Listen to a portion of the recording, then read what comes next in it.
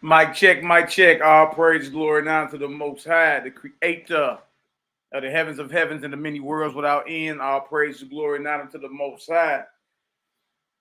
Forever live as anointed, beloved Son in the hearts and minds of all you brothers and sisters, whether you be friend or foe. Peace, love, light, healing, and balance. All praises. If I can be heard, give me a Yahoo up in the chat. Yeshaya ben Israel, my dirty South brethren. Bless up, King. How you be? I see you. Bless up, King. Bless up. Bless up. Shout out to all the brothers and sisters on Facebook and on YouTube. All praises, glory. Now, y'all see the title? Bloody Lamb Chop Session number 2. You know, ruffling a few feathers, but it's all good. It's all for the spiritual progression and the raising up of mortals. That's what it's about. All right, we teach spiritual progression over this way. All right, and we don't make our boast that we better than anyone at all. You dig? If anybody having some problems, though, you know, with the type of brothers that you may be able to find a solution with. You dig? So for that, we give praise to the Most High. I'll pray. I see y'all in the building. Bless up, Shemayim Batyah. Sister says she been studying lately. That's what I'm talking about. Bless up, bless up. Imai Robbie Dobson, bless up. Best of the Israelite, my GA brethren, bless up, Imar set apart, living, bless up. I'm about to put this link out there, Imar. I'm just gonna put the link in the chat. You can just click on it whenever. I'm gonna pull the calendar up too. Marcus Israel, my beloved brother, what's the word, King? Bless up, Jason Jacks. All praise, glory, now to the Most High. Blessed week, 7 months, no meat. All praise to the Most. Look at you. That's what's up, brother. Hey, I rejoice in your success. I rejoice in your success. Trey, Yahoo, Shalom. Finesse, my beloved sister on the book. On Meta. Y'all hit the like button, the share button, the thumbs up or thumbs down, whether you be friend or foe. All love over this way. All love over this way. All right, let me share this real quick, play some tones, and then I got a few things I want to share with y'all real quick. And we're going to throw down, do a quick little rehash, and then we're going to, dive a little deeper into it. We're going to dive a little deeper into it and go over the Exodus story today as well. Feast of Unleavened Bread, April the 3rd. Bloodless, fleshless. All right, bloodless and fleshless. And we showed in the Bible yesterday, Passovers being observed after the Essene or Nazarene way, which is bloodless and which is fleshless. We showed in the Bible and out the Bible yesterday. Now, whether it resonates with your spirit or not, that's something else. Something else that, our people got to deal with. But we're going to take our time and roll through this deal. Finesse, I see you on YouTube as well. Bless up. Bless up. All praise and glory and honor. Much love. All right, let me play some tones real quick for y'all. And then we're going to go ahead and, we're going to come on outside, shoot. We're going to come outside and get it done. All right, let me play this for y'all real quick. Share screen. Let's go ahead and get the essence of the Creator, the all in all, the ever present. Go ahead and get his essence, flowing. All right. My Akshem Sean out of Texas. Bless up, King. All praise. Let me share this real quick with y'all. One of my favorite songs out here is. Then we gonna eat.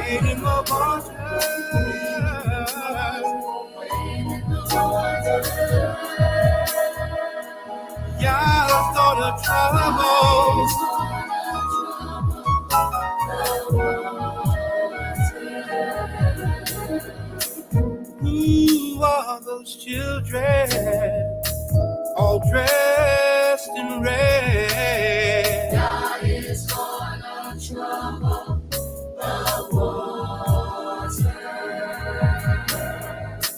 Must be the one that Moses led.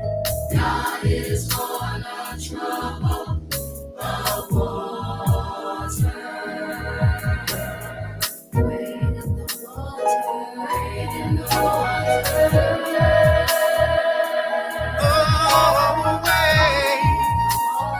Wade in the water. Wade in the water. Wade in the water. God's gonna trouble the waters.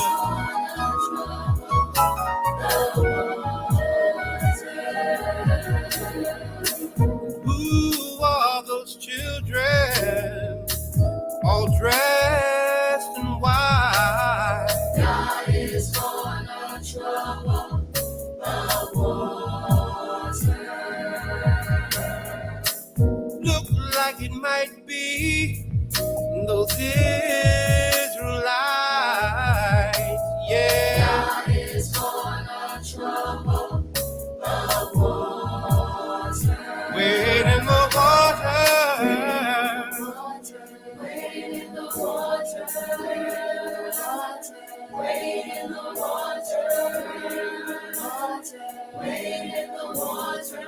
Now I'm purified. Now I'm purified. Wade in the water. Wade in the water. Wade in the water. Now I'm purified. Wade in the water. Wade in the water. Wade.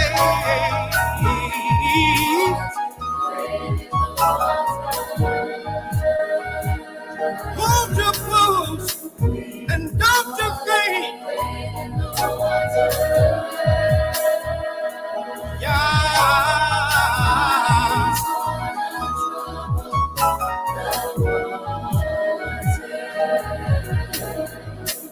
Who are those children all dressed in blue? God is gonna trouble the water. Must be the one that made it through. God is gonna trouble the water. One more thing I'd like to say, Jordan River, chilly and cold. God is gonna trouble the water.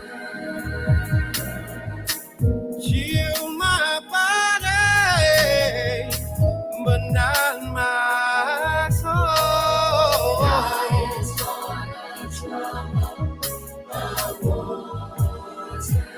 Hey, hey. Wade in the water.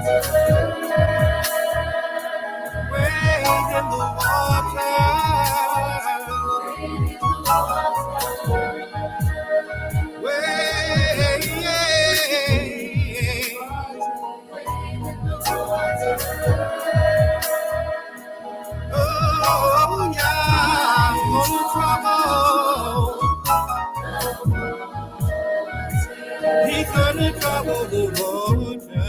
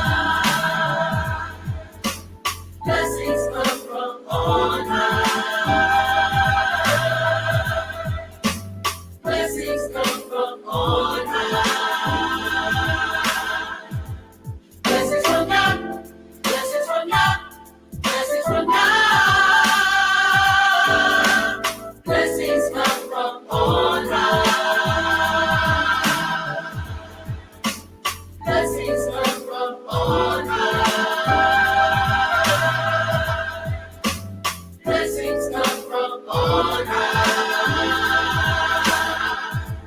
Blessings from God. Blessings from God. Blessings from God. Yeah, you are the air I breathe, and you mean the world to me. And I don't know where I would be without your blessings upon me. Never thought I'd find a love so real. Never thought I'd find a love so true. Never thought I'd find a love so pure. I found it all in you. Blessings come from on high. Blessings come from on high. Blessings come from on high. Blessings from God. Blessings from God. Blessings from God. Blessings come from on high. Blessings come from on high. Blessings come from on high. Blessings from God. Blessings from God. Blessings from God. I praise you, Yah, for all you've done. I can't explain the life I come from because of all your grace and time. I know my blessings come from on high. Never thought I'd find a love so real. Never thought I'd find a love so true. Never thought I'd find a love so pure. I found it all in you. Blessings come from on high. Blessings come from on high. Blessings come from on high. Blessings from God. Blessings from God. Blessings from God. Blessings come from on high. Blessings come from on high. Blessings come from on high. Blessings from God. Blessings from God. Blessings from God. I got the blessing, got the blessing, got the blessing. I got the blessing, got the blessing, got the blessing. I got the blessing, got the blessing, got the blessing. Blessings from God, blessings from God, blessings from God. I got the blessing, got the blessing, got the blessing. I got the blessing, got the blessing, got the blessing. I got the blessing, got the blessing, got the blessing. Blessings from God, blessings from God, blessings from God.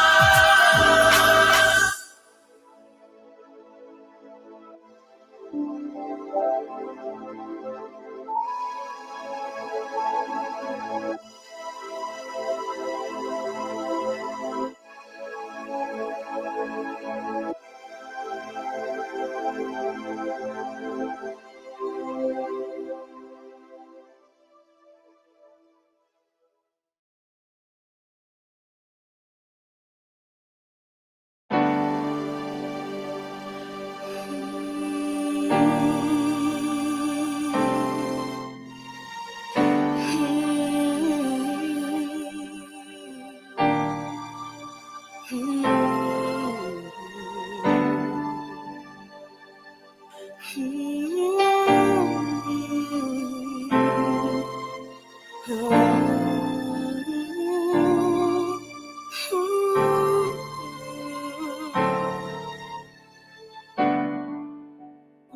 bow down and worship you. We glorify your holy name. We praise your holy name today.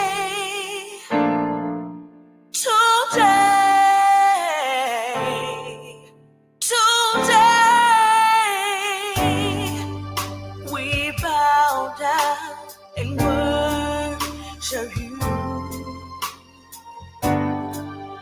We glorify your holy name.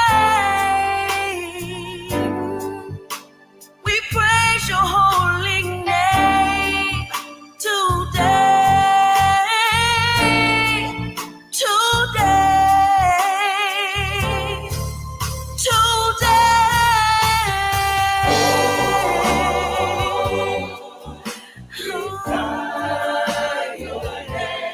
Glorify you.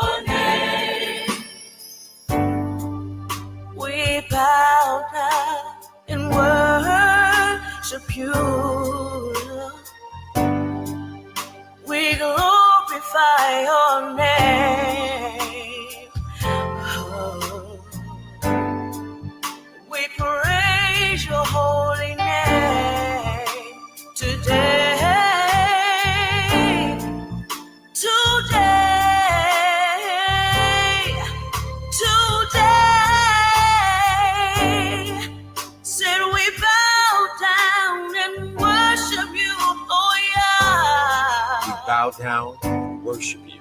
We glorify your name. We glorify your holy name. We praise your holy name today. Blessed be the name of Yah. We praise you today. Hallelujah. We praise you today.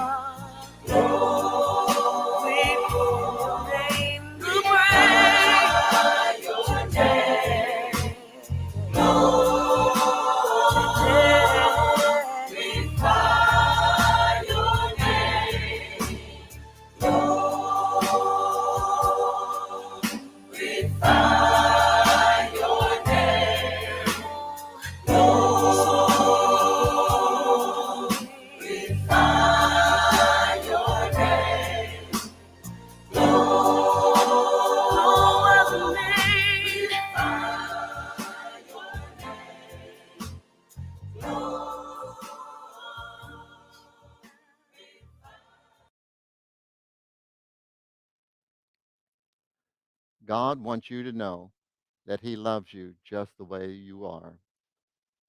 God loves the whole human race with unconditional love. God's not looking for opportunities to give you a set of religious rules that would make your life unpleasant. I love you.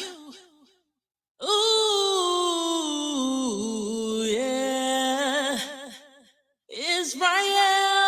I love you like I love myself. Israel.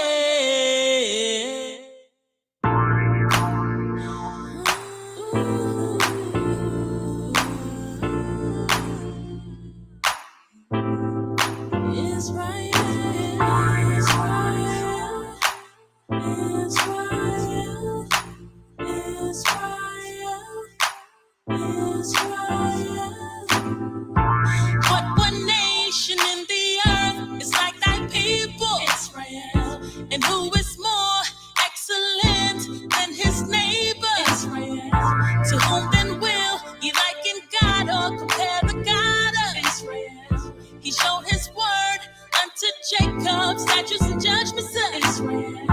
He hath not dealt so with any other nation, Israel. So don't avenge, no bear a grudge against the children of Israel. Just love thy neighbor as thyself, and be united in Israel. Praise the Lord of hosts, the Most High in Christ. Israel, I love you, Israel. I love you, Israel. I love you, Israel. I love you, Israel. I love you, Israel. I love you, Israel. I love you, Israel. I love you. We are a world not ashamed nor confounded, Israel. We are beloved, we are changed, we've been chosen, Israel. We will be the head and not the tail, Israel. He will give us all a new name, he'll proclaim it. The Most High and Christ will live in Israel. Law-abiding citizens will instill Israel. Those that endure to the very end shall be saved. Put away that old man and be not afraid of Israel. I love you, Israel. I love you, Israel. I love you, Israel. I love you, Israel. I love you, Israel. I love you, Israel. I love you, Israel. I love you. My mother, my brother, my sister, you do to Israel. The father, you do to Israel. My mother, my brother, my sister, you do to Israel. The father, you do to Israel. I love you, Israel. I love you, Israel. I love you, Israel. I love you, Israel. I love you, Israel. I love you, Israel. I love you, Israel.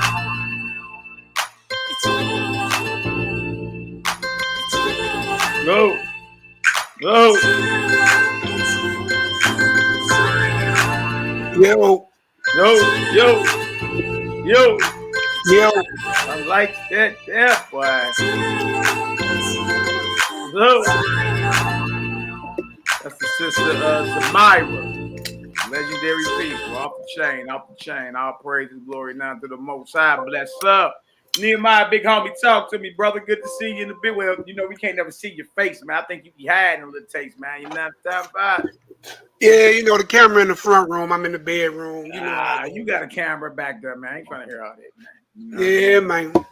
I don't want to see y'all. I want y'all to see me in my unmentionables. Here you go. You ain't in your PPEs today, brother. No, I'm in my sleepies. You in your PJ. Look. Cold St. Louis. That brewer got his hot chocolate, baby. All good. All praise, glory now to the Most High. I see y'all in the building. Bless up. Jamie Samuel, my beloved. I don't know how you call me and her brother, sister. I've known that woman since I've been born. Shout out to Jamie Samuel in the building. My beloved sister, because I can call you that. You dig? Blessings to your family, Jamie. Bless up. Bless up. Jerry Manuel in the building. I see you. Bless up. Nehemiah, big homie. Robbie Dobson, Marcus Israel, my brother. Bless up. Bless up. Lorna Jackson back in the building. Bless up. Nehemiah, talk to me though. I ain't gonna ask me. I got a sunflower seed in my mouth. Okay. Shemayim Baya in the building. Bless up. I see y'all. Y'all in the building. You say you got sunflower seeds in your mouth, boy. Yeah, buddy. Oh, good. I want to show y'all something. Y'all see me talking about the this is just a bloody lamb chop session. Matter of fact, let me go ahead and put the link in the chat too. Bless up Iman, Shemayim, and all the rest of y'all. Blessings, told I revive for all the niceties. This dude here talking about the niceties. The niceties. The nicety. What's wrong with him, Ray? Show him the gun line, boss. All right, here. Let me copy his email. Want to come on too? Get her together. Reason in the building. I see you. Bless up, Asarel, Shimstone, Israel. Bless up. Much love and honor, my brother. Hey, shalom, big bro. Shalom, sister. What up, Reese? Reza.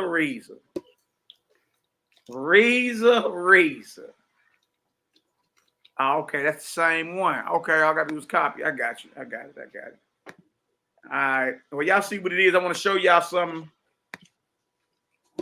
I either can do it before Iman come in, or hey, y'all, that's the link right there to the back chat. Y'all come on in. Let me see if I got this calendar. I got the calendar already pulled up. Let's talk about the Passover, unleavened bread from a Nazarene perspective, a Nazarene Essene perspective. We may do a little bit of rehashing, just a little bit. I got all that pulled up already too. We're gonna take our time and go thoroughly through the Exodus story, and then we gotta ask ourselves, are we actually keeping Passover, even if you're still chewing on animals? Are we actually keeping Passover the way it is stipulated in the book of Exodus, the 12th chapter? Is that being kept? And if not, and if you can be real with yourself and say, nah, it ain't, then we gotta have a discussion. Because if it ain't being kept the way that is stipulated, if it's not being kept the way that's stipulated, then how dare you hold somebody to the judgment or to a charge of doing something that you ain't even keeping yourself? You know what I mean? So we got to watch that. This whole thing is about spiritual progression, being on time with the Almighty. Nehemiah, if you can't, matter of fact, I need to pull that up. What you got? Make clean days, unclean, clean by not observing the 364-day calendar. That's what we on now. The Israelite, for the majority, You sound kind of far away, Mally. Israel is on the lunar cycles and all that. But the problem with the lunar cycles is that it's 354. It's a 354-day cycle, which is 10 days short of a solar cycle of 364 days. So every year you lose days. If you tracking your days of your feast from the previous years, if you strictly going by the lunar cycle, you see how you're losing. You're losing. Y'all, I know a famous camp about to keep Passover in a few. Matter of fact, on Tuesday, March 15th. They're about to keep Passover March 15th. You feel me? And then according to all the ancients, the actual spring, the first day of spring would be the equinox. Equal measure. Equinox is equal measures of light and day. And you got that for the springtime. That's March 20th. That would be the official first day of spring, if I ain't mistaken. And then, the evening of the 14th day, you understand? We count all the way down to like April the 3rd should be the unleavened bread. All right. And it stays in a consistent cycle. That's how you rock. You're dealing with, because other than that, you're dealing with Gregorian calendars. That's what? That back in 1759, 11 days was removed? You don't know what you're looking at now. You understand? So I see Iman in the back chat too. Let me bring her on up. Let me pull this calendar up too. And then y'all, let's talk about it. Let's set some of these dates. I'm gonna pull up the Jubilees too. And I'm gonna read some of that probably after Iman finish explaining. And this is the calendar that we have up. All right. And of course, if you listen to anybody else, everybody got different dates. Y'all, it was that we was going by the lunar phases. Everybody had different dates because nobody could agree on what the new moon was. Is it the dark conjunction moon? It's the first slither of light. So then we start going with the slither of light because of what we was reading in Enoch. You dig? And then more revelation comes. And then more revelation comes. All right. Nehemiah, talk to me. And Yeah, I'm here, bro, but I ain't gonna lie. I had just got a email from Shema Yah, and I know it's off topic, but he just posted a video saying that Pastor Dowell's wife needs help.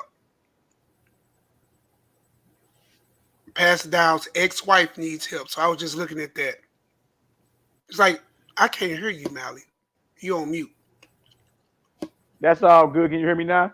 Mm-hmm. Yeah, I mean, whatever is needed, even from our enemies, even if our enemies need something, you know, hey, if we able to go ahead and display the characteristics of the Creator, then so be it. Send that to me though, so I can look at it, and then we can go from there. All right, I'm sending it to you now. You know what I mean? But it's all good whether you be friend. It's only 1 minute long. It's only good. 1 minute long. It's all good. Whether you be friend or foe, we bid you shalom. Absolutely. And we looking for any opportunity to display the character of the Creator. It's all to the G over here.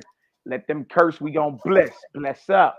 All right, let me go ahead and get Iman on her, and let's rap. Let's go ahead and rap about this calendar so we all can be on one accord. All right, Iman. Hi, Iman. Hi, baby. Can y'all hear me? We can hear you. Okay. All right. So you're gonna talk about this calendar, huh? Yeah, I'm gonna go ahead and share the screen too, Iman. Hold on one second. Okay. Let's get this screen together. Wow. All right, dang. All right, let me see if I can hide this over here. Can I hide that? Yep, can I hide that? Bang.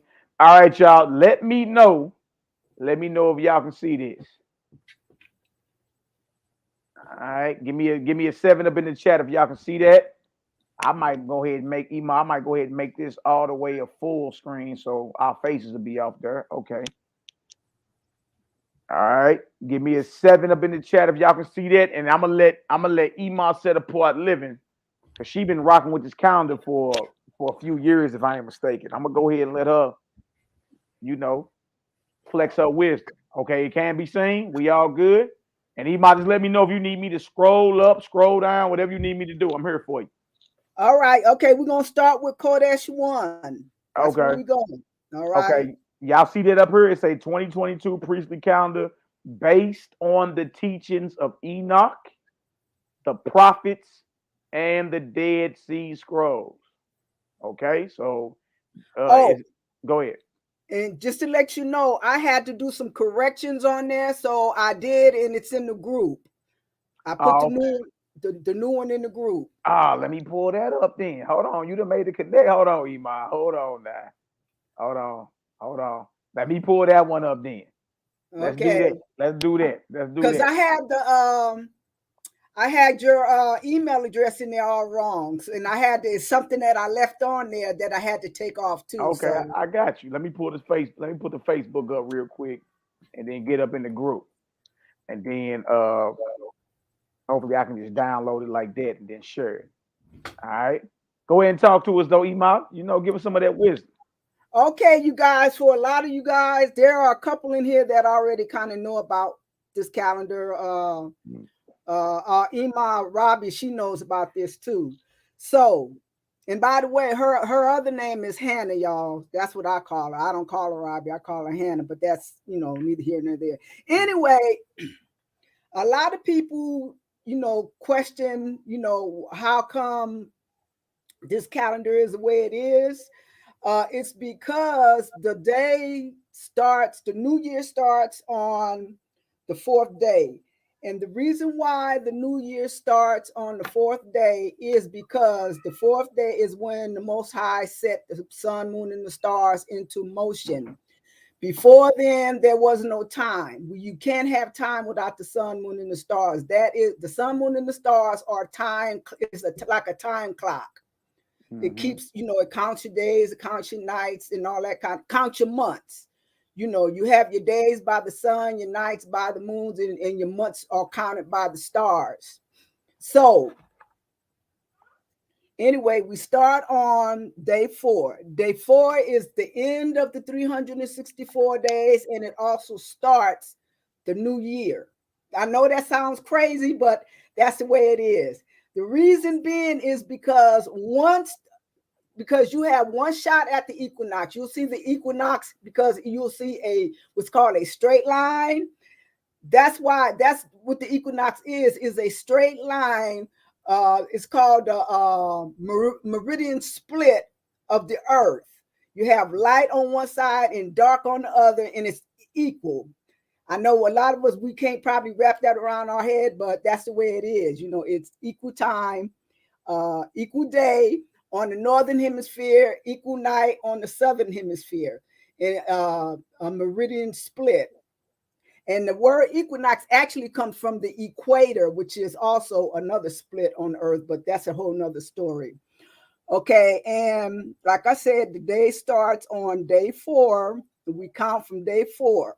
Now, this is what usually trips everybody out about this calendar. Once day 4 hit, you count 7 days from the equinox of day 1, and that's how you will get your Shabbat. And how you find that is, we know that on March 20th on the Gregorian calendar is the equinox day or the first day of spring. Right. Line that, it doesn't matter what day it falls on their calendar. It could be on a Sunday, it could be on a Tuesday, but you're always going to bring that day 20th under day 4 on our calendar. That's how you get your Shabbat. March 20th. So March 20th, whatever day March 20th is every year, that's the spring equinox. Is that what you're saying? Yes, it is. Okay, now is that considered the first day of spring or the day before the first day? That is actually the first full day of it. Starts the new day, but the first full day of spring is day 5. Got you. There it is right there on the calendar. First full day of spring. So that's day 1. So where do I start my count to establish the Sabbath for the rest of the year? You count it from day 4. Okay, so I count day 4 as day 1. 1, 2. Okay, 3, you 4. see how it's split? Yeah, I see it split. Yeah. Okay, that on the left side is when the equinox. Once the equinox pass, you now have day 1. Okay, so I will start first full day of spring will be 1, 2, 3, 4, 5. No. You start. Okay. You're going to start on the next side of this split day. Okay, so still on day 4. You're still on day 4. You're going to start your count there. I'm going to show you. Yeah, that's 1. Okay. Then you count here because you see. Yeah, this is day 2, but it's the actual full day of spring. Okay, so the next day over, which is March 21st, will be day 2. Day 2, right? Okay. Then day 3. 3. And then you have 3 and then 4. Then day 4. Okay. Yeah. Okay. Now you see how on this calendar you have 4, 11, and what's another? You see this day 4? 4, 11. What is that? 11. 18 and 25. Yeah. 18. Okay. Right. On the first, every year, on the first year, I mean, the first month of the year, these are always the days. They never change. Your first Shabbat is always going to be on that day. It's day 7, but it's going to say 4. Okay.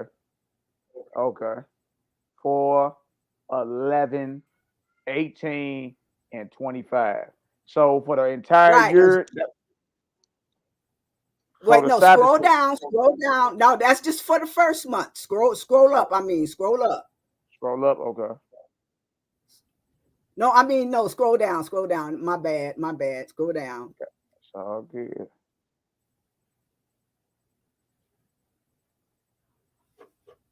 Okay, now you see the second month. Mm-hmm. It's always going to be on these days. 2, 9, 16.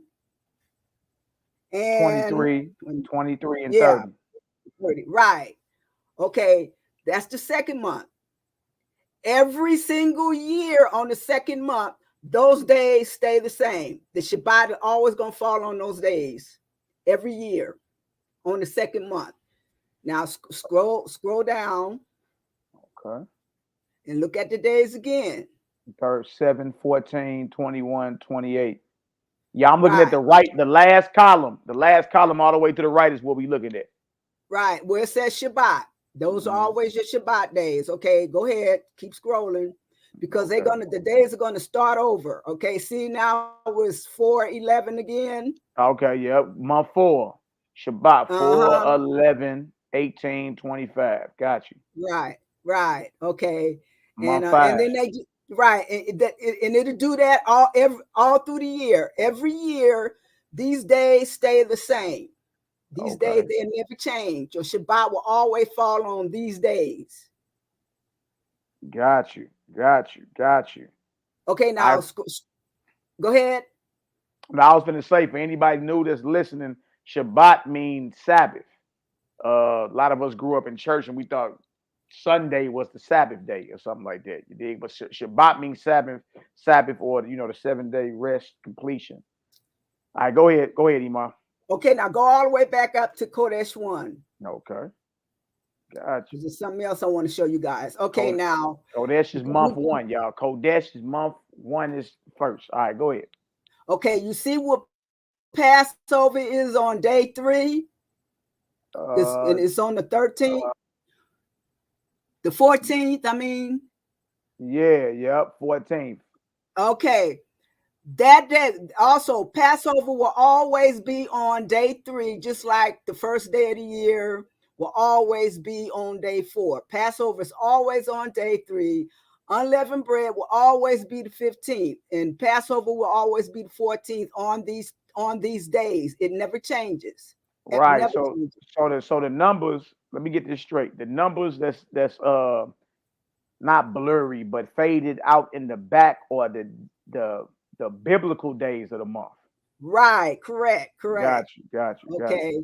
Now, as you can see, you have your unleavened bread, and it will always end. It's the assembly day right here. The last day of unleavened bread, it will always end on that day, same day. The days never ever change. That goes for all feast days too. Okay. They all stay the same. Okay, you can scroll up. Let's get to the next feast day. Scroll. You want me to scroll down? Okay, scroll. No, down. Go. Okay. No, you was going right. Okay. Keep going. When's our next? Go to the next feast day. Yeah, we got to do the Feast of Weeks here to the 3rd month. Sure, for Shavuot right here. Oh, okay. Right here, June Shavuot's on the 15th. Yeah, on the first day. That will always stay there. Okay, and now you see that yellow square down at the bottom, 31. Yeah.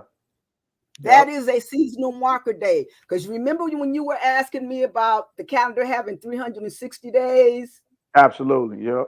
Well, these are what you call, there are 4 marker days. These 4 marker days make up your 364 days, because you have your spring marker day, you have your summer, you have your fall, and you have your winter. So there are 4 of those. You add those to the 360, and they make up the 364. Got you. Okay. Got you. So you have 30, 30, 31, 30, 30, 31, 30, 30, 31, 30, 30, 31. And, that's how the calendar counts. It's always going to be 30 days and then the 31st day. Okay. All right. So look, for also, so we see the feast. And let me go back up for the feast we got coming up, y'all. The first day of unleavened bread is actually April the 3rd. And that is, I don't know which. Yep, first day. Okay, April the 3rd. And the last day of unleavened bread will be April the 9th. Both of those are similar. So we got April the 3rd. We're going to be doing something over here on the channel live. Going over a few scriptures and all that. But I wanted to get on here so everybody can set their dates. You understand? April 3rd is unleavened bread, but see, Passover leads right into unleavened bread. It's almost like, Mhm. you know, and we're gonna hit a few scriptures that today and show, like, depending on what scripture you was reading, a lot of our people looked at that as one and the same feast. It's just one was preparation for the other. Okay, like Passover. Okay, because you do Passover. And okay, first of all, for those who don't understand or realize, this is a solar calendar. Mm-hmm. The day starts in the morning at sunrise, at dawn. That's when the day starts, because you're starting your day with the sun. The sun is what counts the day. The moon cannot count the day because the moon is sick. It'll come in 2 days too short. So you use the sun to count your days. And so you start your day. So Passover would be in the evening, and at that in the next morning, which would be the unleavened bread. Got you. Okay. All right. Now look, and that's what we're gonna celebrate, the unleavened bread. Absolutely. So another question. I know it says Shabbat over here all the way to the right, but would that be Saturday for the entire year, or is it a different day? That's a different day. Okay. On the calendar we're looking at, that's going to be on a Wednesday, because this right now we're still in. Right. It's Tuesday. Mm-hmm. But it'll stay Wednesday. It'll be Tuesday right now until the end of until March. The first day of the new year. Then when we count these days to the next Shabbat, which is March 23rd on the Gregorian calendar, that will be a Wednesday. And all next year it'll be a Wednesday. Okay. All right. But on our calendar it's still the 4th.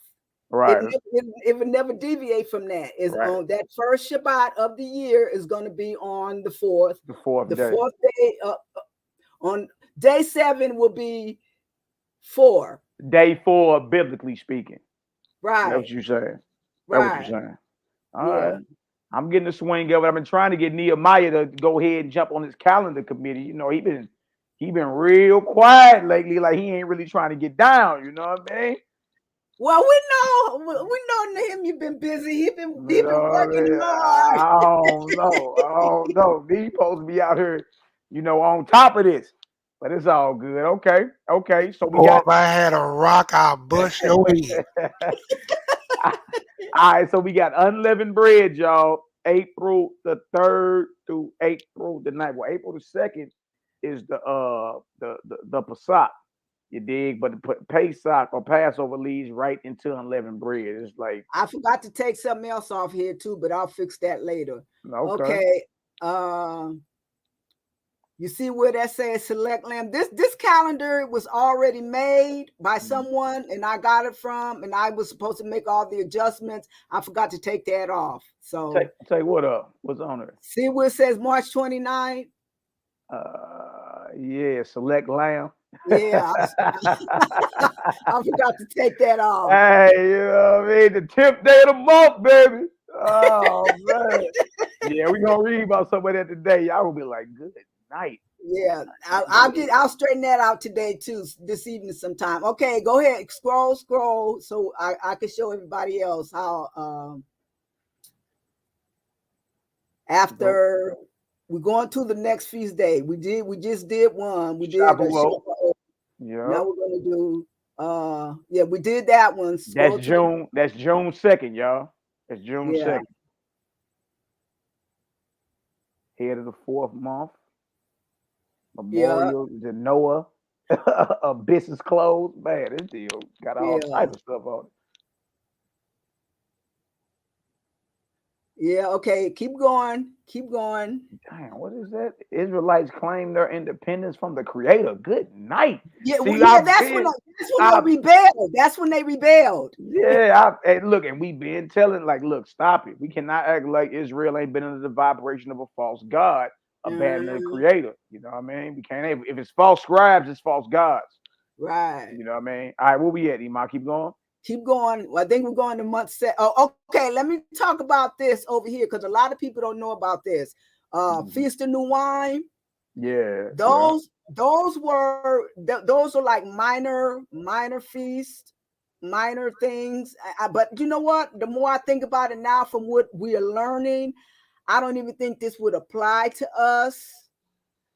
For the simple reason all this was for temple service. All right. So, Right. But you know, some of the brothers still ancestors. Ima, you make wine. You know well, what I mean? true, that's You true. make wine. Don't be fronting now. Come on. No, I'm talking about because of, you know, what they were doing at the temple and what they, you know, for their oblations and all that Yeah, kind of stuff. I know. As I said, you know how the brothers get. Hey man, it's feast new wine, man. Hey, you know, we ain't over righteous today, brother. You know, go get a flagon. Now, if you want me to leave it on there, I can leave it on there. That's no problem. I'm just saying, you know. Yeah, leave that on there. It's all good. Okay, all right. Scroll. All right. What else we got? Okay. Oh, okay. Okay, Feast of Oil. Okay, you have what's called a Feast of Oil. There it is, right here. there. Yep. Uh-huh. Yeah, that's September the 8th. September Right. the 8th is the Feast of New Oil. Mm-hmm. Okay. All right, so that's the And olive then oils here- and all that. Yeah. Then you have, okay, Yom Teruah. Yeah. Yom Teruah is the first day of the 7th month. That Right, will September the always 18th. be there. Right. Yom Kippur, these 2 days down here, it will always be there. It'll never change. Sukkot will always be here. All your major feast days will always be on day 4, just like the beginning of the year. That makes sense, because that's when we did the Sukkot last year. Like what, October the 2nd through the night. Yeah, okay. All major feast days will always fall on day 4. Okay. Got you. Mm-hmm. That's wild. Okay. And then we got the last day of that Sukkot will be October the 9th. So October 2nd, first day of Sukkot, October the 9th, last day. All right. Yeah. And what else is not on here? You know, I didn't put Purim on here or Feast of Dedication, but people can pencil them in for themselves. Absolutely. You know, Feast of Dedication, we know is the 25th day of the 9th month. There it is right there, December the 11th. Okay, I got you. 25th day of December 11th. Purim will be the 12th, the 13th, and 14th days of the 12th month. Right. So, yeah, people can pencil those in for themselves. Got you. So we got dedication then will be December the 11th through December the 18th. December the 11th through December the 18th. Okay, I like this calendar, Iman. I like that. It's easy because you always know, head of the 10th month. This is when the month for the winter solstice when it comes in, which will be on December Shabbat. 21st. December the 21st. Okay. Yep. Got you. And you see the 4, 11, 18, 25th again. Yeah, I see it. Yeah. Okay. All those days repeat themselves. Yep, 2, 9. So the 11th month, I see it. 2, 9, 16, 23, 30. Okay, and this is the 12th month, and the Purim is the 14th day of the 12th month, ain't it? 13th, right. 14th, the 13th and the 14th. Okay, that'd be February 28th and March 1st next year. And then we all the way back around. Okay, got you. Got you, Iman. All the way back around. I like that. Now, everybody in the chat saying they need that. Everybody in the chat saying they need if that. everybody in the chat, they can go get it, but you're gonna have to cross off that picking the lamb. Not unless you guys want to wait a few minutes while after class I can fix it and then they can go get it. Yeah, we just wait till after class, but Imam, make sure you just type in your email in the chat, and then whoever want the calendar, email Imam. But if they can pull it down out of the group, that's even better. Yeah, or if you can just put it back up in the group. Hopefully everybody that's listening is in the group, and you can just do what I just did. I just went in there and downloaded it. Wow. and we good bread. If you're not in the group, get with Nehemiah. Nehemiah, make sure you get up in there. The group is on Facebook. What we talking about? STL, Honor and Humility, Melchizedek, SECT of the Nazarene. That's where I just got it from. All right. Nehemiah, anything else you want to talk about before? No, that's it. That's basically it. Yeah, so everybody get it, look at it, and people can get used to the Shabbat not being on the Saturday. Mm-hmm. See, that's the hard part for a lot of people. Yeah, but they don't realize you people have to realize how many times the Romans changed the calendar. They used to have an 8-day, 9-day. And they were called different names. There wasn't a Saturday on there. It was called something else. Then there was a number. Yes, it's a 7-day, but it's not their 7 days.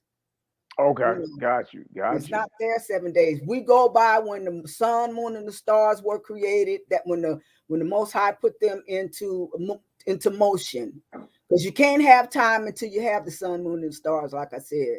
Yeah, until that's motion, till that clock is working. Mm-hmm. You understand? Till that clock is working. Absolutely, that makes sense. Yeah, because the earth and with them is not. It's like I said, it's nothing but a big old timepiece. It counts the time. Yeah. That's why man's perception of time, we still figuring it out. You know what I mean?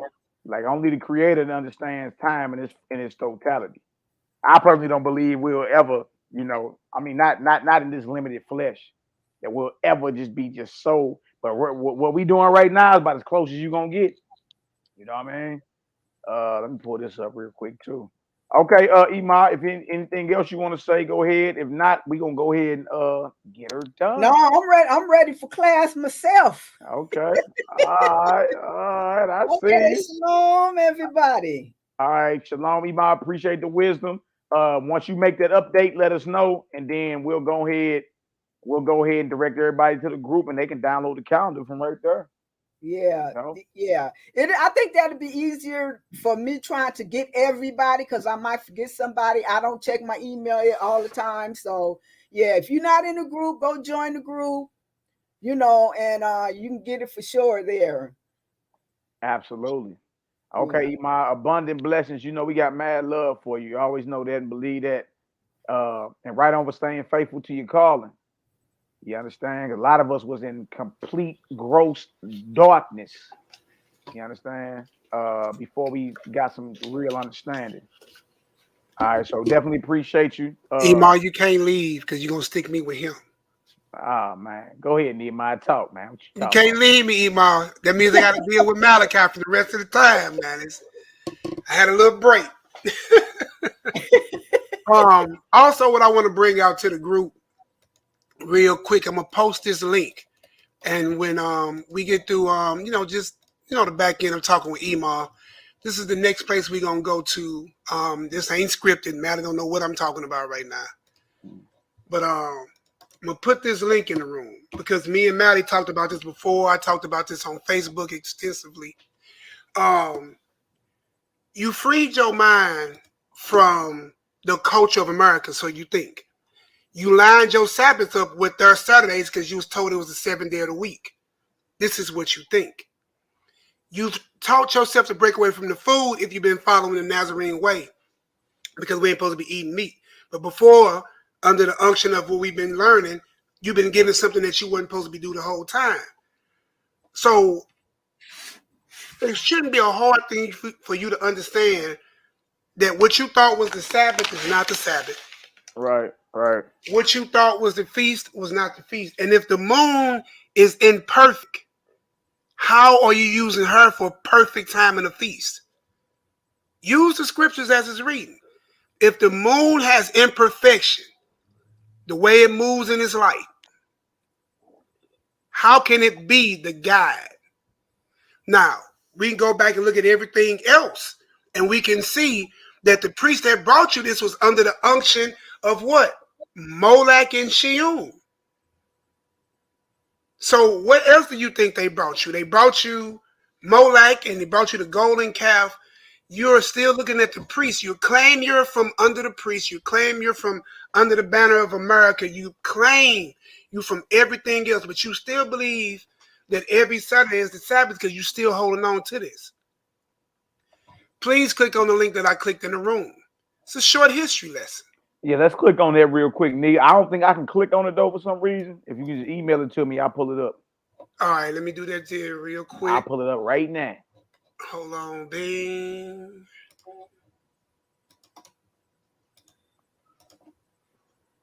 I'll pull it up right now. Bye now. All right, Mally, it is coming, going out of my computer. All right. Refresh. If you want to follow the conversation that I had about it, on Facebook, I don't know if I can. Oh yeah, I got something else I want to show y'all too. Good night. Okay, there it is. I see it. And I also post a link for when I had posted it on Facebook and had a conversation about it. Okay, I got this. Let me share the article, and then let's read this.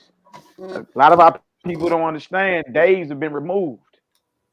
Exactly. Days have been so removed. You got to understand, we came from a different world, a different understanding of time and seasons. And this article talks about it. All right, I see you right there. Okay, bro.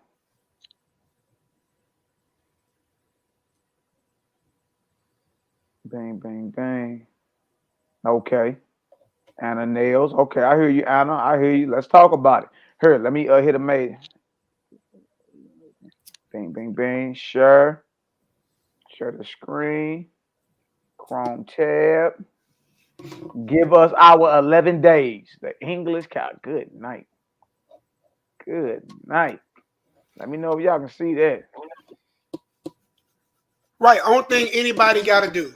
And listen, you could do further. Only thing you got to do, follow me, is Google. It's just simply Google September 1752 calendar. Let's do that. September 1752 calendar. Or Google history. I'll type it in what you can type in Google. It popped right up. When I type in September 1752, I don't even finish putting calendar in. It say calendar missing days. There I go. Dang, here it is right here. That's crazy. It popped right up. Why are 11 days missing in September 1752 calendar? That's major. That's major. Okay, Nee, let me know when to scroll up and when to stop. Let's get it. I can go ahead and start reading from my screen. Let me try to do a split screen. Because, I got a StreamYard, a Facebook. I can read. You want me to read it? I can read it. Yeah, go ahead and read it, bro. I can read it. All right. Give us our 11 days. The English calendar riots of 1752. The 11 days. The English calendar riots. English calendar riots of 1752. The 11 days referred to here are the lost 11 days of September 1752. Skipped when Britain changed over from the Julian calendar to the Gregorian calendar. What calendar are we under right now? Gregorian. There it is. That's when it started. So when you look at that calendar and you look at them photos, right? It went from the 1st to the 2nd, then to the 14th. So Wednesday was the 2nd. Thursday was the 14th. One day skipped all that time. So how could the 16th be a Saturday, what you would call the Shabbat? Oh, so you saying from third? Oh, say that again, Nehemiah. You saying what happened? Click on that Facebook link and bring it up. Let me send you this. Link? So you see what I'm looking at. That way we all could be on the same page.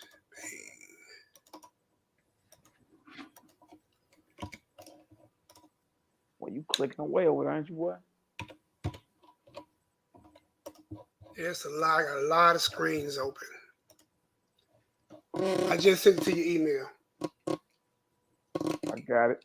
Facebook.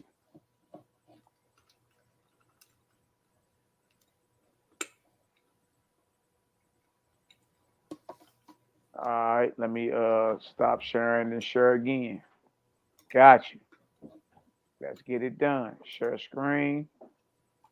Wow. Chrome tab.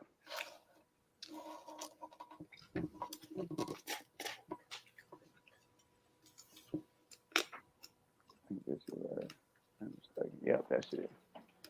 This is one of Nehemiah's posts. How ironic. In September of 2021.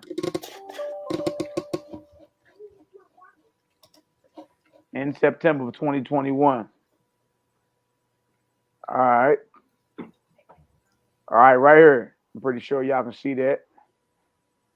You can read it from right there. It's going to say the same thing that article says. So you got multiple points of references. All right. Now, look this at this. helps because it gives you a visual how they tried to bring the calendar into a play. And it was a transformation of one calendar system to another one, which is the currently one we under. So anything after 1752 on September the 16th, and if that was called a Shabbat, you are in grave error on every day for almost over 200 years, 300 years almost, going toward 300. Dang, that's crazy. That deal say right there. Like, I mean, they ain't even trying to hide it. Look at that. That deal go from on. If you was living in 1752 in September, when this shift happened, it went from September the 2nd, which was a Wednesday, to September the 14th, which was a Thursday. Wow. How did that happen? Because they was trying to balance the calendar. Bring it out, Nehemiah. So when we read right here, the 11 days referred to here are lost 11 days in September of 1752. It skipped when Britain changed over from the Julian calendar to the Gregorian calendar, bringing us into the line that is most of Europe. Wow. Gregorian calendar is today's international calendar, named after the man who first introduced it, February 1582, Pope George the 18th, or the 13th, I'm sorry. Oh, wow. So for 270 years, from 1752 to 2022, is 270 years. Do the math. I just did it. 1752 minus 2022, you have been keeping the wrong Shabbat if you've been thinking Saturday has been your Shabbat. Just from that point going forward. Now, mind you, from 1752, right, 1752 to 1619, when the bulk of the transatlantic slave trade, you've been ripped away from your time anyway. So you're talking about 133 years between 1752 and 1619. Then add another 270 years to count for what? You've been off your calendar for 403 years. Ooh-wee. You've been off your natural calendar for over 203 years. 403 years. Wow, y'all see that? Right there. That's the calendar. In September 1752, the calendar was shifted from a Julian calendar to a Gregorian calendar, and they stripped 11 days off the calendar.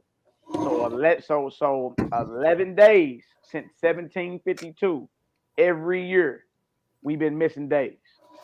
All right. Now you got a prophecy in Daniel that says that the beast would think to change times and laws. I think that falls up under that. And it happened up under a Roman beast, the fourth beast, the Romans.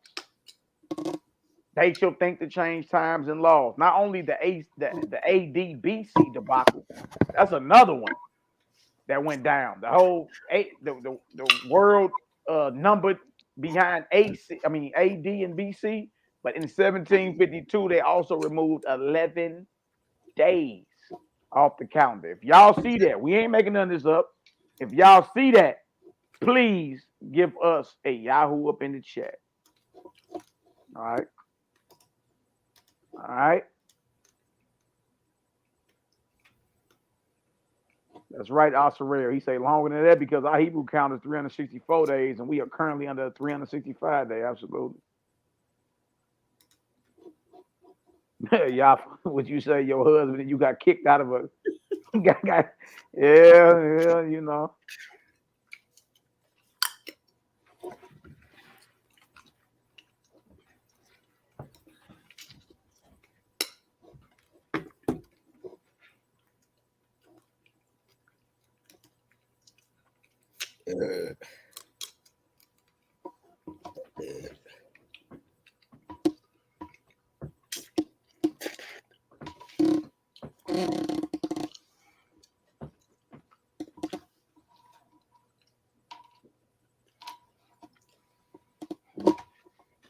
Anna, it very much affects the days of the week. That's the reason why we have to sit here and go through this calendar situation now. I don't know if you've been here since the part of very beginning when Iman got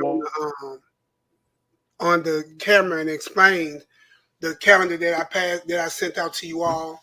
Also, I put a link in on Honor and Humility because I know we're on 2 channels, and I'm starting to notice that when I look at StreamYard, I see things on every channel, but when I go back to Honor and Humility, I don't see things on that channel, but then I see things on the other channel. So on Honor and Humility's channel, you can go to the link on Facebook.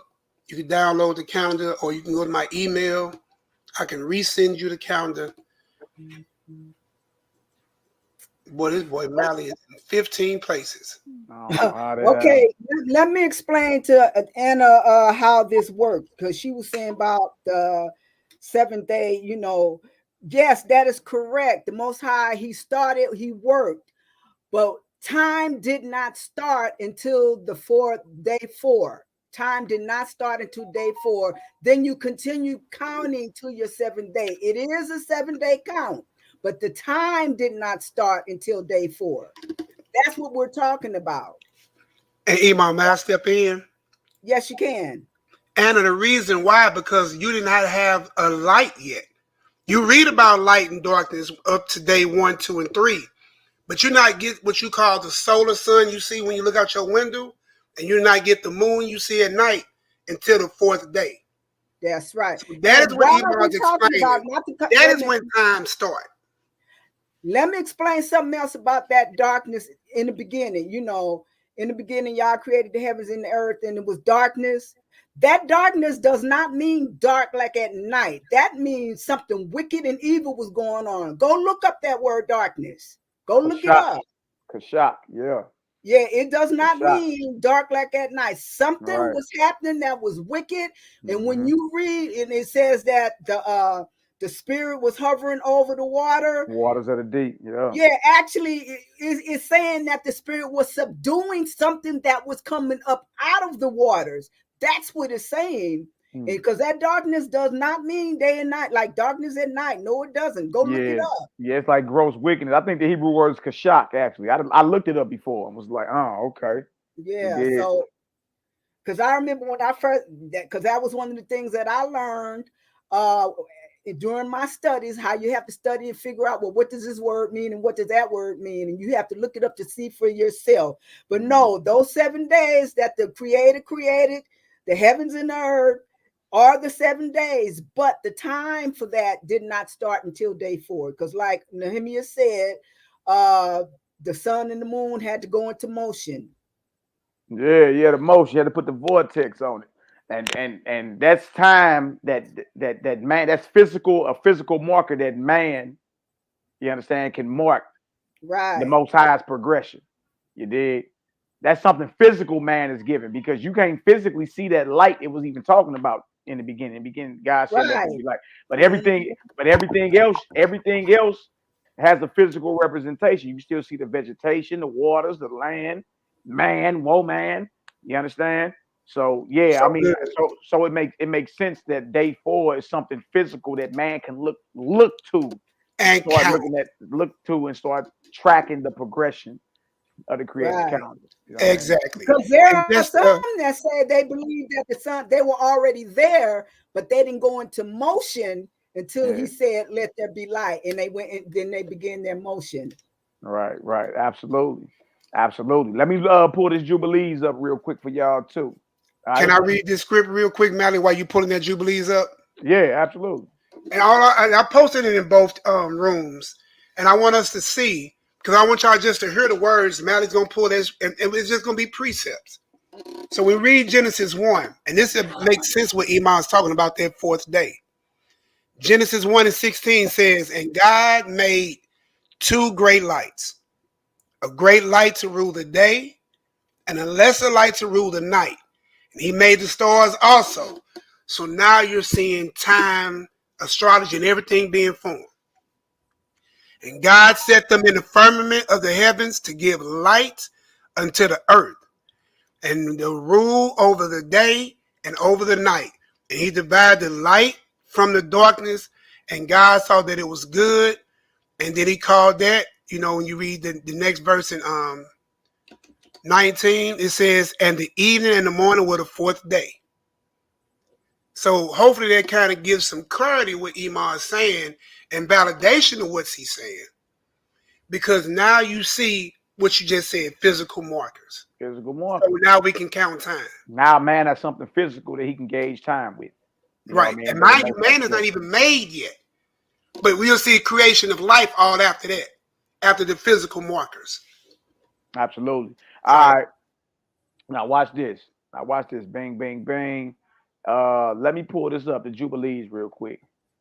And let's show. All right. Wow. Where that deal at? It's right here. Book of Jubilees, chapter 6. All right. The book of Jubilees, chapter 6. Noah went forth from the ark and made atonement. All right. When you get down here, verse 8, "Whoso shed man's blood, by man shall his blood be shed, for the image of Yahweh made he man." Absolutely. Let me jump down though so we can talk about this. Which I've written one day. Right here. We're gonna start at verse 22. All right. Book of Jubilees, chapter 6. Nehemiah, if you can, let's start around verse 22. And let's read about the danger of not observing 364 days only. You understand? Now again, the Most High is the author of time. Absolutely. Man cannot tamper with the Most High, but they can tamper with your perception. How you looking at time. And if they can tamper with how you're viewing time, then of course you can be controlled. You know what I mean? So again, that heathen ain't, he claimed he put a sun up in the sky, but where is it? What I'm saying is the Most High is the author of time. And if a heathen is going to think to change times and laws, like it says in the book of Daniel, then y'all, how else could he do it but besides a calendar? His calendar.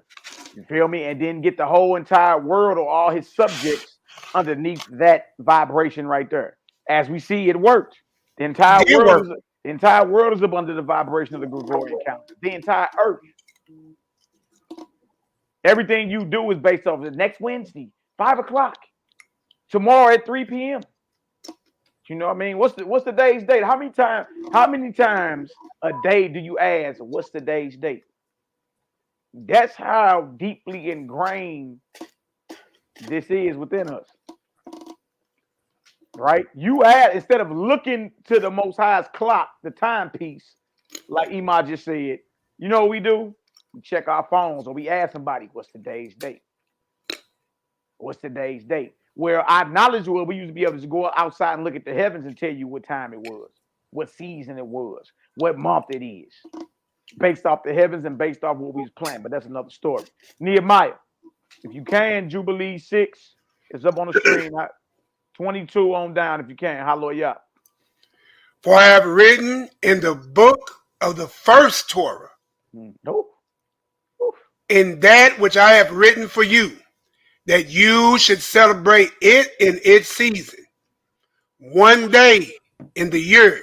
And I explained to you its sacrifices that the children of Israel should remember and should celebrate it throughout their generations in their months, one day in every year. One day in every year is going into the Feast of Weeks. All right. Verse 23. Go ahead. And on the new month of the first month, and on the new month of the fourth month, Right. and on the new month of the seventh month, and on the new month of the 10th month, are the days of remembrance, and the days of the seasons in the 4 divisions of the year. These are written and ordained as a testimony forever. Now trip off this, y'all. All those are when your seasons begin. The new month of the first month, the new month or moon of the fourth month, the new month of the seventh month, and new month of the 10th month. You got your spring, summer, fall, winter. And those what it said. They're written and ordained as a testimony forever, y'all, in the heavens. See, the seasons, how the Creator works is everything is systematic and in order. Everything. So you got heavenly tablets. You got timetables of prophecy. You got all these things ordained in the archives in the heavens. All right. So the beginning of the first, the beginning of the fourth, the beginning of the seventh, and beginning of the 10th month are all transition days to new seasons. All right. If that makes sense, give me a 9 up in the chat. And remember this, y'all. They are days of remembrance. Dealing with the Creator. The days of remembrance. Meaning these are appointed times for him.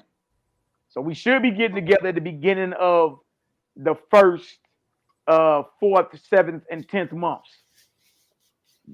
The days of remembrance. It should also make sense in this manner as well. When I was born in August, right? August 16th, I was born on a Wednesday of that particular calendar date. Next year, my birthday Thursday. And next year, you see what I'm saying? The Most High time does not move like that. You will never get back trying to follow your enemy's calendar, right? So when your birthday come around every year, it really ain't even on your birthday. If you want to be technical. Absolutely. Because you were born on a Wednesday, next year your birthday is Thursday. Next year after that, your birthday It moves. Absolutely. It moves. Absolutely. And God's things are stationary. They are forever. Unmovable by man. Man gave you the concept of moving time. That's a testimony forever. All right. Verse 24. And nor ordained them for himself as a feast for the generations forever, so that they have become thereby a memorial unto him. So we need to be getting together. What day is that? March 20th? Ain't that the first day? Or is that there? That's the equinox. March 20th is a day of remembrance. It's the first day of what you call spring. Family need to be, getting together and just keeping each other encouraged and built up. All right? That's every 91 days, bro. 91 days times 4 is 364. Sister, I think her name was Yafa, had already brought that out. But yeah, it's every 91 days. Absolutely. Where we at? Let's get it. And on the new month of the new month, he was bidden to make for himself an ark. And on the day, the earth became dry, and he opened the ark and saw the earth. And on the new month, and on the 4th month, the month of the deeps of the abyss beneath were closed. And on the new month of the 7th month, all the months of the abyss of the earth were open, and the waters began to descend into them. Come on. And on the new month, of the 10th month, the tops of the mountains were seen, and Noah was glad. So you see, all this got to do with the flood and the repopulating as well. But we can tell what seasons it happened. That's why the creator had those things happen with Noah for a reason at that specific time. The beginning of the 1st, 4th, 7th, and 10th month were all vital into the salvation of this new world, dealing with Noah and his posterity. And events happen. The beginning of the first month, 4th month, 7th month, 10th month. That's why they're feasts or days of remembrance. All right, where we at, Nick? 28. Come on. And on this account, he ordained them for himself as feasts, for a memorial forever. And thus are they ordained. Mm. And they placed them on heavenly tablets Mm. and had 13 weeks Mm. from one to another past their memorial, from the first of the second, and from the second of the third, To the and from third. the third of the fourth. And from the third to the fourth. To the third. fourth. Right. Right. Now knows it keeps saying heavenly tablets. Y'all, the Most High keep the best records. We got archives. There's records being kept. Now, everything with the Almighty, with the Creator, is order and structure. Everything. All right. Go ahead, Op. What we got? And all the days of the commandment will be 52 weeks of days, and these will make an entire year complete. Mm. Thus it is engraved and ordained on the heavenly tablets. See, there you now, according to the heavenly archives. According to the heavenly archives, that's how it is. Now, we can say, well, nah, brother, because of this, absolutely, there's conflicting information dealing with whatever perspective you're going to decide to deal with serving the Creator. But that right there just said this is archived in the heavens. So it ain't changing. You know what I mean? Now, whether you choose to believe it or not, that's a different story. All right. Come on, Nehemiah, let's get it. And there is no neglect in this commandment for a single year or from year to year. And command you, the children of Israel, that they observe the years according to the reckoning 364 days. And these will constitute a complete year. Oh, wait, hold on. Did that just say 364 days constitutes a complete year? So now you got Israelites having feasts and it ain't even been a whole year. Or by the time they have a feast, it'll be past a year.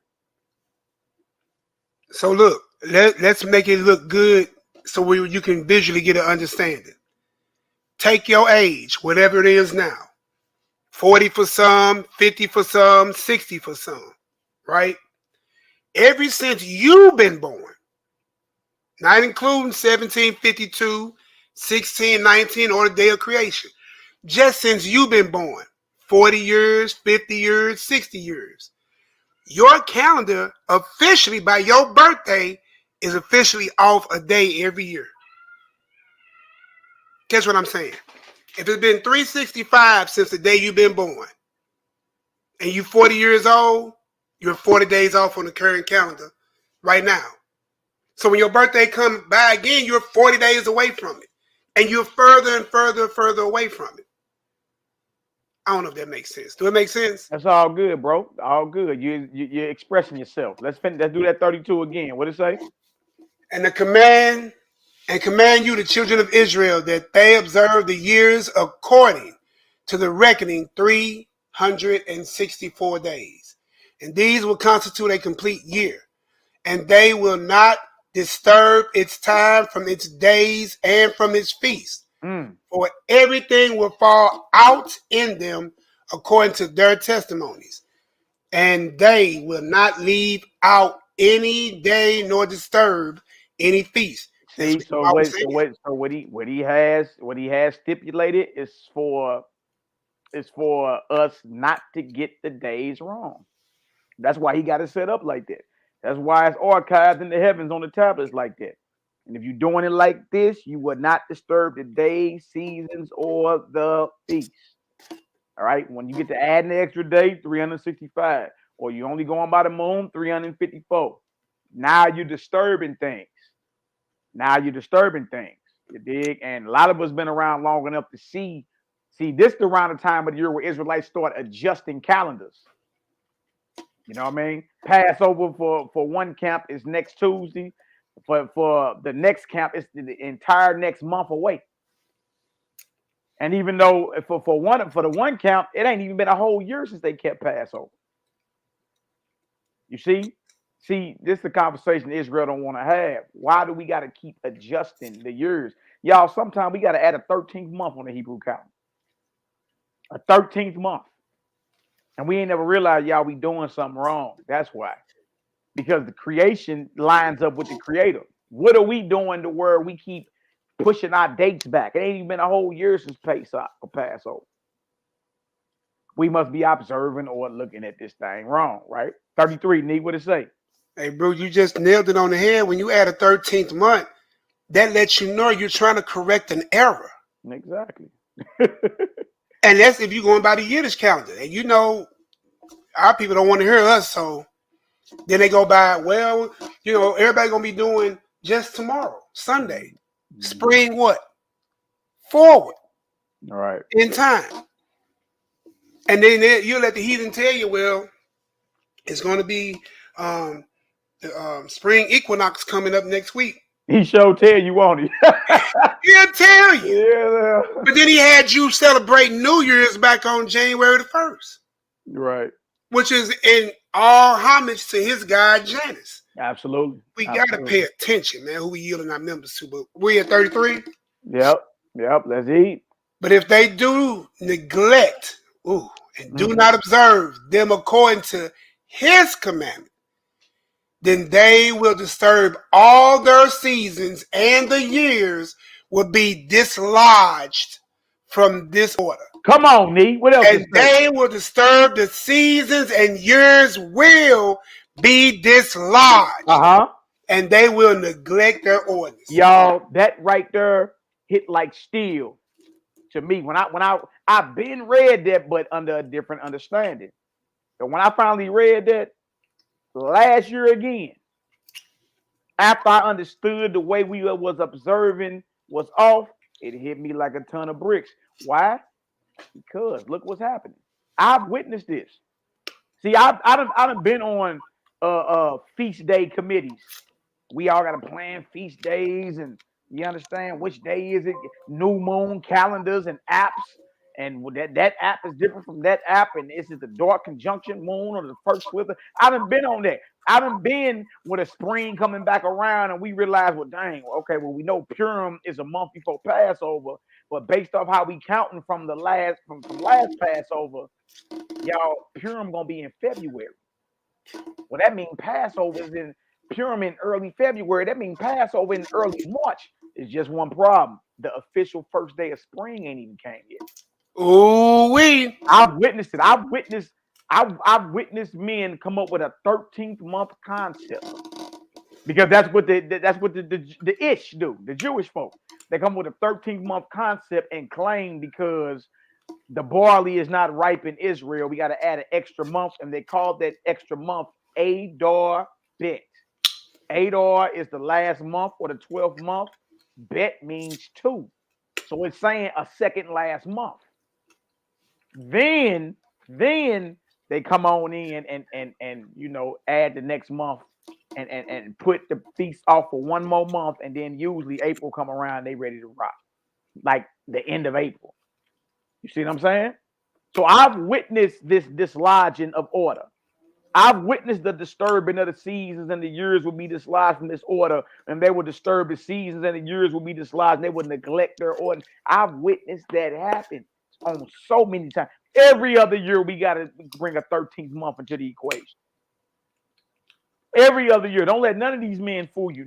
Look, don't nobody agree about what date the Pesach is or any feast day. Everybody do them on different days under different calendars. Everybody does. You see what I'm saying? And the reason why that's happening, y'all, because we've forsaken the 364-day calendar. It's a solar calendar. All right, we've neglected that and been holding on to the ish. You understand? Now, I'm not here to tell you there was no such thing as a new moon back then. Obviously, our people was doing those things, but we also had sundials in Israel. There's different perspectives on how feasts are supposed to be observed and what calendar. All right, watch this. Go ahead. Verse 34, Nee. And all the children of Israel will forget. You know what? Let me add one more to that too. It makes sense that you have to have that Adar Bet, because now you are too far into the last season. You got to add the month for the barley and for the spring to come. You see what I'm saying? So you got to fill in that gap. Yeah. I mean, I'm gonna hold that piece for a minute, man. It's blowing my mind right now. You hear me? It's all good, big homie. Let's eat. What we got? And all the children of Israel will forget and will not find the path of the years. Here it comes. And will forget the new months. Watch this. And seasons. And what? Sabbath. Shabbats. And they will go wrong as all the order of the years. And that's where I was at. So I was reading it, and that's why I paused myself. Because all these men who's trying to balance the equation with all these extra months and moons are still the ones trying to hold a Shabbat on a Saturday off a Gregorian calendar that when it came into place skipped 11 days. And not only did it skip 11 days, it gives you 365 instead of 364. Y'all just, do anybody, if anybody see what I'm saying, just seeing the debauchery, give me an 8. If anybody sees the debauchery, just give me an 8.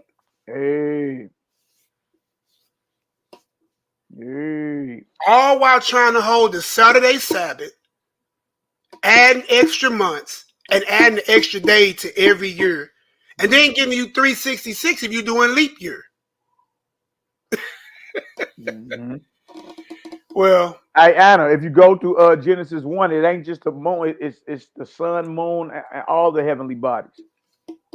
And that the moon is not just the piece for time. You know what I mean? You got that in Sirach, but when you go to Genesis 1, what is that, 14 through 18, let them, it ain't just talking about the moon singular, let them be for signs and seasons and, you know what I mean, all the extra. It was not just the moon. All right? It's not just the moon. All right? Let's get it, Hebrew. Where we at? 35. For I know, and from henceforth will I declare it unto you, and it is of my own devising. For the book is written before me, and on heavenly tablets, the division of days is ordained. It's ordained already. So whatever we arguing about, or where any different perception, y'all really don't even matter because the heavens got the records. You know what I mean? And if it's not lining up, and if man has to come in and add extra months, if man has to come in and adjust time and play with time and all that, then y'all, man is the one in error. Man is the one. Say that one more time. Man is the one. Man got to come in. Let me talk. It's a lag, brother. Push the mute. You read.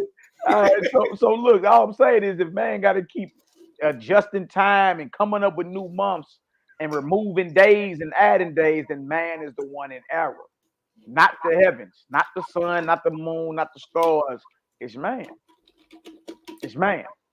Man is the one that's in error. Now look at this 35, Neat. Watch this. What it say? You want me to start back over and read from where I left off? Read from where you left off. Lest they forget the feast of the covenant and walk according to the feast of the Gentiles. Come on. After their error and after their ignorance. And that's what's happening. We walk in these feasts or heathen Gentile feasts, even though we claim we serving the Creator. But how is that possible when you're doing it on the days that they are ordained? The ish. Like you're really doing it them days. If it's not on their days, it's like a day before, a day after. Day before, a day after. You see? But no, it's already ordained. And if we're not sticking to the 364 days, the 52 weeks, you understand? 13 weeks for every season. You understand? Y'all, we in grave error. And look, doing it like this, everything remains the same. Like Ima was just saying. It's the same. Fourth day, fourth day, fourth day, fourth day. So you ain't got to do all that guessing.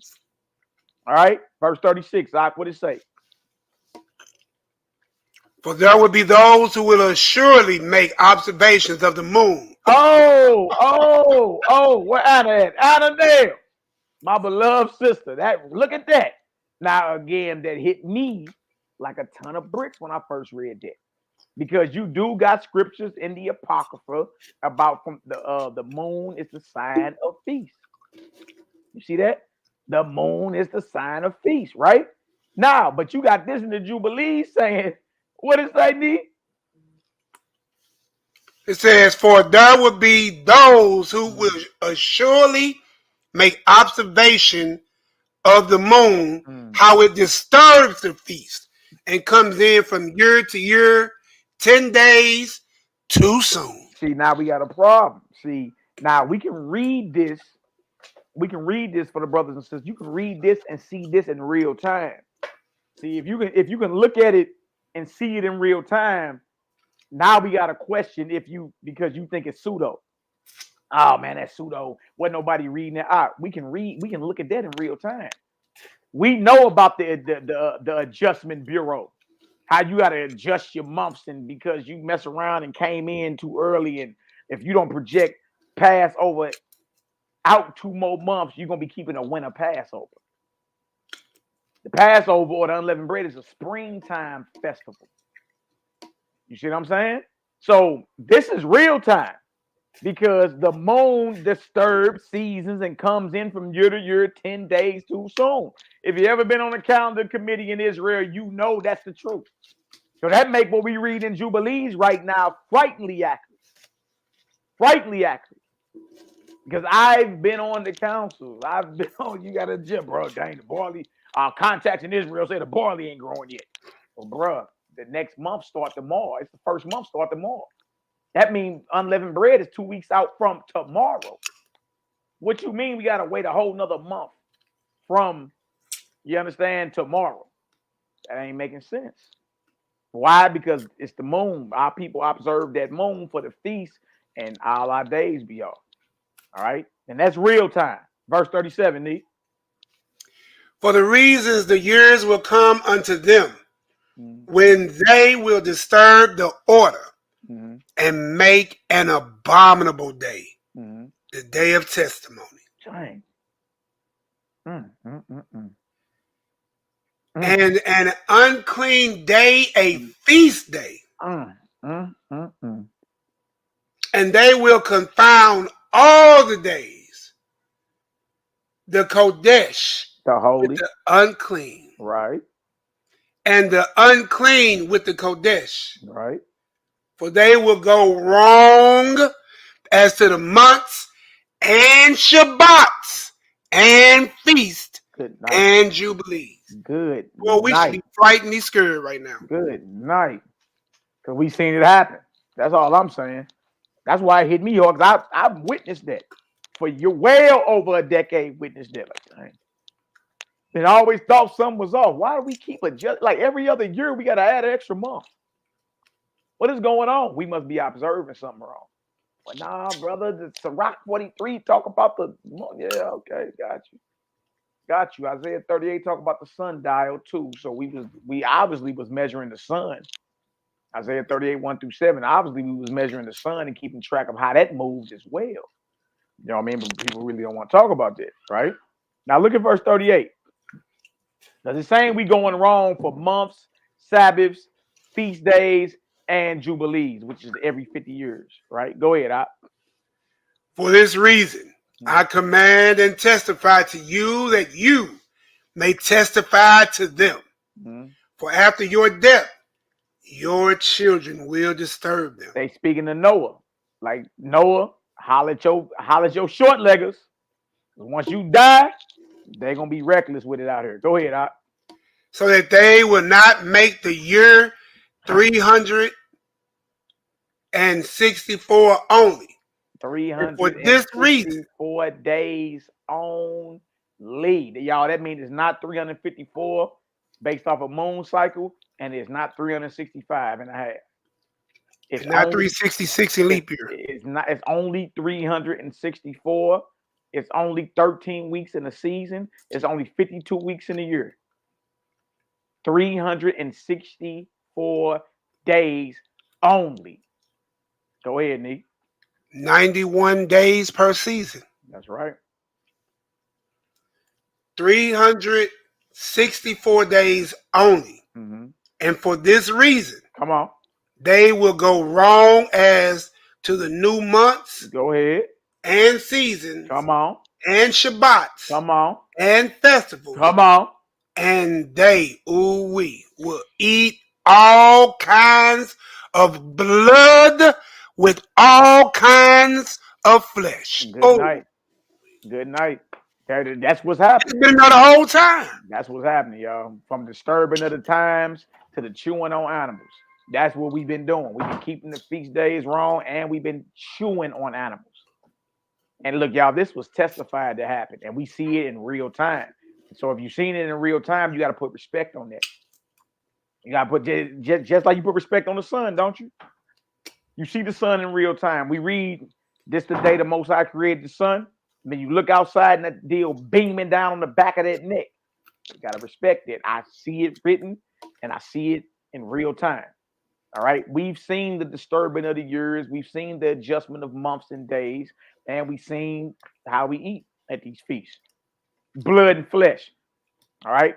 If y'all get some understanding so far, the calendar is 364 days, 13 weeks to a season, 91 days to a season, 52 weeks to a year. Is that only? It's written, it's archived in the heavens like that.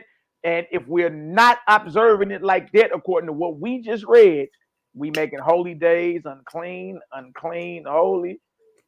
We don't know what times, the seasons is, the Shabbats, the festivals, none of it. And we chewing on flesh and all that. And drinking blood. If you understand that, give us a Yahoo up in the chat. It's 364 days in a year, y'all. All right. The Creator made this very, very simple. It's not hard. Very, very simple. All right. There is a son in the ancient Hebrew language, Shemesh.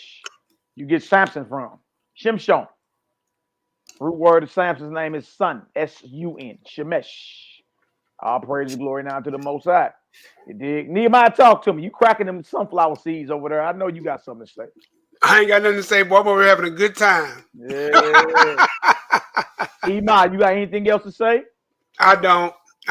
Ema, I want to say thank you. I ain't saying nothing hope. I'm just saying thank you for the calendar, the work you did, the patience in dealing with us, and helping us get to a better understanding.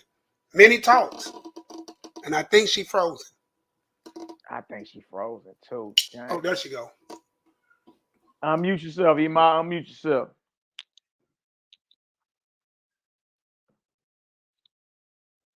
Ah, no, they hating her. I'ma remove you. Just come back in. I'm gonna remove you off the put you in the back chat and just come back in. We'll get it done like that. All praises.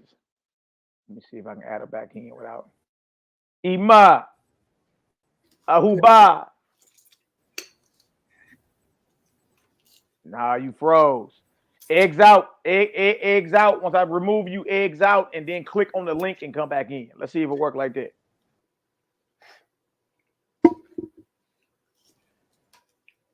Yeah, she's so still. She's sitting there so still. I'm already here. All praise and glory. Now we got Yahoos. Everybody understand so far. So y'all, it ain't like we making none of it up. You understand? But the prophecy in the Jubilees is something you can see in real time right now. That's the thing. If it can be seen in real time, then eventually you got to call a spade a spade. Like, dang, okay, I witnessed that. I seen that. So you're going to hear about Israelite assemblies and camps that's having different gatherings on different days. I mean, hey, you know, we ain't the ones to tell you like, oh, hell no. Nah. But what we saying is we're not really concerned about what nobody else is doing. We can just explain to you why we do what we do. You understand? And we can put it right in your face. And we got the calendar like, bang. You dig? And you can count it. It's very systematic. Everything dealing with the Creator is order and system. There are no mistakes. It ain't sloppy. You know what I mean? We ain't winging nothing. Everything is systematic and order. Systematic and order. And to me, that makes sense more. You know, to somebody else, it may not. But to me, it makes sense. I'm about to post a link in the chat, Imam. And then, you know, you can click on it. Just come on in. But eggs out of that. That's what I'm saying. Eggs out of that. And then just come on, click what I just put in the chat and come on back in there. All praise and glory now to the Most High. All right, Neat, let's jump over here. Okay, I'm going to drop you from studio, Imam. All right, niggas, just click on that link and come back in. We know we got you. All right. Nehemiah, big homie. No. Big homie. Mm-mm. Big homie. I can't All have right. Okay, so look, y'all. For some of y'all may have been not here last night. I want to do a real brief. I already got the stuff pulled up. Nehemiah, let's go to Joshua 5 first, 10 through 12. And then we're gonna show it. We're gonna show it in the Septuagint. All right, we're gonna show it in the Septuagint. We got the Septuagint. Some say the oldest form of the New Testament. Some say it ain't. It's one of the oldest, but not the oldest. But the Septuagint, for y'all that don't know, was purportedly is Hebrew history translated into Greek by Hebrew elders during the Greek occupation of Israel. So Alexander the Greek and them 300 something before the Common Era. Your histories was translated into Greek by Israelites, not by Greeks. So this right here is the Septuagint with the Apocrypha. All right. This is older than the KJV you read, because the KJV, the Old Testament in that, is based off the Masoretic text, which is 900. It's like 900 AD, maybe 1000 AD. So over 1,000 years after the Septuagint is the so-called Masoretic text. That's what that's what all your Bibles, your New Testament, or your Old Testament, and all your Bibles, Masoretic. All right. So when we're gonna read it, we're gonna read it in the King James Version, the Masoretic text. Then we're gonna read it in the Septuagint. All right, the Joshua 5, because the question came up: how do you brothers celebrate unleavened bread or Passover, and y'all ain't chewing on animals? Y'all not chewing on lamb. We gonna show you. We gonna do it just like Joshua did. Joshua or Yahshua, the son of Nun, and then we gonna show how Yahshua, the son of the Most High, kept it as well. Now, we got them histories, all right? We got them histories. And it's a reason why when you read the New Testament about the Messiah's last meal, you notice nowhere it shows him chewing on lamb. Nowhere. Nowhere. All right, I want to show you this, y'all, this real quick, and then I got something to show y'all. Ooh-wee. Let's do this first, though, Nehemiah. I'm about to pull up Joshua over here. Thought I already had that up. We'll pull up Joshua 5. Show y'all. We're going to go into the older version of the text. Let's read let's read what it do, Nehemiah. You already know. You sound like you got something to say, big homie. Go ahead and talk. I'm trying to share the link with Ema. Okay. I put it in the whatchamacallit? I put it up in the chat. Yeah, it might be like it was for you. All She right. can't click on it. I mean, I don't know, but Joshua went to Joshua 10. Going off. All right, y'all. Joshua 5 is where we going first. Joshua the 5th chapter. Shout out to my sister, lovely queen. Good to meet you in the flesh, you and your sons. Bless up, bless up. Abundant blessings to y'all family. All right. So the question arises. Passover coming up, unleavened bread coming up. Well, how you Nazarene brothers expect to keep Passover when you ain't chewing on no lamb? All right. So first thing we gonna do is read in the KJV, Joshua 5, 10 through 12. And then we're gonna read it out the Septuagint, an older version. All right. An older version of it. All right. I'd say, where do I go for the solar calendar once again? Trey, you ain't in our Facebook group. I thought you was in there. Nehemiah gonna post a Facebook group link. If you on Facebook, and I believe you are, join the group. And right in the group, you can just download it. And you'll have it. All right. Now, let me share the screen, Nee. I'm getting the Facebook group again. Uh-huh. It's all good, y'all. Look, this is something we love to do. We love to network and fellowship and chop it up and teach. This right about alley. All right, Nehemiah. That's right. Mahalia Yashar. Without order, there is chaos. There is chaos. All right, I see Iman in the back chat. I'm coming for you, Iman. We're gonna read the Septuagint. I'm gonna bring you in, and then I got a video I want to show y'all. Got a video I want to show y'all about about the spring harvest, about the spring harvest in Mesopotamia and that whole Fertile Crescent. Oh, wait. All right, the spring harvest and the spring rituals. That's something I want to show y'all. All right. All right, Joshua 5. Joshua 5, 10 through 11. Let's eat this real quick.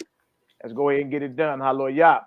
Joshua 5, verse 10. The children of Israel encamped in Gilgal and kept the Passover on the 14th day of the month at even in the plains of Jericho. All right.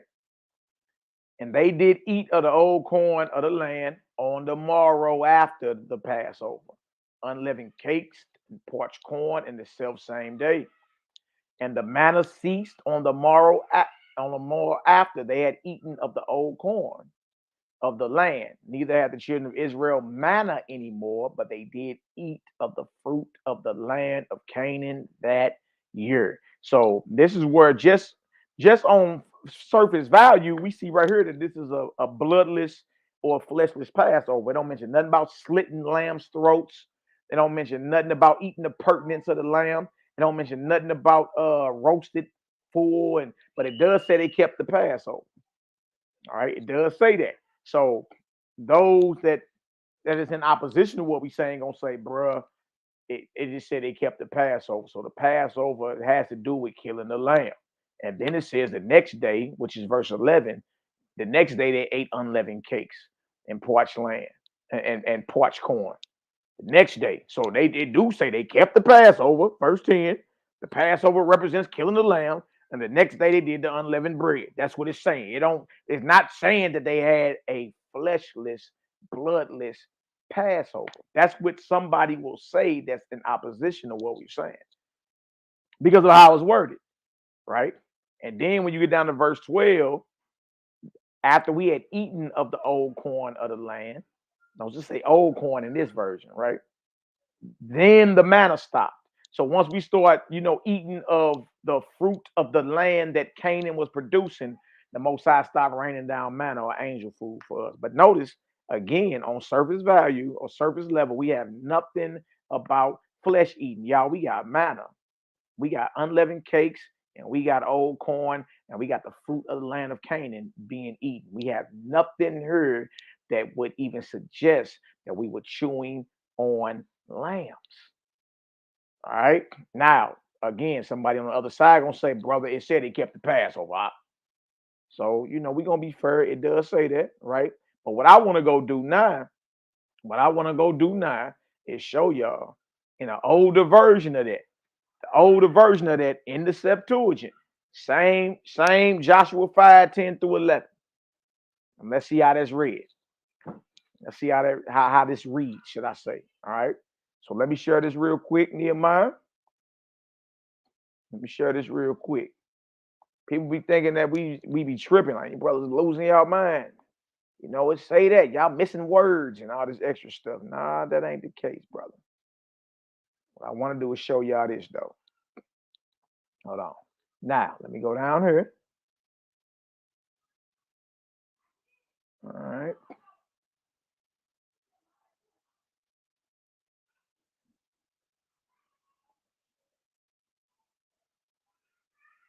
Hold on.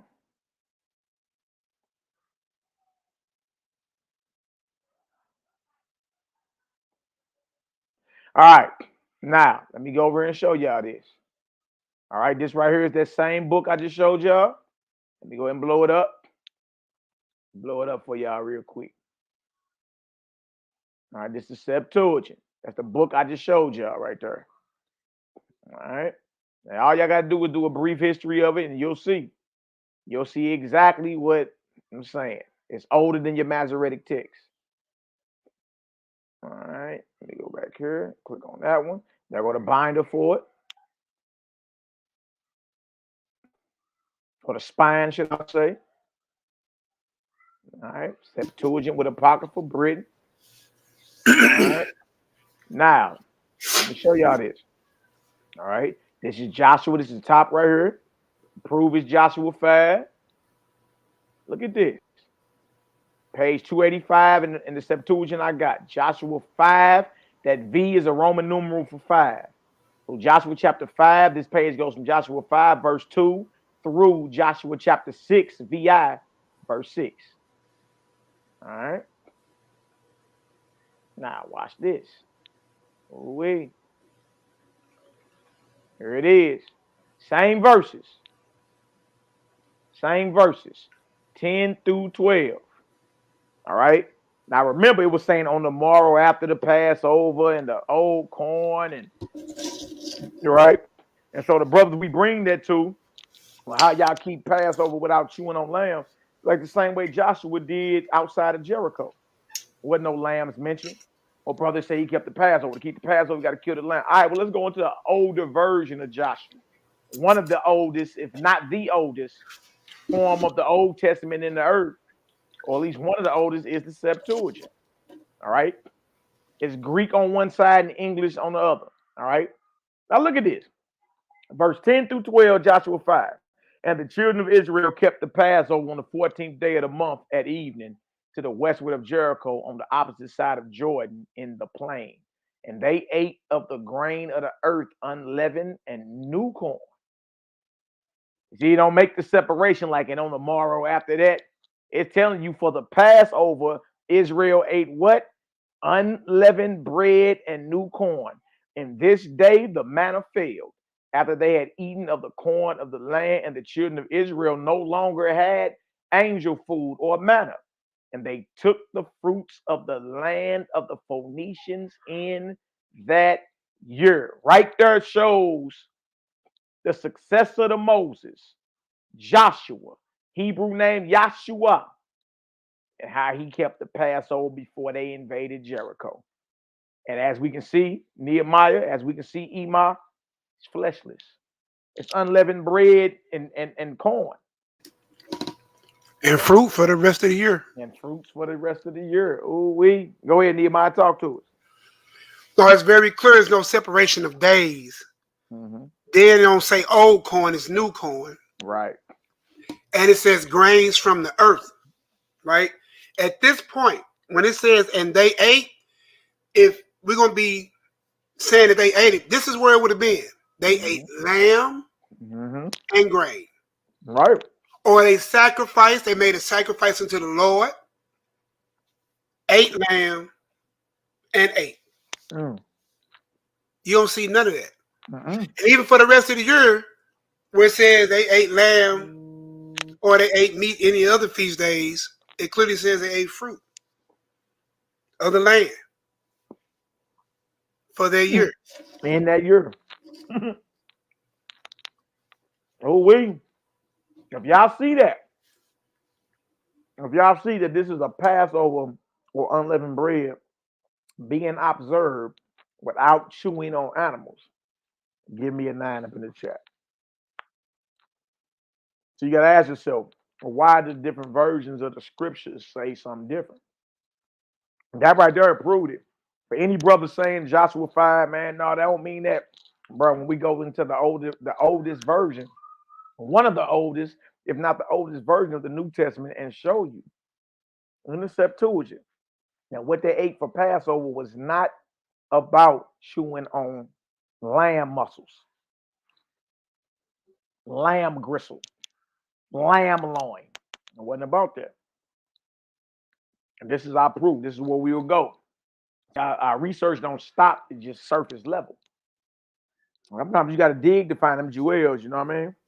And look, we just read that Jubilees where the warning went to Noah that after his death, his children would lose and disturb the times and the seasons and the feasts and would deal with eating of blood and of flesh. That meant a lot in the time of Noah, because time of Noah dealt with the time of Genesis in 1. And so when you deal with time of Genesis in 6. So when God made a covenant with Noah, he made a covenant with the animals. And it was for them to live, not to be chewed on. And he made a covenant with them. And then when he told them to go out and get the food for them to eat while they was on the ark, it was from the fruit from the earth. the food from the earth. He Exactly. didn't say go grab a barbecue pit or make you a pit or go feed these sheep over here to those lions and feed those mice over there to those snakes. We all ate the same Genesis 1:29-28 diet. I mean, Makes sense. 29 and 30 diet. Absolutely, it makes sense. So right there is an example that we show. Go ahead, Need, my bad. No, I'm just saying. So you got two witnesses. You can pull the Jubilees to set the record straight on the time. Set the record straight that they're going to go off and start eating fish because in Genesis 6, they wasn't eating it. Mm-hmm. And then along with this, you can make a clear draw line of what's going on. Well, at least for me. Ema came in and then she popped back out. I don't know what happened. Probably fell off. You know how this stuff go. Jeremiah 7 is where we going next. Jeremiah 7 seems like y'all getting some understanding. All right. We gonna get it done. All praise to the Creator. All praises, glory, and honor. All right, let's show how y'all keep Passover if you ain't chewing on lamb loins, lamb shoulder blades. How y'all eating Passover? These are the questions we get asked. Then when we like, well, all right, well, look, let's go ahead and sit on down and get it because it ain't nothing but a conversation to be had. Let's read about it. You know what I mean? A lot of people be ducking that. A lot of people duck that. You know what I mean? Like for real, a lot of people duck the conversation. All right. Jeremiah 7, and then I'm going to pull up the Peshitta as well. Something else older than the New Testament you got, right? All right. Let's pull this up real quick. Let's get her done. Got me over here amped, Nehemiah. Dang. Jeremiah 7. Jeremiah 7, 21. And down to wherever Nehemiah want to stop. Well, we know down to 26 or something. But you know, we need to, once you read 22, we need to go show the Peshitta. That's all I'm saying. All right. All right.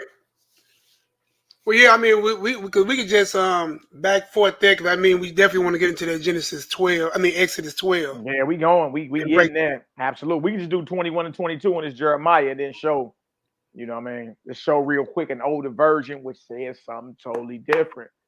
You know what I mean? And this is needed. This is a segue into Exodus 12. And before we hit Exodus 12, I want to show y'all something. I got something for you. All right. Come on, Nehemiah. Let's work. Jeremiah 7 and 21. Mm-hmm. Thus said the Most High of Hosts, the power of Israel. Put your burnt offerings unto your sacrifices and eat flesh. Right. The reason that sounds sarcastic is because even if you check the Leviticus laws, no one ate the burnt offerings. The burnt offering is something that's wholly consumed. That's like a animal's whole body burnt up on that altar. All right, go ahead. For I spake not unto your fathers, nor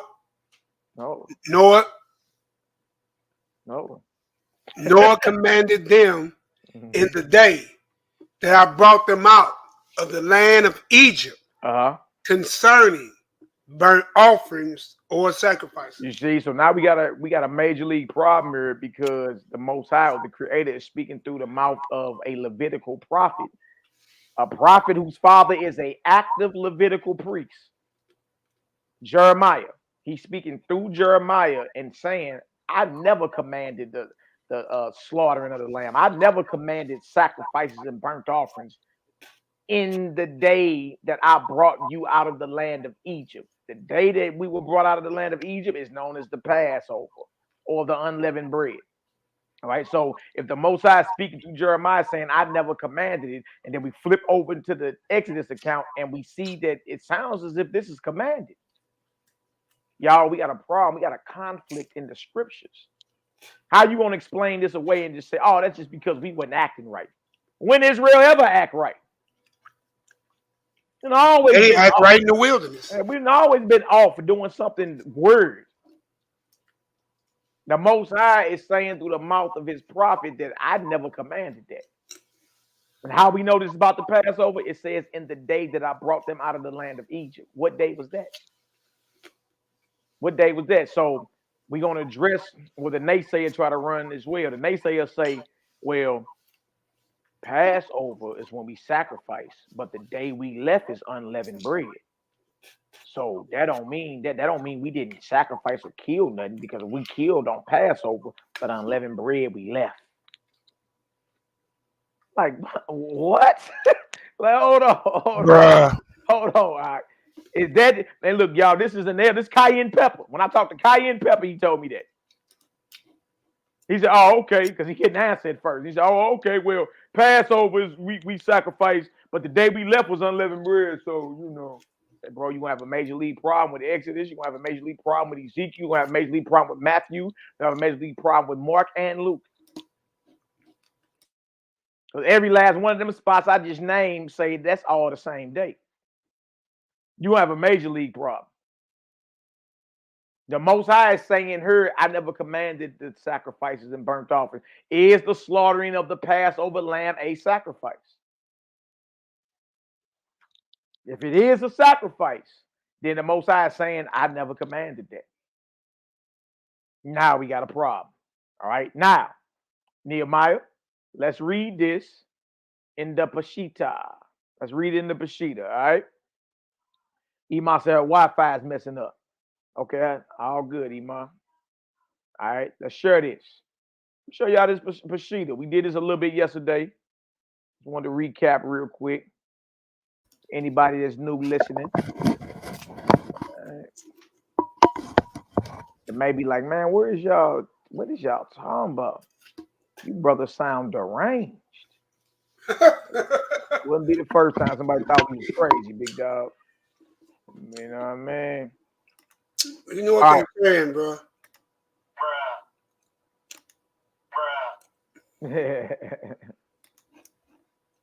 Holy. Oh, here you go, man. Now look at this. Look at this. This right here is the Peshitta, Holy Bible from the ancient Eastern text. All right. And then it says George M. Lamsis is from the Aramaic of the Peshitta. The Aramaic is basically the first century dialect of Hebrew that our people were speaking, even the Mashiach. All right. Now, let's get to Jeremiah. I'll show y'all this in Jeremiah 7. Look what it says. Look what this says. Blew my mind when I first seen it. All right. All right. Top of that says Jeremiah 7, don't it? Page 763 if you got the Peshitta. Now look what this says.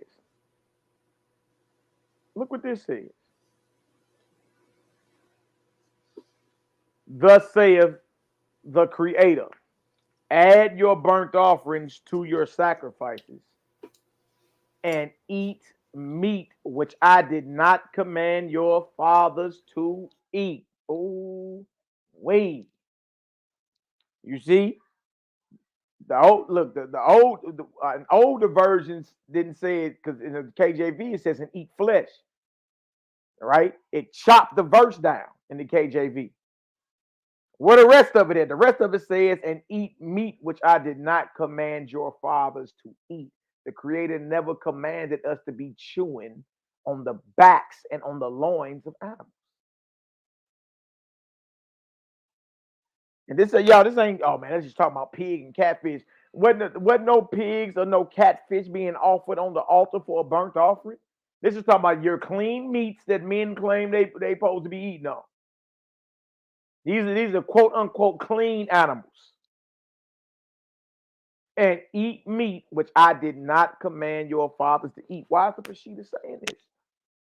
Why is the Peshitta, which is older than your Masoretic text, saying that the Most High never commanded or intended for us to be chewing on the filleted back of an animal? What Israel called clean flesh, right? Look at verse 22. Neither did I command them concerning either burnt offerings or sacrifices in the day when I brought them out of the land of Egypt. Y'all. Oh, my God. Bring it out, Nehemiah. I only got one thing to say, bro. One thing to say, bro. Mm. What is you on, man? I gotta get away from these sound effects, bro. And I like them sounds. Oh, bro. The Most High never commanded this. Could you imagine the mind of a Levite who's been in service, taught and tutored under his father, who in his whole lifetime thought he'd been serving the God of Abraham, Isaac, and Jacob, get a revelation from the God of Abraham, Isaac, and Jacob, saying, hey, son, guess what? I never taught nobody that. Who y'all doing that to? That didn't come from me. Could you imagine what Jeremiah went through when he heard that, boy? I know what he went through. Hey, man, this dude is wild. Boy, that boy lost his mind, bro. You hear me? And then he said, neither. You got to get one, man. You got a Daniels Garcia. Okay. Neither did I command. Well, I got to wait till I finish sharing. Neither did I command them concerning either burnt offerings or sacrifices in the day when I brought them out of the land of Egypt. You see that? That's wild for it to be on record that it was never commanded, because super brews run around like it's commanded. You gotta eat this way. You gotta kill the lamb. You gotta do this. Dig? And we even believe Mashiach was chewing on animals. And you're like, bro, like, come on now, stop that. You know what I mean? Like the Bible don't even hint towards him chewing on animals. Not for Passover. You got something after he resurrected. They claim he was eating fish, but you know, after we dissected that, we like, oh no, dog. It's a lot going on that ain't nobody really talking about. All right. All right. Always remember how he taught. And this is what we always tell people. Remember how he taught. From the beginning, it was not so. Christ's mission was to get you back to the beginning mindset. Before Israel was established, before the world was established, before man fell off. And where that man was not eating flesh. Exactly. When he actually walked and talked with the voice of God in the garden. Absolutely. Absolutely, bro. Now, watch this. All right, next we about to go to is the gospel of the Nazarene real quick. I want to show y'all how the Messiah and them keep Passover, because y'all making these bold claims. That's what everybody keep telling us. And our whole thing is, look, it ain't nothing but a conversation. Let's wrap. Let me show y'all what we've been talking about. But what I found out, though, most people is just comfortable. They ain't trying to change. Requires work, dedication, discipline, conditioned responses. Absolutely, absolutely. And for the brothers and sisters listening that's still in opposition, we ain't never mad at you. And we ain't over here claiming we better than you. You understand? But look, what we saying at least deserves a sit down for you to come chop it up with. If you ain't trying to chop it up and go through these scriptures with us, and we've been family all this time, then that let us know that spirit within you is either afraid, you dig, or you like, them cats crazy. I ain't listening to them. Hey, but shalom, bro. Like, come on, bro. We owe each other better than that. That's all I'm saying. All right. Now, watch this. Watch this. All right. Next we going to is the gospel of the Holy 12 or the gospel of the Nazarenes. All right. So what we going next? When you just made that comment, did you see the email I sent you earlier? I ain't saying it. What you sent me, y'all? The one where I sent out, and the one elder, he told me that I don't know who you are. I don't speak to strangers or strange doctrine. I said, boy, half of your family are non-believers and follow strange doctrines. But you just sent something out and somebody responded like that? Yeah, you know what I'm talking about. Right. But what did you send them? The class. Ah, okay. You know how this shit go, man. It's all good. Much love anyway. Peace, love, light, healing, and balance. You understand? Look, but it ain't nothing but a conversation with us. We ain't the ones not wanting to holler. Right? The whole thing with old Pastor Dowell, it ain't Mali and YAH'KI y'all waiting on is them. You feel me? The whole thing with brothers and elders even around here, it ain't us. It ain't nothing but a conversation. Look, I've been pulling up. The most I've been calling meetings. I'd be happy to run into brothers. Oh man, we're gonna talk about the elephant in the room or not. Man, Mally was dead. Elephant man, you know what's up, man. Look, for the past couple years, it's been a problem. What's up? Let's rap. You know what I'm saying? And for what I come to find out, people just don't know or just don't want to know. That's it. That's it. And for whoever that is, in which we know who that is, talking about they don't speak to nobody with strange doctrines. Boy, you gotta boy, don't get me started. Let me stop. Where everybody drive you, talking about you don't speak to nobody with no strange doctrines. You dig? Or strangers like I don't know you. Well, you kissing heathens on the forehead though. The hell out of here with all that madness. Homosexuals at your Passover. All right, now watch this right here. We going to chapter 6. Yeah, bless the brother, man. He don't know no better. You dig? All right, right here. Chapter 6 in the Gospel of the Nazarenes. The childhood and youth of Yeshua the Messiah. He delivereth a lion from the hunters. Now look at this. How did he keep Passover? Right? All right. Chapter 6, verse 1. Now Joseph and Miriam, his parents, went up to Jerusalem every year at the feast of the Passover. And they observed the feast after the manner of their brethren, who abstained from bloodshed and the eating of flesh and from strong drink. Look at that. See, the Messiah and his family, it wasn't just him. His entire family was on a high spiritual vibration. So they kept it after the manner of their brethren. They didn't keep it after the manner of the nation of Israel, after the manner of the religious leaders and all that. No, the Messiah's family observed Passover after the manner and tradition of their brethren. You know what we get out of this, y'all? Everybody don't observe the feast days the same way. Everybody don't observe the feast days the same way. You see that? Who abstain from bloodshed and the eating of flesh and from strong drink. And when he was 12 years old, he went to Jerusalem with them after the custom of the feast. So we just showed Joshua, all right, fleshless. Joshua is Hebrew name is Yahshua, just like the Yahshua we reading about right here. You see that? So Joshua in the Septuagint, chapter 5, verse 10 through 12, there is no flesh eaten at the Passover.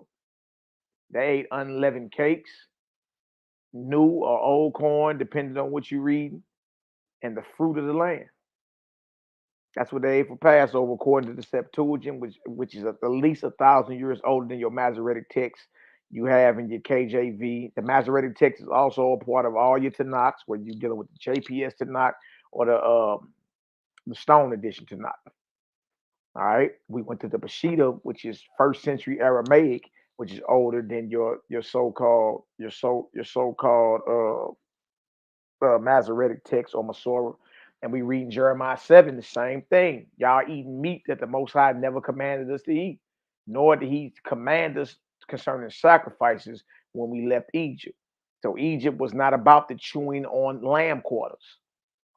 Our Exodus was not about smearing blood, lamb blood over the doorpost. That wasn't what that was about. It was something totally different. And now we read here in the 1st century gospel, which is predates your Matthew, Mark, Luke, and John, and your Masoretic text.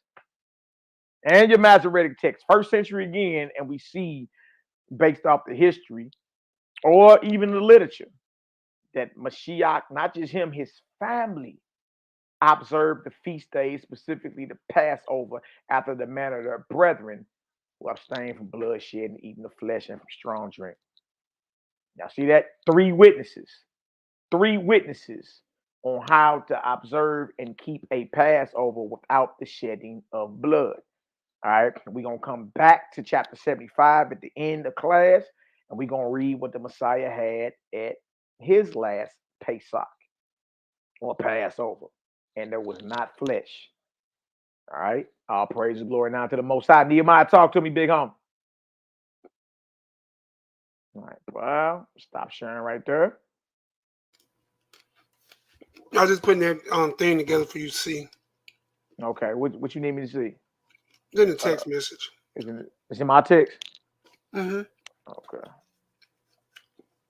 All right. So that right there, we want to show y'all that. All right. We want to show y'all that because that's what we get asked around this time. All right. Yeah. You know, we know that. We know who that is, Nehemiah. All right. Now, let me show y'all this real quick, and then we gonna open up some more scriptures. All right. Now, this may ruffle a few feathers. I'm gonna go ahead and give a I'm gonna give a warning. This may ruffle some feathers. Somebody liable to get mad at this. I'm gonna go ahead and hit mute. Yeah, somebody gonna get mad at this one, y'all. I can get out of that. I can get out of that right there. Okay, Book of Jubilees, get out of that. Get down some of these tabs. Somebody gonna be mad at this one, you know what I mean? But look, I'm just your brother. We here to make you think. Think about it. Think about it. All right. Let me pause that. And then we're gonna get into this Exodus 12. Because remember, the Most High didn't command it, he didn't speak it. But yet we do it. All right. Let me pull this video up. It's 19 minutes long. Please pay attention. Please pay attention. All right, let me hit the share. All right. Nehemiah, this might get us cursed out, brother. Ain't gonna be the first time. All right. Chrome tab. Here it go. Somebody about to be pissed. All right. Now, let me throw the link in the chat. I can have that too. Ooh-wee. Nehemiah. Look at that title. Yeah, I was just gonna ask you if you see that. Good night. Oh. All right, y'all. That's the link to what we watching right there. I'm putting it up there now. What'd you say, Nehemiah? Look at the title, huh? Let me go ahead and mute myself real quick and let's rock.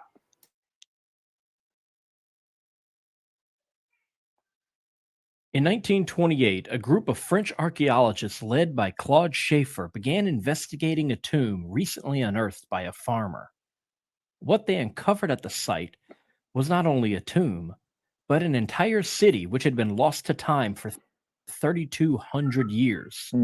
The city, named Ugarit, held thousands of artifacts from throughout North Africa and the Near East. But perhaps the most significant find at the site were several libraries, including the oldest private libraries ever discovered.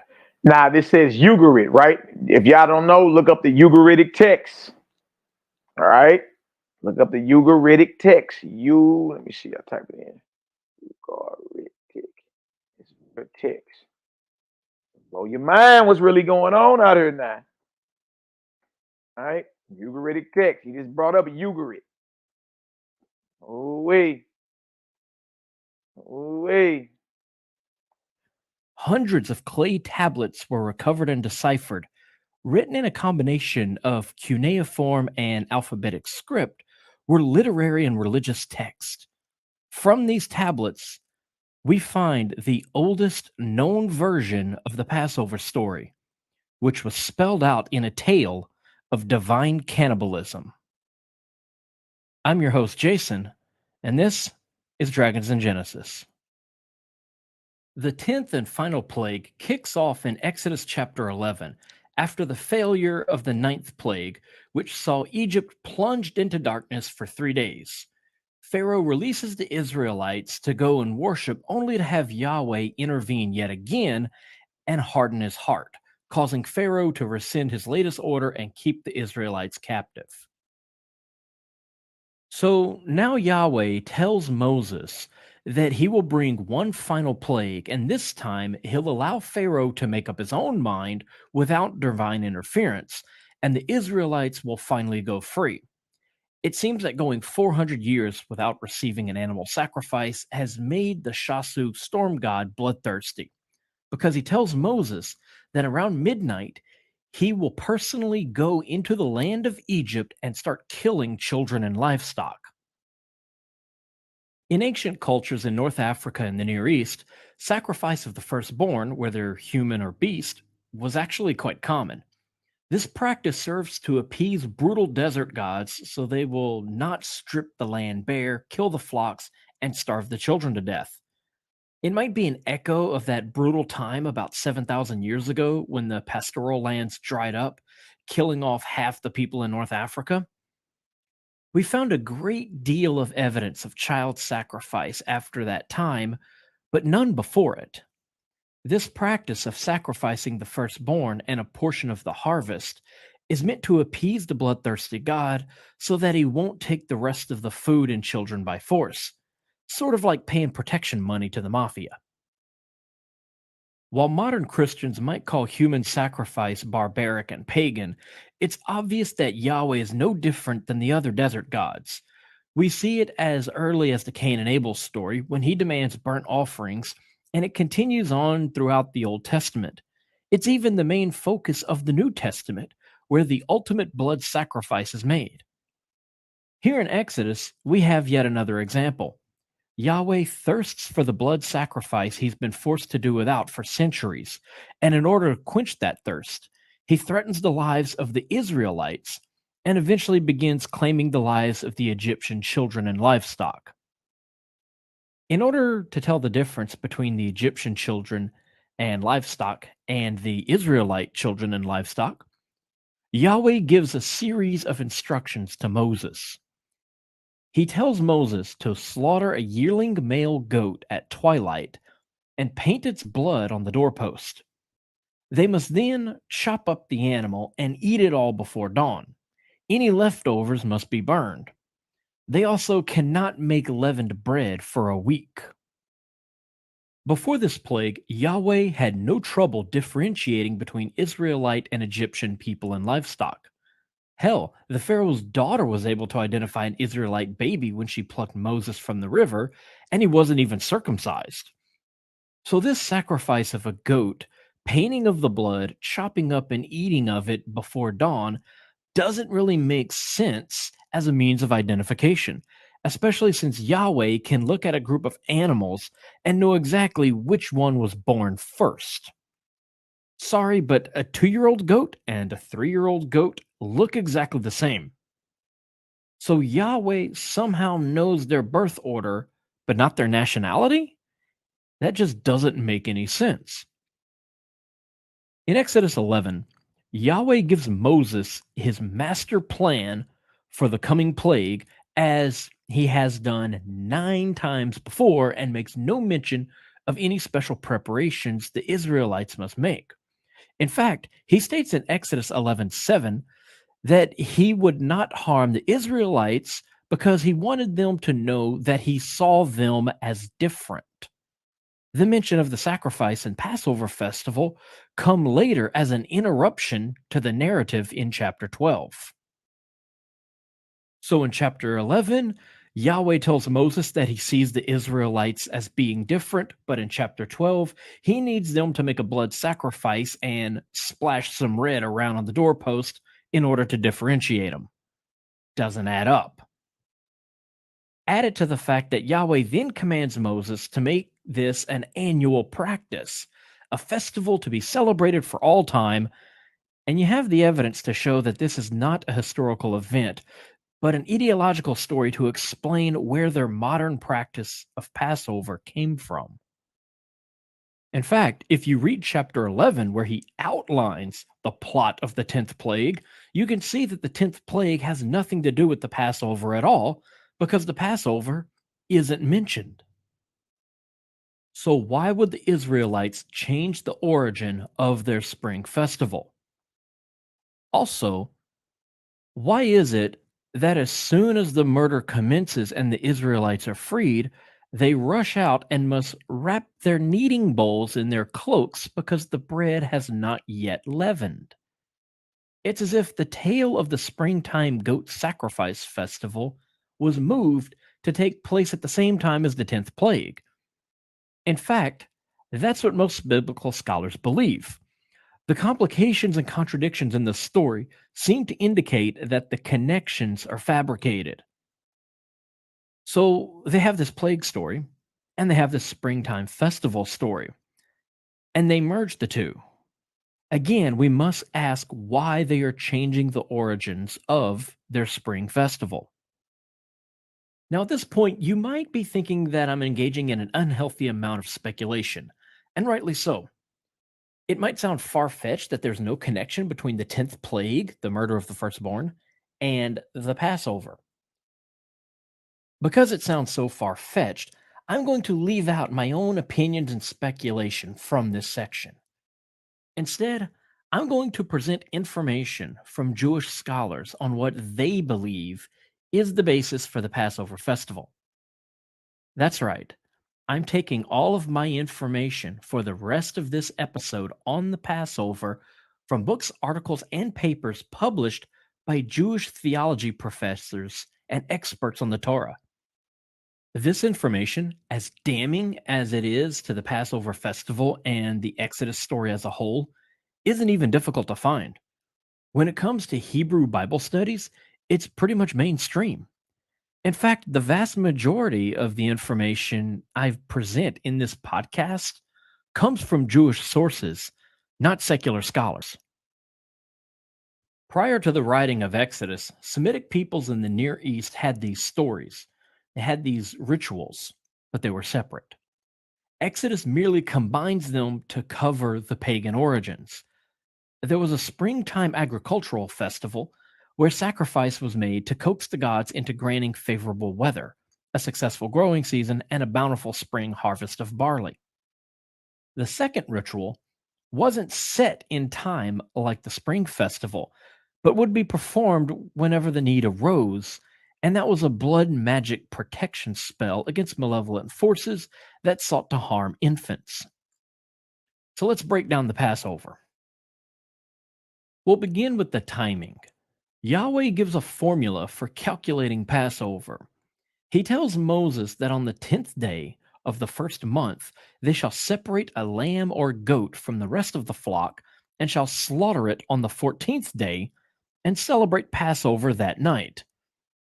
Now, the first month in their calendar was in the springtime and coincided with the spring equinox. And since the month began with the crescent following the new moon, the 14th day would place it around the full moon of that month. So we have the first full moon following the spring equinox as time for the Passover. Next, we have the sacrifice of the lamb. The lamb must be pure and separated from the other animals for 4 days prior to its slaughter. Hi, my name is Joel Littman. I'm a forensic accountant, which might sound boring to you, but I promise you've never met. It will then be bled dry, chopped up, and cooked.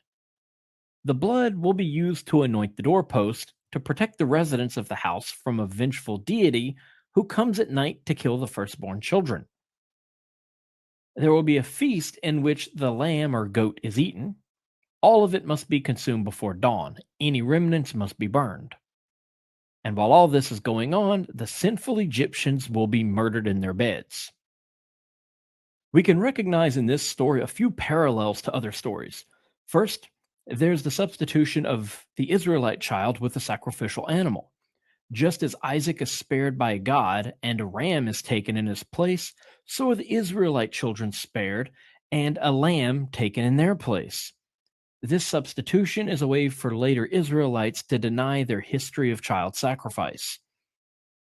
We have evidence of this in their own writing, where Yahweh commands sacrifice as payment for freeing the Israelites from slavery. Then Yahweh spoke to Moses, saying, "Set aside for me every firstborn, the first offspring of every womb among the sons of Israel, both of man and beast. It belongs to me." Later, they would add a sentence which allows for the firstborn children to be redeemed by sacrificing an animal in its place, just as the goat or lamb was sacrificed during the Passover story. We can also view the Israelite children and the Egyptian children as symbolic twins, which mimic the twin goats used in the scapegoat sacrifice of Leviticus 16. 2 goats are gathered. One is slaughtered while the other is released into the wilderness, just as the Egyptians are slaughtered and the Israelites are then released into the wilderness. This will be repeated in the New Testament when Yeshua, called Son of the Father, is crucified, while Yeshua Barabbas, which means Son of the Father, is set free. Yes, Barabbas' first name was Jesus, but we'll open that can of worms on a later date. So what about the blood on the doorposts? In the story, they're there to ward off Yahweh to prevent him from murdering children in their sleep. Throughout Mesopotamia and the Near East, we have examples of blood magic being used to protect people and livestock from malevolent spirits, deities, curses, witchcraft, and demons. A line of blood from a pure animal on or near a doorway or on the person itself can protect that individual from harm. We even saw an example of this earlier in this same story when Zipporah wipes blood on Moses to protect him from Yahweh. The witch of Endor in Samuel 28 also uses blood sacrifice to protect herself. But of course, Yahweh isn't the only thing you must fear in the Near East, especially if you're a baby. There was Lamashtu, the Mesopotamian demoness who stole and killed babies in the night. In a Mesopotamian lullaby, Lamashtu has a helper who flies around town at night, passing from doorway to doorway looking for children, many of which die of suffocation. This so closely mirrors the details of Yahweh snuffing out the breath of Egyptian children that it can't be ignored. And we know that the Israelites knew of this story because they incorporated Lamashtu into their own mythology, but they changed her name to Lilith. This idea of children dying in the night from losing their breath and the practice of painting blood on the door to protect against it may be the ancients' way of dealing with the tragedy of crib death. This is the idea of a malevolent spirit moving door to door at night, stealing the breath away from infants. This is the inspiration for the 10th plague. So we already have parallels to most of the details of the Passover story in the Near East.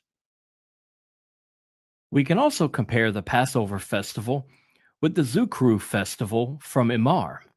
This is an Amorite festival that predates the Israelite Passover and is a perfect example of a springtime harvest festival celebrated in the ancient Near East by Semitic people. Like Passover, Zukru is supposed to be remembered and practiced by future generations. It's a springtime festival during the first lunar month and coincides with the beginning of the barley harvest. Both occurred mid-month to coincide with the full moon. Both are 7-day festivals. Both require community sacrifice. Both sacrifice calves, lambs, and kids. Both involve sacrifices of the firstborn. Sacrifices must be pure and unblemished. Sacrifices are separated before the festival for purification. Blood is drained from the sacrifices to be painted on posts and lintels. The deity involved claims the firstborn. And lastly, there is a separate bread used for the festival. This is a pagan festival that predates Passover and was celebrated by the Amorites and Canaanites for at least 1,000 years before the Exodus story was supposed to have occurred. This festival was celebrated by the ancestors of the Israelites. The blood painted on vertical posts to attract the gods in the festival is merged with the practice of painting blood on the doorpost to protect the household from evil spirits. But let's get back to the timing. This falls at the beginning of the spring harvest. At this time, barley was being cut and gathered, and in order to have a successful harvest, the Israelites needed cooperation from the weather. Rain was fine when it was time to grow the barley, but they needed dry weather for a successful harvest, So rain was unwanted at this time. In fact, it was common for Passover to be delayed due to a prolonged rainy season. We even see references to this in Exodus 9:31, when Moses stops the storms so they won't damage the barley. So how might the residents of ancient Canaan deal with the idea of Freedom is a fragile thing, and it's never more than one generation away from extinction. unwanted rain at the beginning of their harvest? What could they do to prevent it? Remember those libraries discovered in Ugarit mentioned at the beginning of this episode? Among those stories that birthed the tales of Daniel was a story about Baal Hadad, the Canaanite rain god who was said to bring the rains in the fall and winter. But one night, during the spring, his brother Mot, the god of death, killed Baal and cut him into pieces and ate him, thus ending the rains until Baal could be reborn in the fall. In the poem, Mot brags that he made Baal like a lamb, a kid in his windpipe. In Ugarit, during the spring festival, kids were cut up, roasted, and eaten by the people. This symbolic reenactment of Mot's cannibalism of his brother Baal Hadad served to remind the god of death to kill and eat his brother once more to stop the rains and protect the barley harvest. And with this in their past, it's no wonder that the later Canaanites, now called Israelites, would change the details of their spring harvest festival. If you've recently adopted monotheism, you can't very well have a story about one god eating another. And if you've been subjugated by the Egyptians, you can adapt the story into a murder fantasy with the punishment being visited upon the people.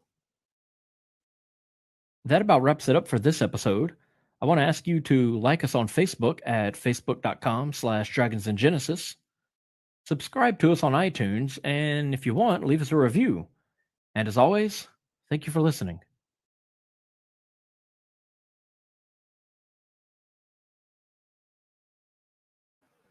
No way. Oh way. I know. Well, I was getting messages while we was listening to that. This heathen, pagan, you guys and fell off. And then we had a few latecomers too that was trying to disturb whatever. How we keeping Passover, y'all. I told y'all that's how they come at us. How we keep Passover, we just showed. So, but yeah, y'all, Ugaritic text. Look up that Ugaritic text and trip off the similarities in the spring rituals and the harvest festivals and all that. Blow your mind, man. You know, dead lambs, dead goats, blood, death spirits, rain gods, and it's a lot. It's a lot, you know what I mean? But these things were being practiced and all that way before the Exodus. You know, way before the Exodus. Well, wait, Nehemiah, talk to me. Where you at, big homie? Talk to me. I know you heard that. Man, I'm over here ducking my window, man. I ain't trying to get shot, boy. You done made somebody mad, brother. About to start shooting, brother. They shooting. They shooting. You heard me. Give us your thoughts though on that, bro. Talk to me. So look, when it was first coming out, I remember you and YAH'KI was telling everybody, you'd be amazed how much the culture that you thought was yours is the mingling of cultures that belong to the nations that were around you. This shouldn't be surprising to you because one of the commandments from our Creator is not to learn the ways of the other nations. And that's exactly what you did. And this is how you know you these people. Because you the same people that's been in this nation for 403 years. Right? 403 years. And the Negro is the most St. Patty Day coming, 4th of July kicking it, Thanksgiving kicking it, Christmas loving, New Year popping, firecracker working, mofo in creation. You do it more than their creators.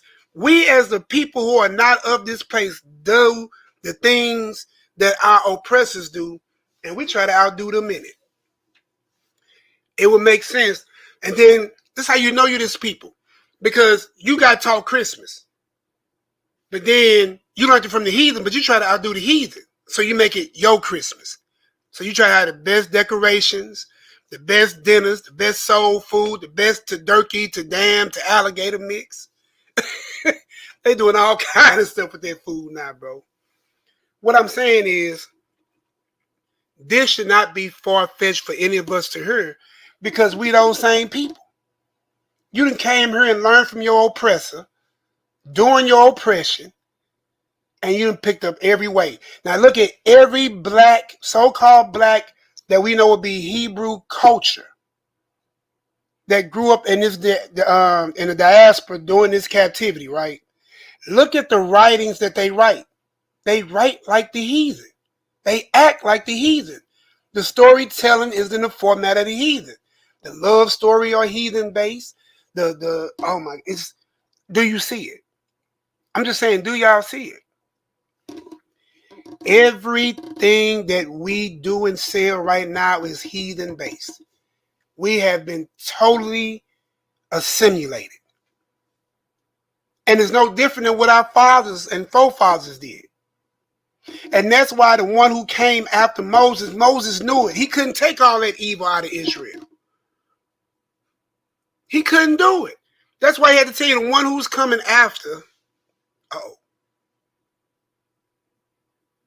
I don't know what just happened.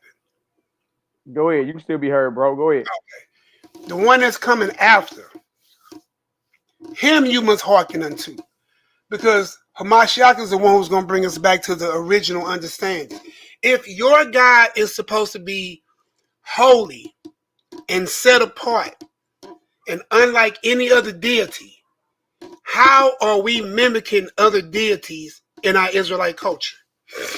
We should be at a place with our culture that a heathen like this, and heathen just those of another nation, goyim, however, I don't want nobody to get offended and caught up in words. It just is what it is. It should be no way that no stranger can come up and talk about your God the way that man just did for 19 minutes. If you didn't slaughter and do that blood and try to do those rituals to protect your children that the God already promised to protect you and come and save you, right? Because you were scared. I'm going to put on the banner that you did it because you were scared. And you was lusting to eat. You was trying to fill your bellies. You see what I'm saying? Mm-hmm. If you wasn't scared, you wouldn't have did that. You didn't need your God to commit that type of thing. I mean, you can believe it. It's written in there. I ain't gonna say you don't see it. You don't need to believe your God will have to do all that to get the attention of Pharaoh. He did enough. You up out of here. Your God, listen, your God dropped a pillar of fire from heaven, destroyed Sodom and Gomorrah. You got an all-powerful deity. But again, when you hear a heathen or a stranger make these parallelisms to your God and the other Afrocentric gods or Eurocentric gods, you shouldn't be mad. It's been trying to tell you, you try to remove the paganism because the Nazarene way is keeping the same way that was taught to Noah, the first feast at the spring, right, forever, commemorating the deliverance of what? Us and the ark of us in the ark with Noah, and then us in deliverance from from Egypt. Do you see how it lines up? They happen in the same time. Mm-hmm. Egypt deliverance, Noah's deliverance. We just got through reading through the months in Jubilee. So all I'm saying is, same thing Noah ate was the fruits and the vegetables of the earth along with the animals, and the same thing that the Messiah ate at Passover was the same thing, fruits and vegetables and grains and things of the earth. See, getting back to your God removes you away from pagan likenesses where somebody like this can't make a video against your God. But you believe you got a bloodthirsty God, and I say this all the time in past classes. This is why a lot of people don't like to even go into the Old Testament no more, or even follow the God of the Bible, because to them they see two different gods, which it's a shame they seen it and you didn't. That the bloodthirsty God of the Old Testament is not the God represented in the New Testament. The one that Messiah is presenting, he's full of grace, he's full of mercy. He don't need animals and bullets and all that. But you've been told that all in the old, but you wasn't hearing it. So the Messiah came, and the same people that hated the Messiah are the same people that's hating on us right now and hating on you for you telling them, why? Why are we doing this? These same people that hate you, that's under the banner that I'm in Israel with my fringes on it, Yahoo, and all that, are the same ones that's going to hand you over and say, kill him. Give us Barabbas. Because he talk like us, walk like us. It's not even by accident I'm sitting there thinking as I'm talking, that email made more sense to me. I don't talk to strangers. That was up. You were taught that. That's what they would have called Christ. That's what I'm trying to give you. That's what they would have said to Christ. Oh, we don't deal with you strange and those of a strange doctrine. Makes sense. That's what they listen. Christ didn't follow mainstream religion and theology. And for that, he was a rebel and killed. This is what it was. But he showed you a difference between everybody else's God and his God. And that's why he told you ain't never seen my father, nor you heard his voice. I don't know what you cats heard.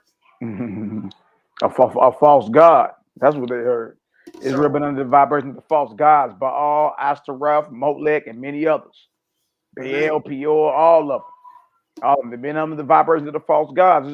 There's only a remnant of us that held tight to the worship of the true creator. You know what I mean? Israel was under the vibration of the false God. How in the hell do the nations that you conquering got the same spring festivals you got and you declare as Passover? How did they got the exact identical? Killing of a lamb or a goat, smearing of the blood, to protect the children and all that. To protect the death of the innocents. You know what I mean? Yeah, blood magic. And y'all, you talking about on the same day.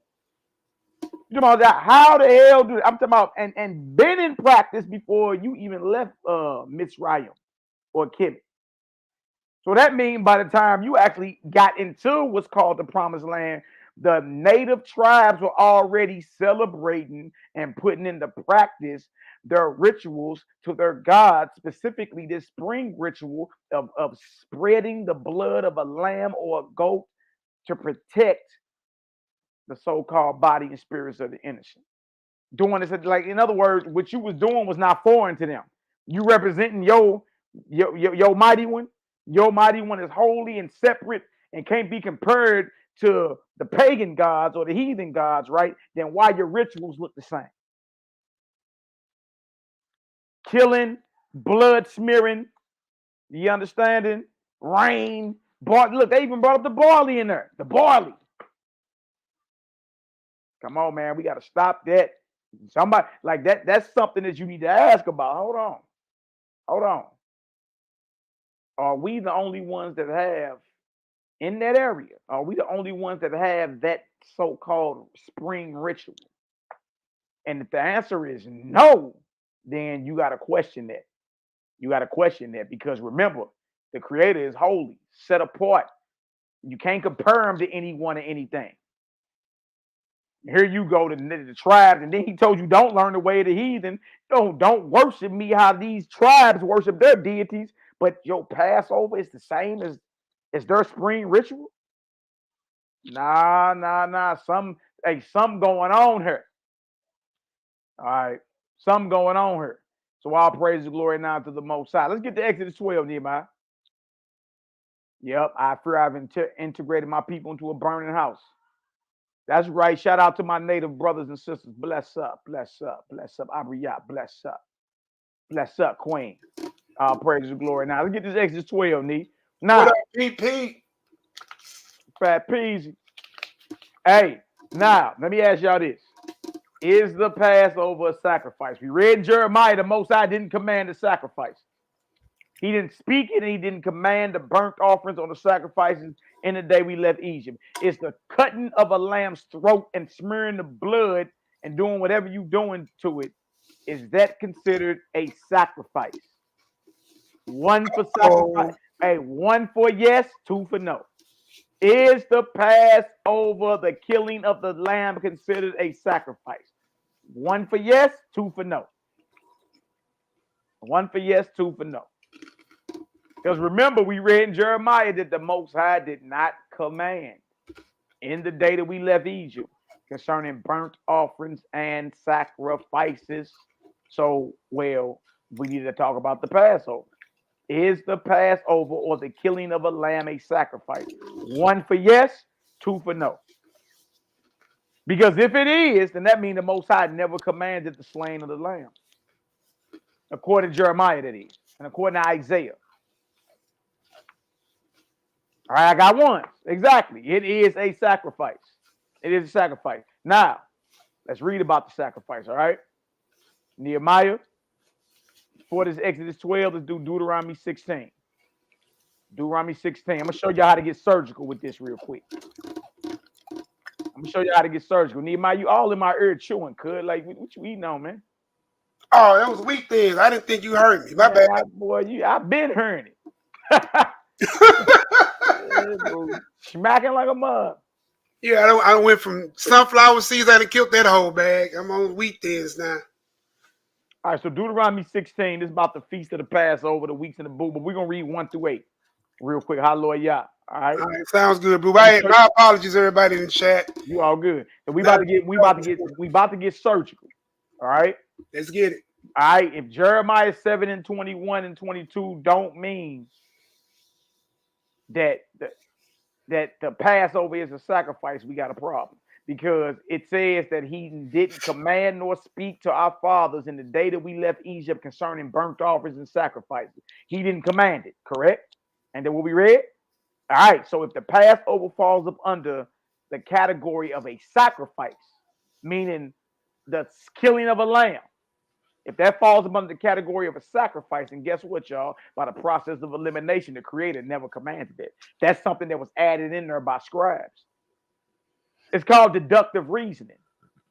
All right. If right here it says he didn't command it, nor speak it about sacrifices and burnt offerings, and then we look over in the story and the Passover is categorized as a sacrifice, then by deductive reasoning, the Passover, meaning the slaying of the lamb, was never commanded by the Almighty.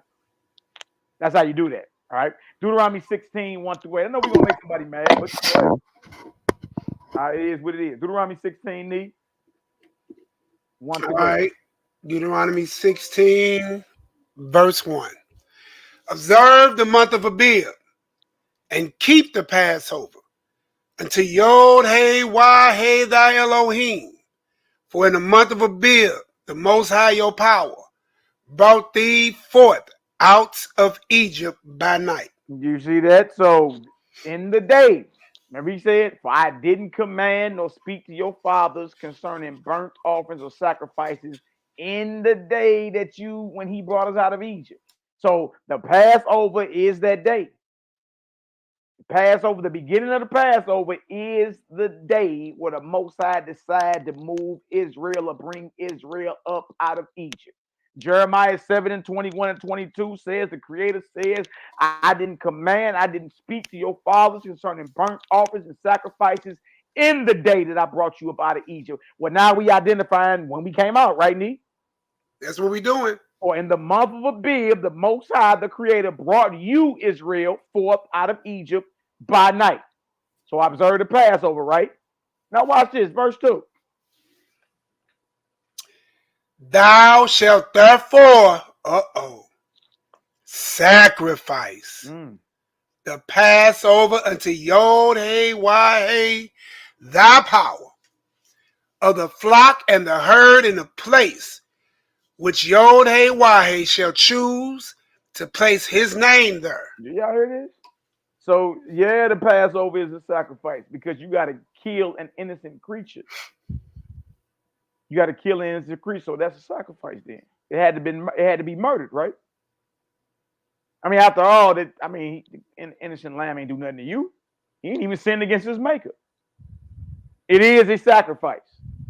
So now we got a problem. Jeremiah is saying the Most High never commanded the sacrifices in the day we left Egypt. Over in Deuteronomy, we saying that you shall therefore, this is a commandment, you shall therefore sacrifice the Passover unto the creator of the flock and the herd, where the Most High shall choose. Y'all see that? Go ahead, verse 3. Thou shalt eat no leavened bread with it. 7 days shalt thou eat unleavened bread therewith, even the bread of affliction. For thou camest forth out of the land of Egypt in haste, and thou mayest remember the day when thou camest forth out of the land of Egypt, all the days of thy life. That thou mayest remember the day. Passover and unleavened bread mark the beginning of you getting out of there. That's when that's what it's about. The problem is what was the sacrifice commanded. All right, verse 4. Go ahead. There shall be no leavened bread seen with thee in all thy coasts 7 days, neither shall there anything of the flesh, which thou sacrificed the first day at evening remain all night until the morning. It was talking about how you had to burn the rest of it with fire, and how that also is similar to what goes on with the native or the indigenous African tribes in the land of Canaan. They would do the same ritual. Same exact ritual to their God or their false gods, right? Go ahead. You got 1, 2. You want to address that real quick, or you want me to finish reading? No, go ahead. Finish reading. Thou mayest not sacrifice the Passover within any of thy gates, which YHWH thy power giveth thee. But at the place which the Most High thy power shall choose to place his name in there, thou shalt sacrifice the Passover at evening. We got three witnesses or 4 witnesses within this same chapter that the killing of the flock is a sacrifice. But the Most High never commanded according to Jeremiah, so we got conflict.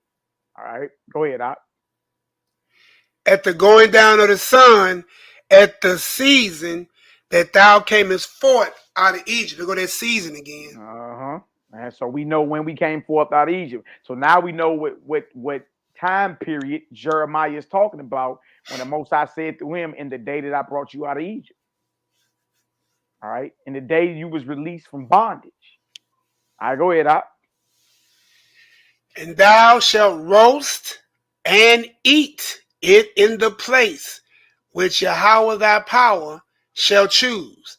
And thou shalt turn in the morning and go unto thy tents. 6 days thou shalt eat unleavened bread, and on the 7th day shall be a solemn assembly to YHWH thy power.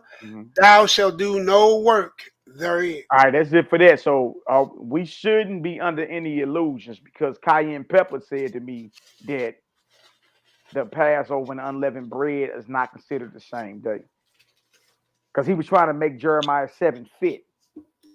You understand? He was trying to make Jeremiah 7 fit without admitting that, hey, the Most High never commanded the slaughtering of all them lambs, man.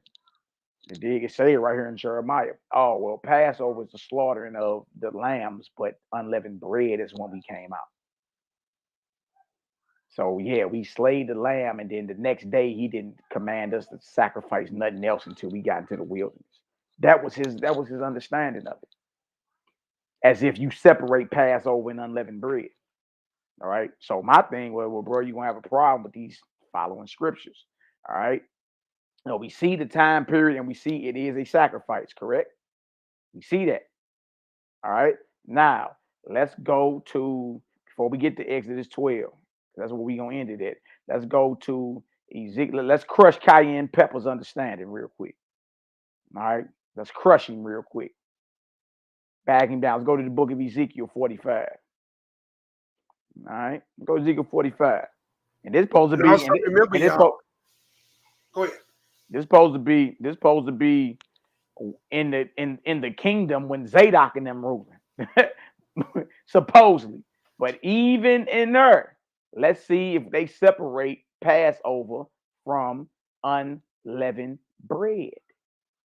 All right, Nehemiah, you was gonna say something? Go ahead. I was just saying also, and this is a great precept. It's a good call to call this one down. But I was just saying, even King David realized that the 40 years we was in the wilderness, man, we never knew his ways. Mm-hmm. These revelations from the different prophets and the king and the Levite, you know, Jubilees, all these places. Listen, if it was meant for everybody to get it, if it was meant to be seen and shown and not spoken in parables, it'd just be in plain English and plain sight, and then everybody be on the same accord. You have to see, go in, and that's why it says rightly divide the word. Because there's a wrong way to divide. Two people are at each other's throat, the priest and the prophet. Both of them are officers of God. One is killing the other. Christ is the Son of God. If you would have loved God, he said you would have loved me, because you wouldn't have no error with nothing I'm saying. But even in this day, you should have that very same parallel where you see the people who claim they of God don't like you, and you claim you of God. You claim you believe in Messiah. They claim they believe in Messiah. But somebody don't like somebody. And that vibration ain't coming from the 9 meat eaters. Ain't that a trip? Mm-hmm. Mm-hmm. Because we show love to everybody regardless of what they had with us in the past. So just something I trip off of, because David Shaw told us we never knew the Most High ways. Absolutely. Now again, the crushed cayenne pepper, and anybody believing it, that okay, well, Jeremiah is simply saying that, you know, the Passover, we killed the lamb, but we came out on unleavened bread. So from that point forward, we wasn't sacrificing nothing until we got into the wilderness. That was his understanding, even though Jeremiah says clearly it was not commanded by the Most High in the day that you was brought out of Egypt. So we got precepts to show, what are you doing separating Passover from unleavened bread? You feel me? It's one and the same feast for real. You know what I mean? One is preparation for the other. It's one feast. And look at this right here, Ezekiel 45 and 21. What does it say, Nee? Let's show it. You know, yeah. I got it in Ezekiel 45 and 21. In the first month, in the 14th day of the month, you shall have the Passover, a feast of 7 days. Unleavened bread shall be eaten. Huh? What you doing trying to separate as if that explained what Jeremiah was saying? No, Jeremiah, the Most High saying through Jeremiah, them sacrifices, that blood, that chewing on them. Most High said, I ain't never commanded. Even when we went over into the Peshitta and showed the first century Aramaic Peshitta of Jeremiah 7, the Most High say, wasn't eat meat that I didn't command you to eat. Huh? Neither commanded I your fathers in the day when I brought you out of Egypt concerning burnt offerings and sacrifices. We just read that the Passover is a sacrifice. About 5 witnesses. Well, that means that the slaying of the lamb was never commanded by the Almighty, according to Jeremiah. See, we got conflicts. All right. And this right here is showing Passover and unleavened bread is one and the same feast. It rolls in. Yeah, it's one and the same feast. Watch. I mean, look, Ezekiel ain't the only one that has that understanding. Watch this. We can go to the first Passover, Exodus 12. Show you this. Look, it clearly says, when I brought you out of Egypt, not when I had you out of Egypt or when I got you in the wilderness, it was bringing you out. So what was done before they were brought out? Blood and sacrifice. Exactly. It's real simple. But I mean, he tried to play as if You gonna separate? Nah, we ain't even gonna separate. It's one and the same. Look at this. Exodus 12, first Passover. Look at this. Exodus 12 and 18. In the first month, on the 14th day of the month at evening, you shall eat unleavened bread. Look at this, bro. The evening of the 14th day is Passover. You shall eat unleavened bread until the 21st day of the month at evening. 14 plus 7 is what? 21. It runs concurrent. It's the same feast.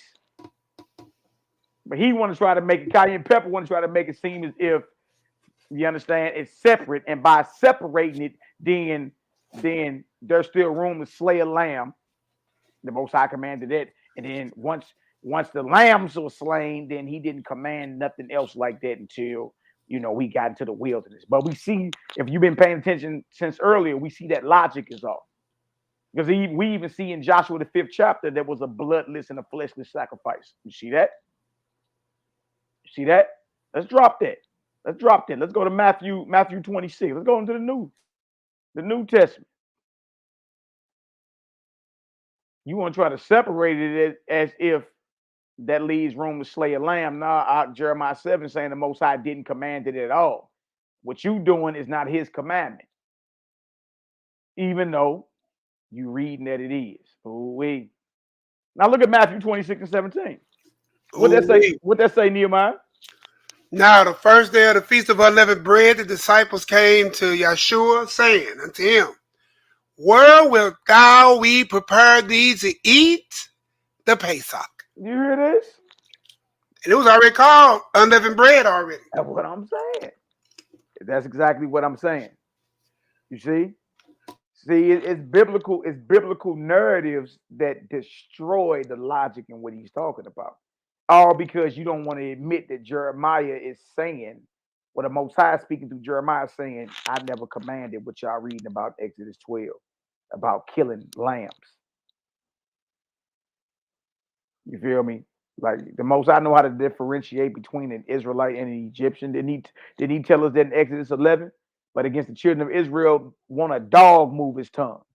Against man or beast, that man may know that the Most High has put a difference between the Israelites and the Egyptians. So the Most High didn't need blood to know the difference between his people and the Egyptians. Am I making sense, Nehemiah? Mark 14 is next, y'all. Mark 14 and 12. These are just some quick ones.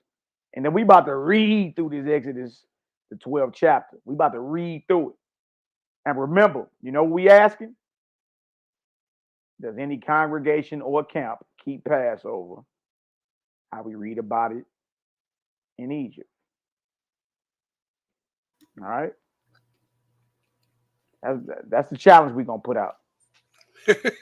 All right. Does anybody eat Passover? How we read about it in Exodus. Mark 14 and 12. Another one where you can't separate Passover from unleavened bread. And the first day of unleavened bread when they killed the Passover. Look at this, Nee. Look at this.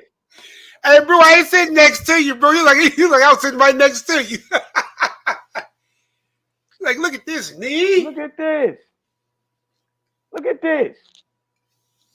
And the first day of unleavened bread when they killed the Pesach, his disciples said unto him, where wilt thou that we go and prepare that thou mayest eat the Passover? Now see this? You separating Passover and unleavened bread, but you know what I mean? That's biblically inaccurate. According to the biblical narrative. Let's go to Luke 22 and 7, Nee. Just real quick. Pete, man, you crazy. Pete say, boy, they're a few Levites short. Yeah, they're a few Levites short. They did. Was the killing of a lamb a sacrifice? If so, then the Most High said he didn't command it. All right. And this is how we know Mashiach was not chewing on flesh. Luke 22 and 7. Then came the day of unleavened bread when the Passover must be killed. Nee, that's Exodus 12 and 18. That's Ezekiel 45 and 21. That's Matthew 26 and 17. That's Mark 14 and 12. And that's Luke 22 and 7. Nee, that's 5 witnesses. In the mouth of 2 or 3. And we got 5, 6 witnesses showing that the Passover is a what? Sacrifice. Correct? And look, 12 told you right there when it gave you the day. On the 14th day to the 21st day. How many days is that? That's 7 days. That's Now, if 7 you're trying days. to separate Passover from unleavened bread, then it got to be an 8th day in there. We 1 day Passover, 7 days unleavened. right. So that means 8 days.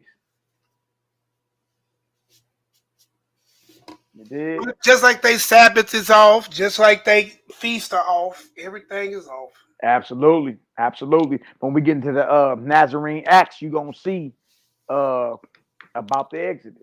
We're going to see if we see anything about lambs being killed. All right. All right. Drop that. All right. I just want to look at that Jeremiah one more time, and then we're going to jump into this Exodus 12. Jeremiah 7. Jeremiah 7. Let's be real what we doing here, all right?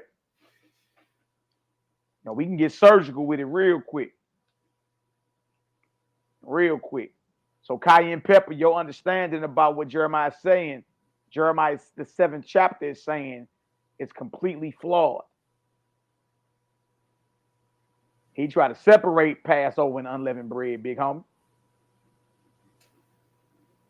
Nah. We got over 5, 6 witnesses showing that they run. It's the same thing. All right. Jeremiah 7:21. Thus saith the Creator, put your burnt offerings into your sacrifices and eat flesh. For I spake not to your fathers, nor commanded them in the day that I brought them out of the land of Egypt concerning what? Burnt offerings or sacrifices. I asked y'all earlier, is killing the lamb, is killing the Passover lamb a sacrifice? Everybody said yeah. Well, guess what? Based on what we read in Jeremiah 7:22, that wasn't a commandment of the Almighty. Oh we. And knows what he say. In the day that I brought them out of the land, of Egypt concerning burnt offerings and sacrifices. What day were we brought out of Egypt? The month of Abib, springtime. Exactly. Known in the Hebrew circle as the first day of Passover / unleavened bread. That's when you was brought out. So the day he called us out, the sacrificing of lambs was not commanded. You see that? Oh, if y'all get some understanding, give me a 4 up in the chat. Nehemiah, let's get on over to this Exodus. Let's see if the Passover or the Pesach, brother, the Passover law, the Tawarah, not keeping the Tawarah. You guys are not keeping the Tawarah, brother, the Tawarah. Hey, boy, getting eager to get up there to cut a neck of a lamb. Shit, that one camp got it where they filmed it. The killing of the lamb every year. Boy, and I said, boy, that lamb looked like this is some bullshit. Like, I'm about to go them ways because all these Negroes hungry. You know what I mean? Or to appease the bloodlust of a false god, man. The Creator ain't with all that. He tell you in Isaiah, he delight not in the blood of bulls and goats and the fat of rams. Yeah, he don't even like that. It don't smell good to him at all. Some of y'all done smelled dead flesh before. It's horrific. It ain't nothing to brag on. Some of y'all done smelled blood before. It's horrible. It ain't nothing to brag on. Like, oh, this is a sweet smelling savor. No, big dog. And they sure didn't have no Greek seasoning back in the Passover. All right, let's get it in. Exodus 12. Let's start at verse 1. And let's see. The challenge is, does the Israelite nation today keep Passover like we are about to read it? And if not, how do you stomach it to tell somebody or to bring somebody up under this law that you're not even keeping yourself? Now, if you're keeping it like this, more power to you. I hear you.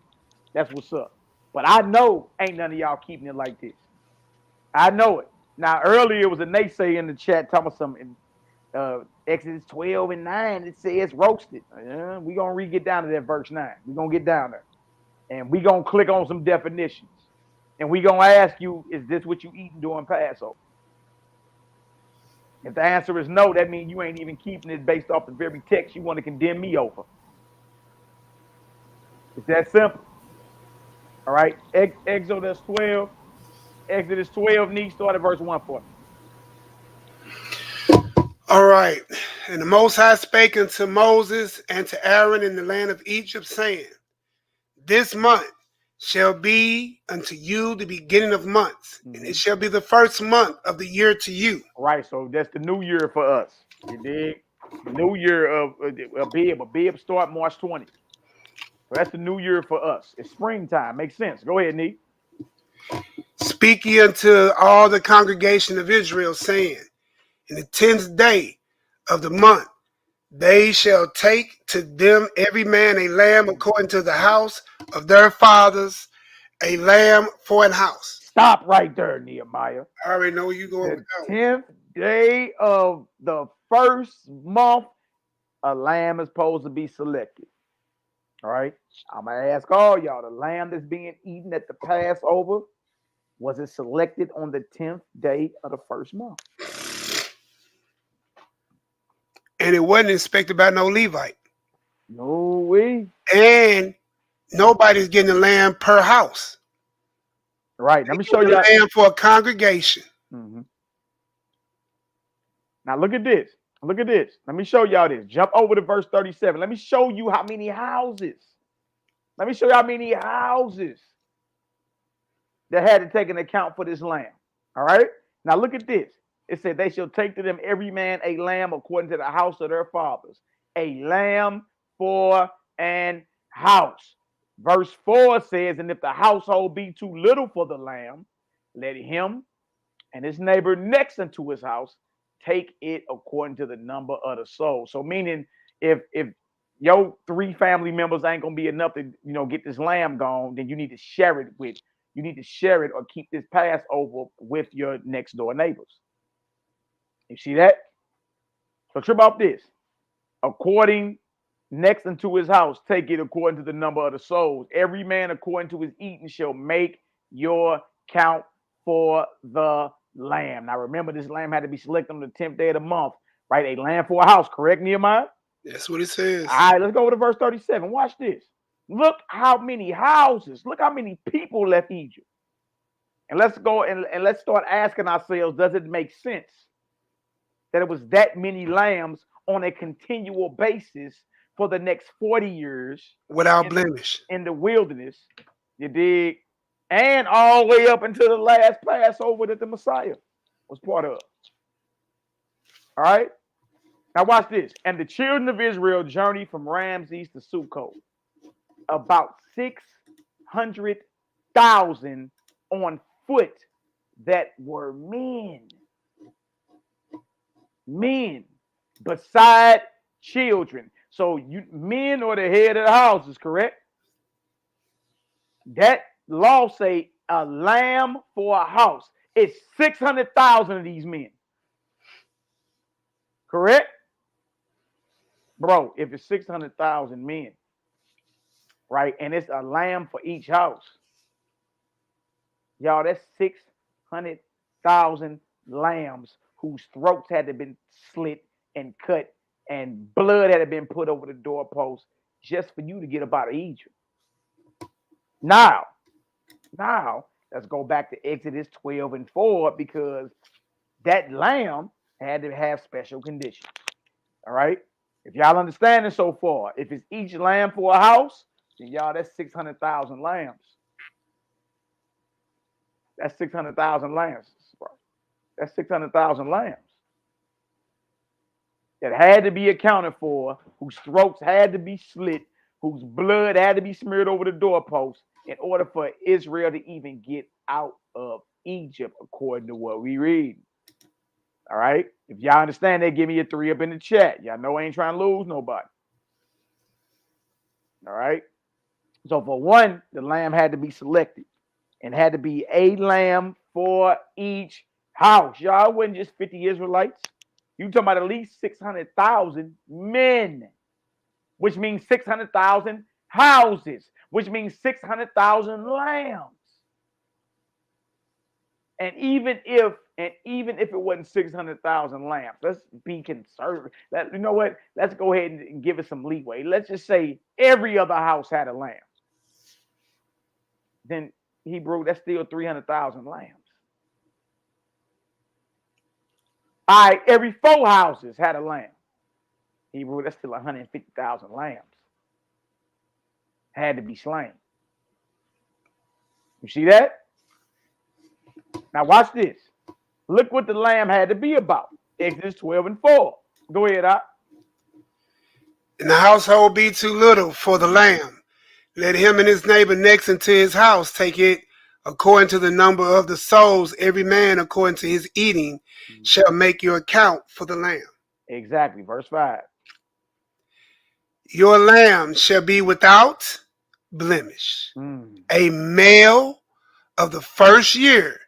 Ye shall take it out from the sheep or from the goats. Now, right here, this is major because it couldn't just be any lamb. Couldn't be a sickly lamb. The lamb had to be without blemish, and it had to be 1 year old. So, y'all, we either got 600,000 lambs or maybe 150,000, whatever. But regardless, the lambs that were slain had to be perfect, without blemish, and it had to be 1 year old. All right? If y'all understand that, give me a Yahoo up in the chat. The Passover lamb had to be 1 year old, a male, and it had to be without blemish. All right? If y'all understand that, give me that number I said up in the chat. Give me a Yahoo up in the chat.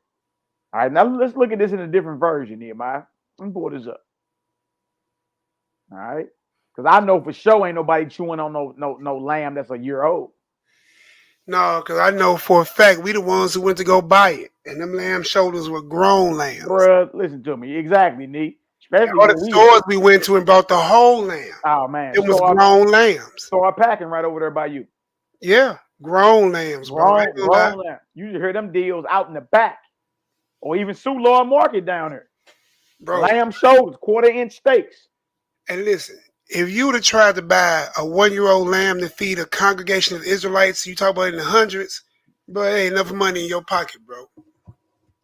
Exactly. Just think about all that lamb because listen, a shoulder getting cut in the steaks, you know what I'm saying? We still ain't eating the whole thing. And then when we start doing the thing, okay, we're going to buy the whole thing.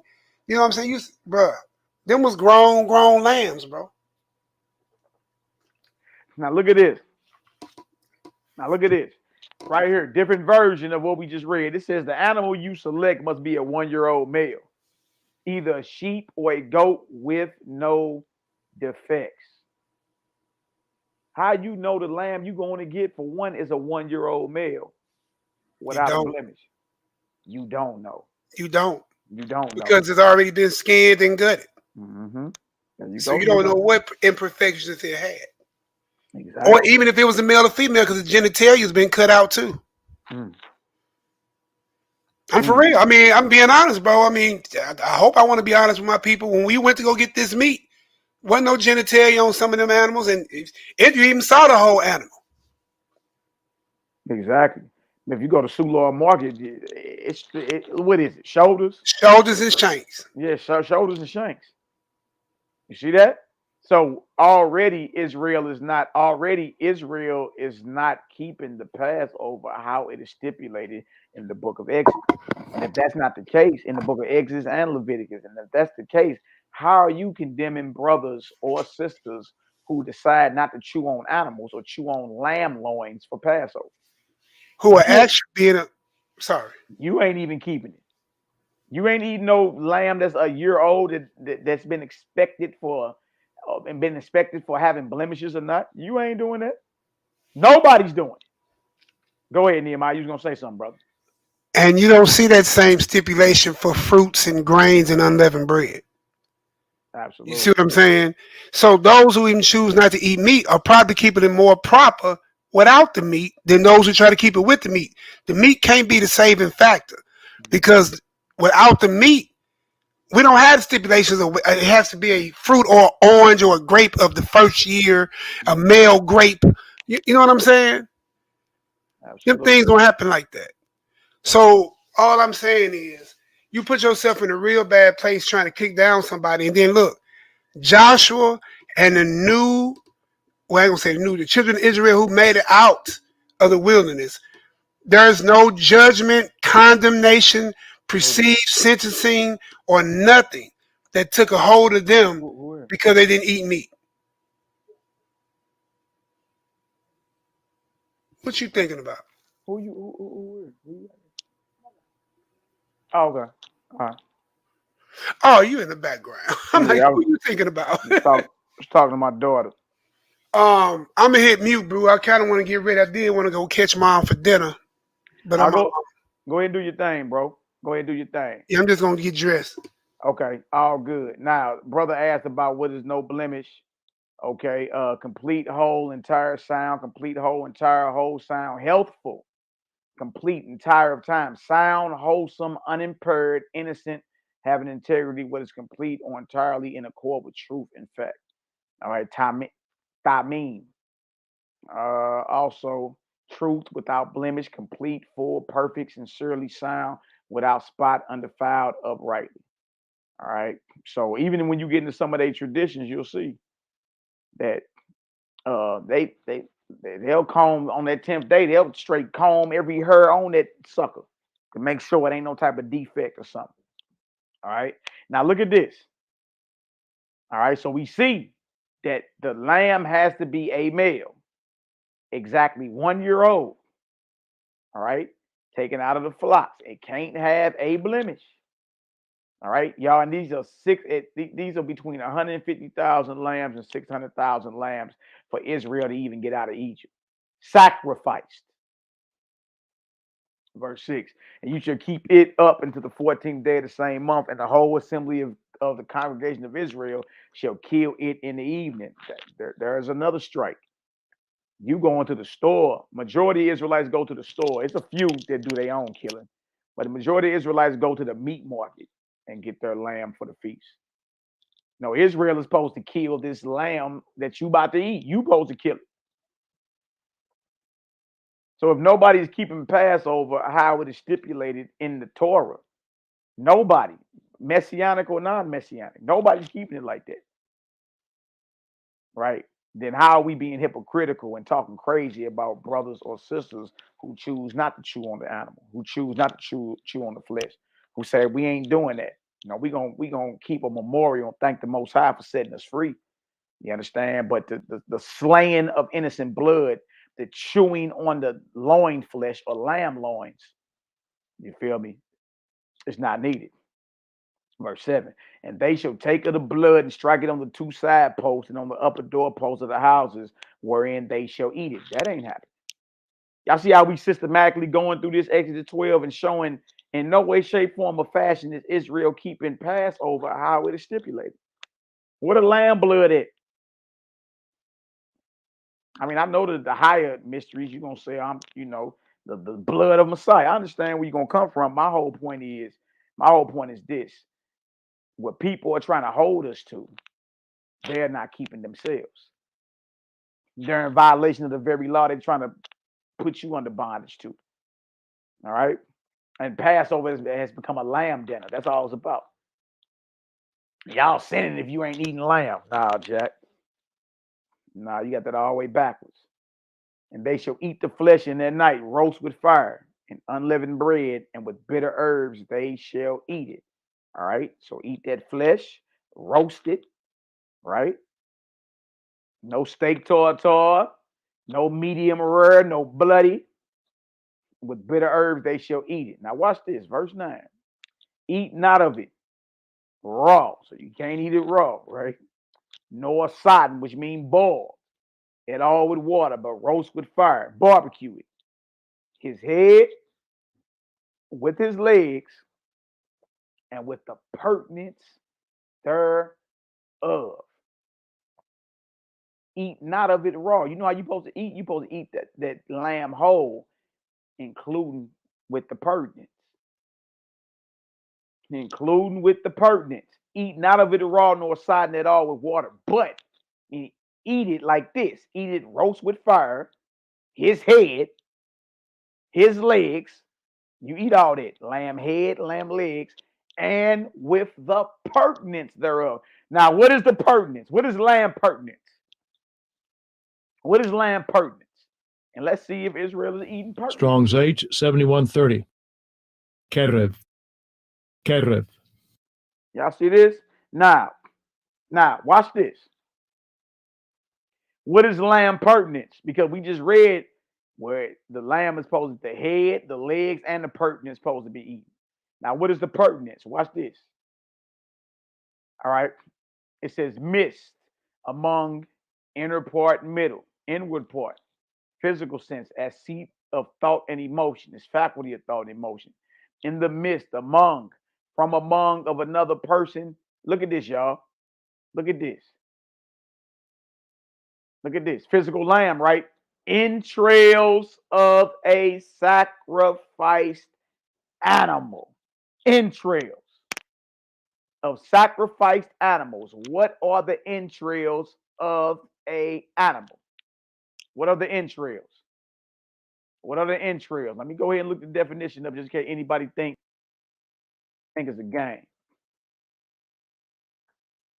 Yeah, you keep the Passover how it's spoken of in the Torah, right? And how you keep it?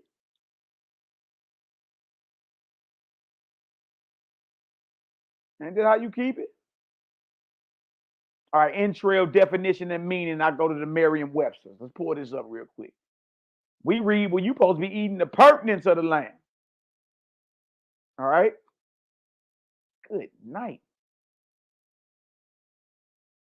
Bro, you know, nobody even ate the head of the lamb. Boy, you pulled out the head. Good night. This is crazy. All right, let me show this on whatchamacallit. Then we get back to it. How many of y'all know you were supposed to be eating lamb entrails? All right. How you know you're not supposed to be eating lamb entrails? And do any of the Israelites eat entrails of the lamb? Because we just read head, leg, and purtenance, correct? Now, watch this. Let me show y'all what the entrails are. Show y'all what the entrails are. All right. One on Yahoo and one with Merriam-Webster's. Now, look at this. Look at this right here. Look at this right here. Y'all see what the entrails are? It's just something easy off whatchamacallit. I'll make sure I'm still on. Okay, I'm on. Now look at this. Entrails, a person or animal's intestines or internal organs, especially when removed or exposed. A priest would find omens in the steaming entrails of a sacrificed animal. Do y'all understand this? The purtenance is the organs, the intestines, the gut, lamb chitlins. Ain't that what chitlins are with the pigs? It's pig intestines, right? Well, you supposed to be eating lamb chitlins for Passover. Look at that, y'all. You supposed to be eating lamb intestines, lamb chitlins, internal organs, liver, kidneys, heart,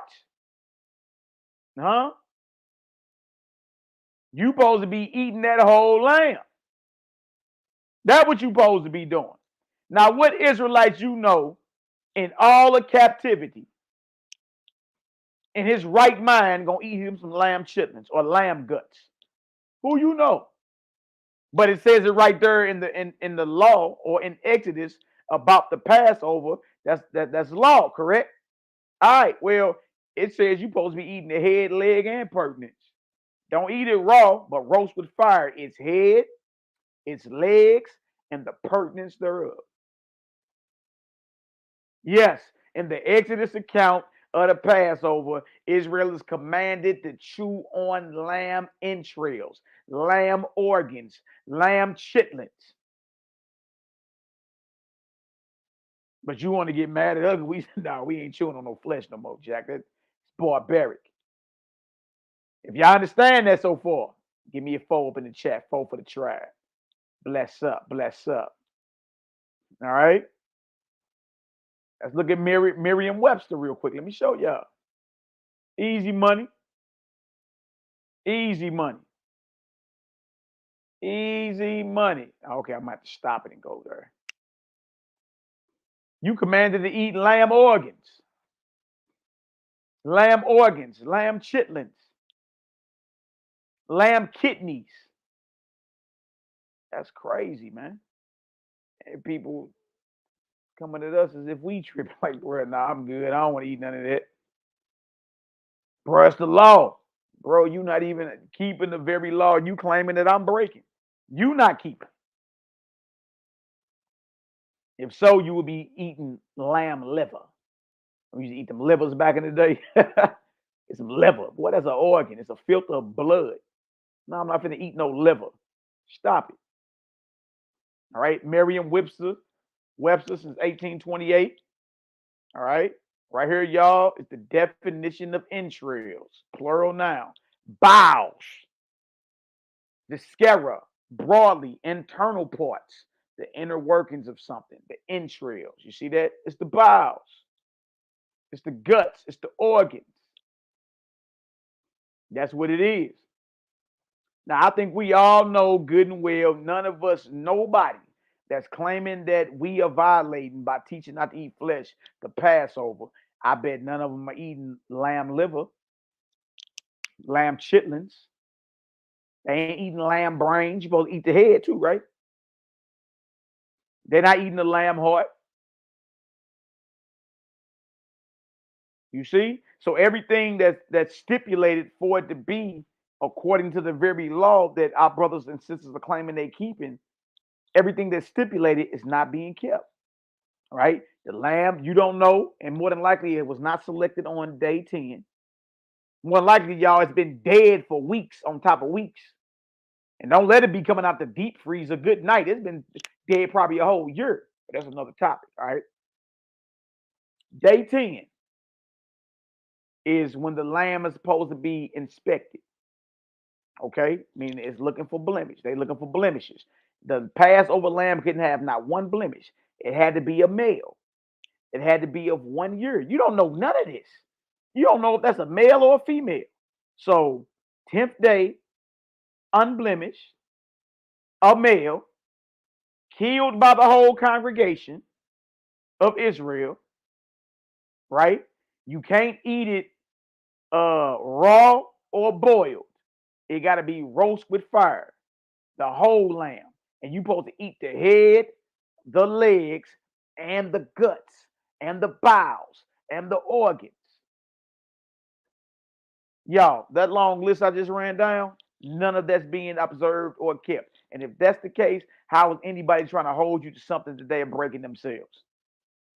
There ain't no blood getting put over the doorpost. That's right. Messiah is the brother. Messiah is a sacrifice. And what you eating lamb for? He wasn't eating lamb at his last supper, whether you reading it out the KJV or not. You don't got him nowhere eating lamb. Nowhere in the Bible do you got Messiah eating lamb. Nowhere. Nowhere. You see that? So we got to stop acting as if something is what it ain't, y'all. No. The Passover has become a lamb dinner. It's not about the Most High, raising us up from a state of bondage, a state of darkness to, inhabiting the land flowing with milk and honey, or supreme consciousness. You understand? Raising up from your beastly, animalistic way of living up to, living as a God, a son or daughter of the Creator. That's what that whole journey is about. Every journey you see in the Bible represents, on an esoteric level, inward transformation. Because you got to change. That's what this is all about. We have to change. All right. Also, they had at the most 600,000 lambs, at least 150,000. that had to be a male of the first year, inspected without blemish, whose blood had to be over the doorpost, who had to be eaten whole, including the organs, the guts, which is lamb chitlins, lamb loin, tenderloins, all of it. But the Nazarene and the Scene brothers are the ones that's breaking the Passover law. None of y'all keep that. None of y'all keep that. Let's admit, you just like the way the lamb tastes with the plant seasoning on it. Because if you don't season it with the plants or the herbs properly, the lamb gonna taste too gamey. It tastes like real gamey. See that? You even got to use plants or herbs to make the flesh taste somewhat suitable. Ooh-wee. Ooh-wee. Y'all let me know if y'all know anybody that's eating lamb kidneys, lamb liver, and lamb chitlins for Passover. If you know somebody, put a 1 up in the chat. If you don't know anybody that's eating the Passover, how it is stipulated in Exodus 12 and Leviticus 23, give me a 2 in the chat. 1 if they are doing it how we read, 2 if they're not. All right, let's get back to Exodus 12. Oh, wait. Yeah, you supposed to be eating lamb chitlin. At my next conversation with a brother, bro, you don't keep the Passover. You don't eat meat when you ain't keeping the Passover correctly. Right? That means we supposed to be eating lamb liver and lamb chitlins and lamb brains. Huh? And lamb loins, that loin meat. Nah, you don't. Nobody's keeping it like that. So later for trying to hold us up under something that everybody is in violation of anyway. If you go on by the biblical narrative, nobody's keeping it like that. Nobody is. You actually do the Passover how you want to do it. Look, that even said when we went to Deuteronomy 16 to talk about how the Passover had to be sacrificed in the place the Most High chose. So he chose all these different individual congregations and camps and schools. He chose all them because none of them agree. You see, what I'm showing is, or what we're showing is not being kept or observed, or the law of the Passover is not being observed by nobody correctly. Yeah, real thing this. Yeah. So if you want to hold us to it, you know we're going to ask you, how them lamb chitlins taste? Brother, I don't eat no chitlins. Yeah, you eat lamb chitlins, don't you? Brother, chapter Exodus 12 and 9, bro. Exodus 12 and 9, man. You supposed to be eating the pertinence. The pertinence is the entrails. All right? So we see that, right? We see that. Let's see if I need to keep going down. I think y'all got the gist of that so far. Y'all know the story. I just wanted to point that out right there and show that it's not being observed on no levels the way that we read about it. And if you take the stance that the Messiah represents the Passover lamb, because he was murdered, absolutely, then what are you eating physical lamb for anyway? He broke bread. It's my body. Pass the wine, the wine with the water, mingle wine or the wine around, the fruit of the vine. You see that? So if what he represents ended that, then what are you eating it for? And even what you eating don't fulfill what he came to end. So we all backwards then. If what you eating on don't even fulfill what he came to end, then guess what, y'all? That means we doing our own thing out here, claiming we serving the Almighty. We picking our own days. We coming up with our own laws and rituals concerning the days that he ordained. That's how deep that is. You see that? All right, let's drop that. We're going to drop that and we're going to go over here to the Nazarene Acts. All right? Nazarene Acts is where we going next. I want to show y'all about us getting up out of that. That's right, Cornell Davis. Not one bone can be broken. That's another one. Straight confusion, huh, Jehu-M. I know. It's a lot that come with it. And once you realize that, oh, yeah, bro, you wrap that on up. Nobody keeping it like that. Oh, we ain't got to keep it like that because the Messiah is the Passover lamb. What you eating lamb for? Because what you eating don't even fulfill what he came to destroy. It don't even fulfill that. So if what you eating don't even fulfill what he came to destroy, then that means, guess what, y'all? We guilty of doing our own thing and claiming we doing and keeping righteousness. We read it in Jubilees earlier, didn't we? Then we read it in Jubilees earlier about how they're gonna make a clean day unclean and unclean clean, and gonna go wrong to the times, the years, the Sabbaths, the months, and the days. See, that's what I be talking about, real time. We can read this and in real time see what has went off. The adjustment of calendars. Huh? We can look in real time and see how Israel is not keeping it how it is already written down. I mean, you're doing your own thing then. You're doing your own thing because what you're doing don't even fulfill what he came to destroy. Oh wait, I know somebody mad. I know you be all right though. They be all right. Absolutely, absolutely. All right, let me get that off there. The entrails. Let's go to the Nazarene Acts. Let's go to the It's Nazarene. just crazy, man, how you look and see how they lay those burdens on you. And listen, we all guilty of it. We did it when you first found out we was Israel. We laid it on thick. You know what I'm saying? But now you can look back and be like, Lord, I was wrong for that. You probably can go back to that person and still bring them the same truth, but bring it to them in sincerity and truth. Not by doctrine and dogma. Absolutely. Absolutely. Because that's what's separating us. Doctrines and dogma. Mm-hmm. That's it. All right, y'all. This right here is the Nazarene Acts of the Apostles, or the recognitions of Clement, the preaching of Peter, the ascents of James, excerpts from the Clementine homily.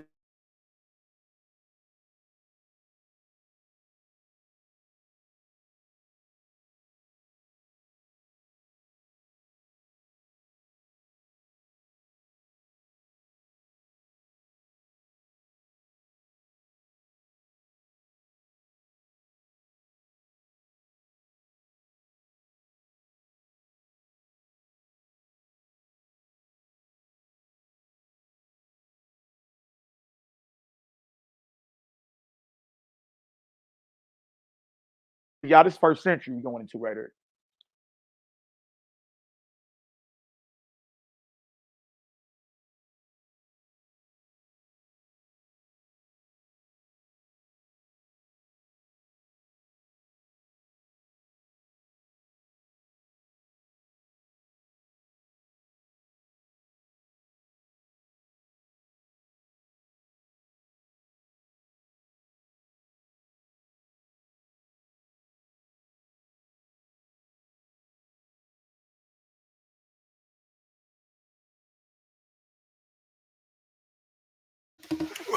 Not sure what happened, y'all. Let me see if I can get the Maccabees on the phone real quick.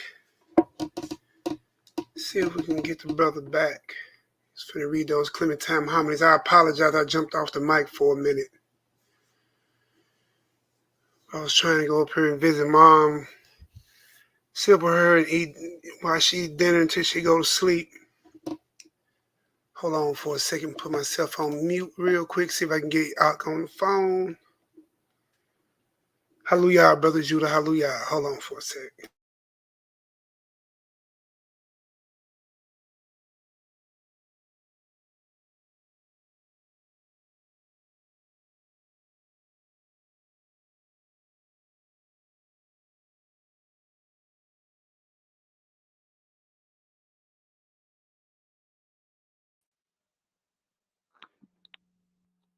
Oh wait, mic check, mic check, mic check. I can be heard. Give me a Yahoo.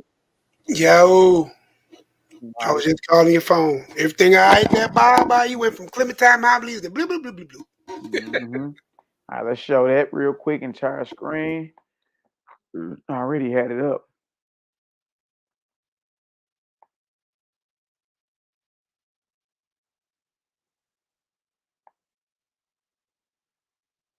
All right. All right. This right here is the Nazarene Acts of the Apostles. Israel and Egypt, Israel and Mitzrayim. All right. I should be able to see that. Yep. I see that on screen. We all good. Almost out of here, y'all. All right. The Israelites in Mitzrayim or Egypt. Nevertheless, as he had got these two sons during the time while he still lived in ignorance of things, having received the knowledge of the Creator, he asked of the righteous one that he might merit to have offspring by Sarah, who was his lawful wife, though she was barren. It's talking about Abraham. She obtained a son whom he named Yitzchak, Isaac, from whom came Yaakov, Jacob, and from him the 12 patriarchs, and from these 12, 72. These, when famine befell, came into Mitzrayim with all their family in the course of 400 years, being multiplied by the blessing and promise of the Creator. They were afflicted by the Egyptians. And when they were afflicted, Yahshua appeared to Moshe and struck the Mitzrayim with 10 plagues. It's saying Mashiach. That was him doing that business. Yahshua appeared to Moshe and struck the Mitzrayim or Egyptians with 10 plagues when they refused to let the Hebrew people depart from them. Now, the 10th plague, y'all, is the killing of the firstborn. All right. And the killing of the firstborn, according to the biblical narrative in Exodus 12, took place because the lamb was slit, the throat of the lamb was slit, and lamb blood was put over the doorpost. All right. And struck the Mitzrayim with 10 plagues when they refused to let the Hebrew people depart from them and return to their native land. And he brought the people of the Creator out of Egypt. But those of the Egyptians who survived the plagues, being infected with the animosity of their king, pursued after the Hebrews. And when they had overtaken them at the seashore and thought to destroy and exterminate them all, Moshe, pouring out prayer to the Creator, divided the sea into two parts, so that the water was held on the right hand and on the left, as if it had been frozen. And the people of the Most High passed as over a dry road. But the Egyptians who were pursuing them rashly entering were drowned. For when the last of the Hebrews came out, the last of the Egyptians went down to the sea, and straightway the waters of the sea, which by his command were held, bound as with frost, were loosed by his command that had bound them, and recovering their natural freedom, inflicted punishment on the immoral tribe. Y'all see this? Y'all see this? 10 plagues. Huh? Nothing's mentioned about the slaying of a lamb. And remember, dealing with the Nazarene Acts, this is Peter's journal. This is him teaching what Messiah taught him. There's nothing in the description of us being in Egypt about a lamb being slain for us to be able to come out of Egypt. Nothing is there. And again, we're dealing with first century documentation about the messianic movement. Nothing that we just read said anything. Nothing about cutting the throat of a lamb that is unblemished, 1 year old, blood over the doorpost. Make sure his bones ain't broke. Eat his purtenance, eat his head, eat his legs. Roast with fire. Nothing of the sort. None of the sort. The Exodus. After this, Moshe, by the command of the Creator, whose providence is over all, led out the people of the Hebrews into the wilderness. And leaving the shortest road that leads from Mitzrayim to Judea, he led the people through long windings of the wilderness, that by the discipline of 40 years, the novelty of a changed manner of life might root out the evils that had clung to them by a long continued familiarity with the customs of the Egyptians. Look at that. You came out of Egypt still paganized. Had a long-standing familiarity with the customs of Egypt. Makes sense now. Stories. Makes sense now that the Passover story is similar to the spring festival in the Ugaritic text. Makes sense now. You are already familiar with the customs of the surrounding nations, including the Egyptians who you were in bondage to. How do we know that? Didn't Aaron come out into the wilderness making a golden calf, which was Molech? Some say Apis, the bull god of the Egyptians, whatever. But the fact of the matter is, Aaron knew how to make gods, knew how to make idols. Meantime, they came to Mount Sinai. From there, the Torah was given to them with voices and sights from heaven, written in 10 precepts, of which the first and greatest was that they should worship the Creator himself alone. That's right. And not make to themselves any appearance or form to worship. But when Moshe had gone up to the mount and was staying there 40 days, the people, although they had seen Mizraim struck with the 10 plagues and the sea parted and passed over by them on foot, manna also given to them from heaven for bread and drink supplied to them out of the rock that followed them, which kind of food was turned into whatever taste anyone desired. And although being placed under the torrid region of heaven, they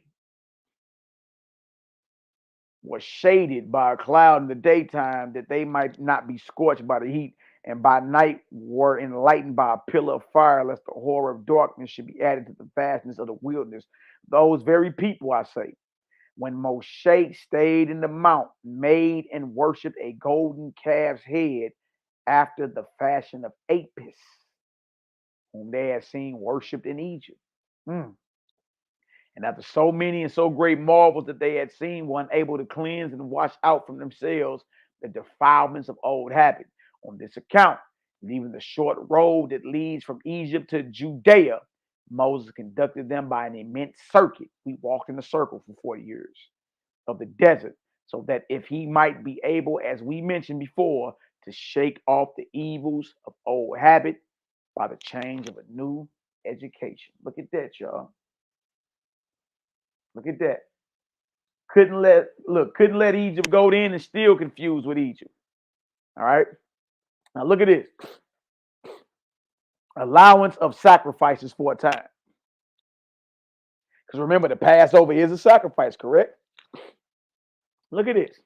Well, meantime, Moshe, that faithful and wise steward, perceived that the vice of sacrifices to idols, the vice of it, had been deeply ingrained into the people from their association with the Egyptians, and that the root of this evil could not be extracted from them.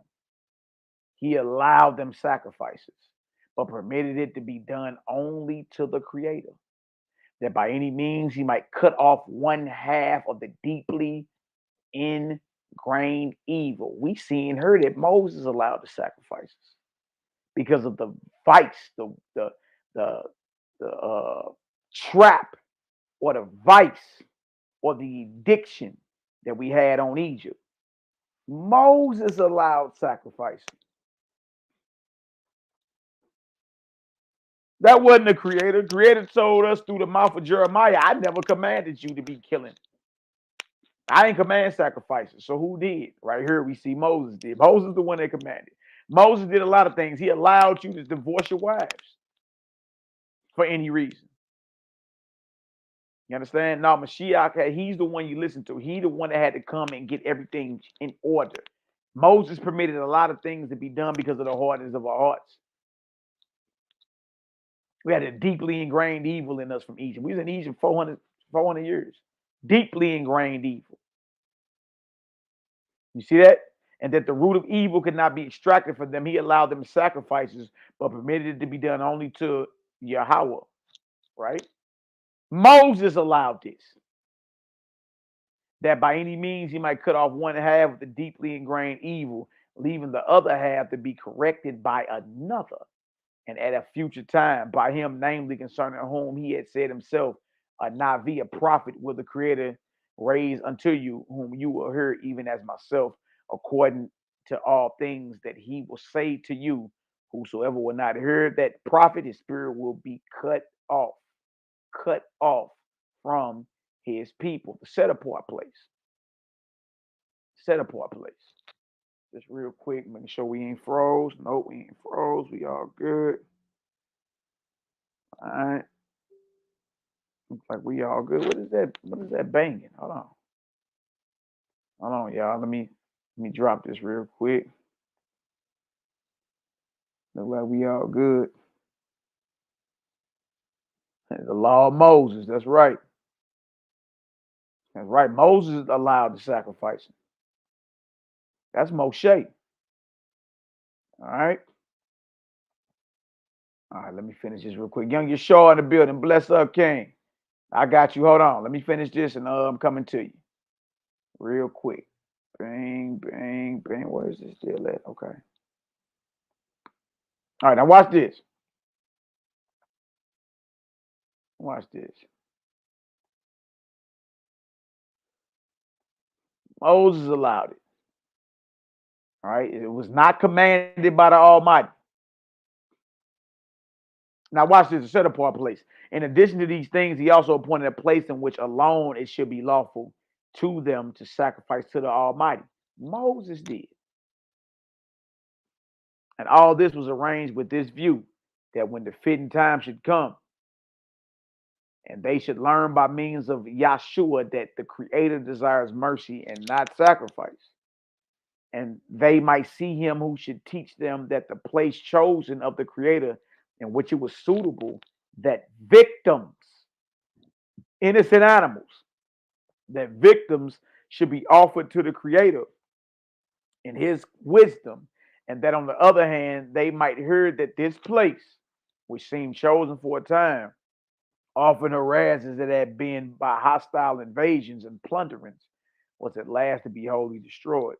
And in order to impress this upon them, even before the coming of the Messiah, who was to reject at once the sacrifices and the place, it was often plundered by enemies and burnt with fire, and the people carried into captivity among foreign tribes, and then brought back, meaning we're brought out of captivity, when they betook themselves to the mercy of the Creator, and that by these things they might be taught that a people who offer sacrifices are driven away and delivered up into the hands of the enemy. You see that?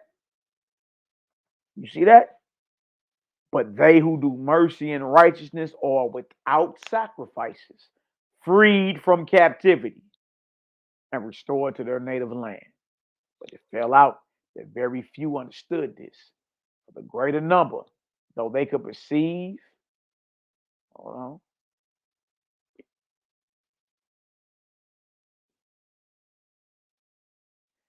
though they could perceive and observe these things, yet were held by the irrational opinion of the vulgar.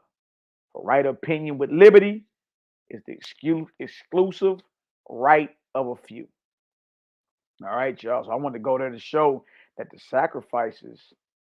sacrificing of the lamb, Peter don't even bring that up when it come down to getting up out of Egypt.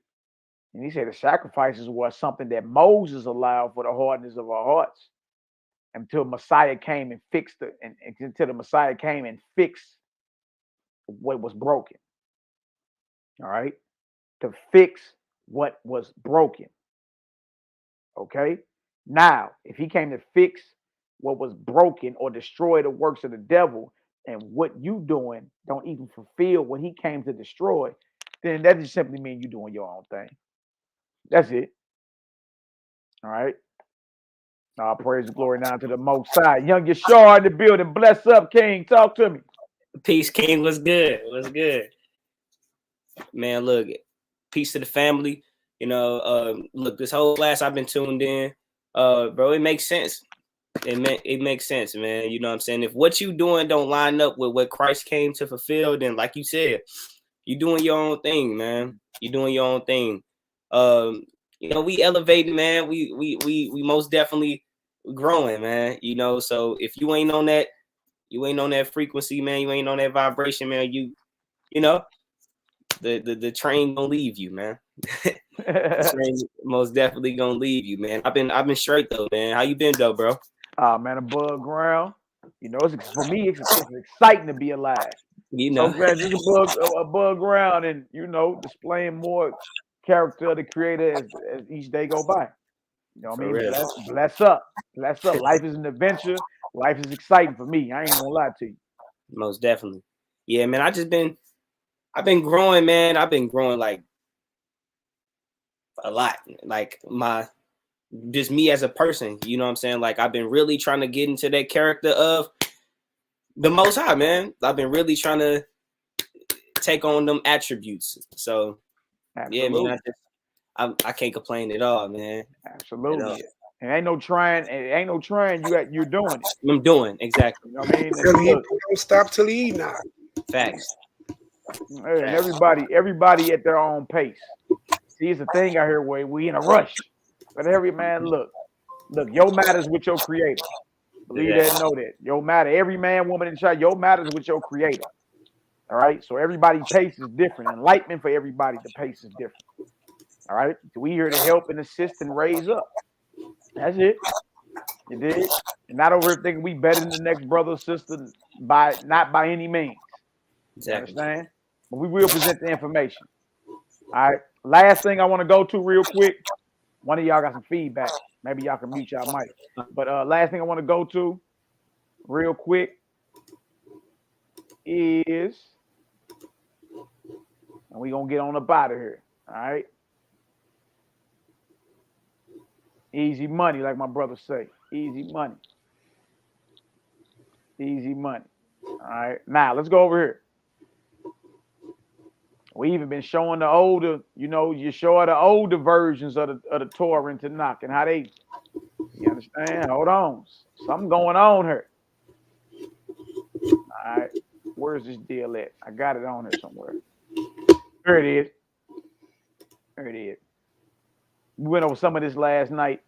I just wanted to just show this again, close out with this right here. Passover is not a lamb dinner, y'all. All right. Any journey in the scriptures is about inward transformation, being raised up from a beastly, carnal nature, you understand, to a peaceful, God-like divine nature. All right. And eventually we all will get there. We all will get there eventually. All right. All praises, glory, and honor to the Most High. Bless up, bless up. All right. Let's finish this off real quick. The last Paschal Supper. This right here is out the Gospel of the Holy 12 or the Gospel of the Nazarene, chapter 75. And at evening the master cometh into the house, and there are gathered with him the 12 and their fellows, Peter and Jacob, Thomas, and John, and Simon, and Matthew, and Andrew, and Nathaniel, and James, and Thaddeus, and Jude, and Philip, and their companions. And there was also Judas Iscariot, who by men was numbered with the 12 at the time when he should be manifested. And they were all clad in garments of white linen, pure and clear, for linen is the righteousness of the saints. And each had the color of his tribe, but the master was clad in his pure white robe over all without seeing a spot. And there arose contention among them as to which of them should be esteemed the greatest. They was always arguing. I'm better, on a higher level than you. Wherefore he said unto them, he that is greatest among you, let him be as he that does serve. Remember that. Serve is done unto others, and righteousness is what you're graded on. All right. And Yahshua said, with desire have I desired to eat this Passover with you. Oh, man, that deal went back. Y'all, my bad. This deal be tripping. And the master said, let me highlight where I'm at. All right. And the master said, with desire have I desired to eat this Passover with you before I suffer, and to institute the memorial of my oblation for the service and salvation of all. For behold, the hour come when the Son of Man shall be betrayed into the hands of sinners. And one of the 12 said unto him, Master, is it I? And he said, he to whom I give the sop, the same as he. And Iscariot said unto him, Master, behold the unleavened bread. Y'all listen, because this is how you keep unleavened bread or Passover without lamb. This is how the Messiah, this is what the Messiah and the disciples was eating on. All right. Look at this. And one of the 12, and Iscariot said unto him, Master, behold the unleavened bread, the mingled wine. Mingled wine, y'all, is wine mingled with water. All right. The mingled wine, the oil, that's the sop. And the herbs, which is the bitter herbs. Unleavened bread, wine, oil, and herbs, which is bitter herbs. That's how we keep that. We just missing the lamb. We don't need that. We ain't, the Messiah's the lamb, right? All right. Well, what you chewing on lamb for? All right. Now look at this. But where is the lamb that Moses commanded? This is crazy, y'all, because we just read where Moses is the one that allowed the sacrifice. The law of Moses, huh? Moses is the one that commanded the sacrifice, for y'all that don't know. All right. But where is the lamb that Moses commanded? For Judas had bought the lamb, but the Messiah had forbidden that it should be killed. Ooh wee. Ooh wee. Hold on. And y'all, this is eventually what got the Messiah betrayed. Judas ran and told the religious authorities that Mashiach refused to kill a lamb for the Passover. Now we're going to read that too, then we're going to close out. And John spake in the spirit, saying, Behold, the Lamb of the Creator, the good shepherd, which gives us life for the sheep. And Judas was troubled at these words, for he knew that he should betray him. But again, Judas said, Master, is it not written in the law that a lamb must be slain for the Passover within the gates? Look at Judas. Ain't it written in the law? And the Messiah, verse 8, the Messiah answered, If I am lifted up on the cross, then indeed shall the lamb be slain. But woe unto him by whom it is delivered into the hands of the slayers. It were better of him had he not been born. But woe unto him by whom it is delivered into the hands of the slayers. It were better for him of him had he not been born. Verily I say unto you, for this end have I come into the world, that I may put away all blood offerings and the eating of the flesh of the beasts and the birds that are slain by men. This is purpose. Purpose is to put away all blood offerings and the eating of the flesh.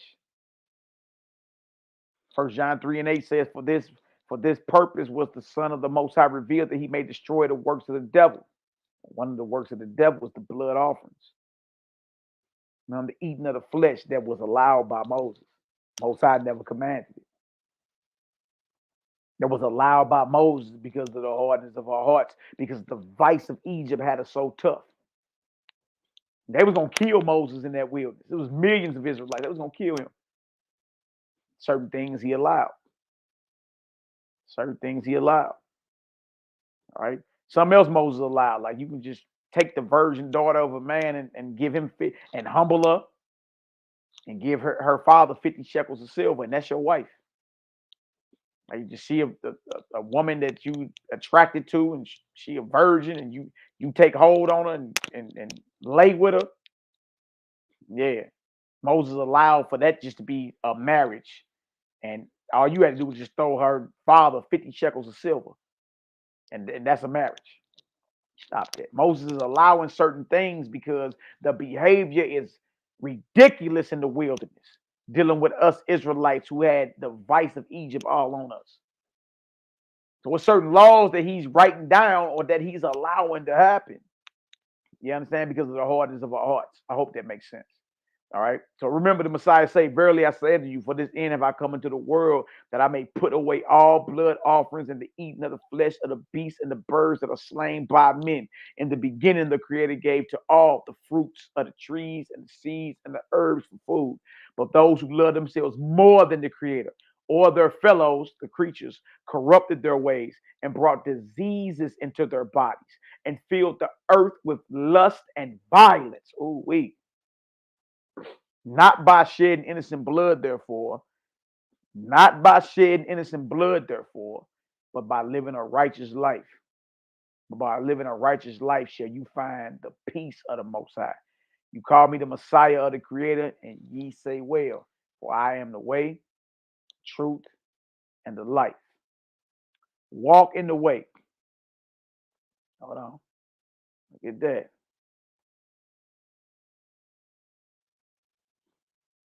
Now watch this. Walk in the way, and you shall find the Creator. Seek ye the truth, and the truth shall make you free. Live in the life, and you shall see no death. All things are alive in the Most High, and the Spirit of the Most High filleth all things. Keep ye the commandments. Love your power with all your heart, and love your neighbors yourself. Yeah, that's how you serve the Creator. Real simple. It's real simple. All right. On these hang all the law and the prophets, and the sum of the law is this: do not ye unto others as ye would not that others should do unto you. Do ye unto others as you would that others should do unto you. You don't want evil happening to you, stop being evil and doing evil. You want righteousness done unto you, start being righteous and doing righteousness. That's how this works. Whatever you put out is what you get back. Universal law of the Creator. All right. After these things, Yahshua dipped the sop and gave it to Judas Iscariot, saying, "What you do quickly." He then, having received the sop, went out immediately, and it was light. And when Judas Iscariot had gone out, Yahshua said, "Now is the Son of Man glorified among his 12. The Creator is glorified in him. And verily I say unto you, they who receive you receive me, and they who receive me receive the Father, Mother." Balance with the Creator, right? Who sent me.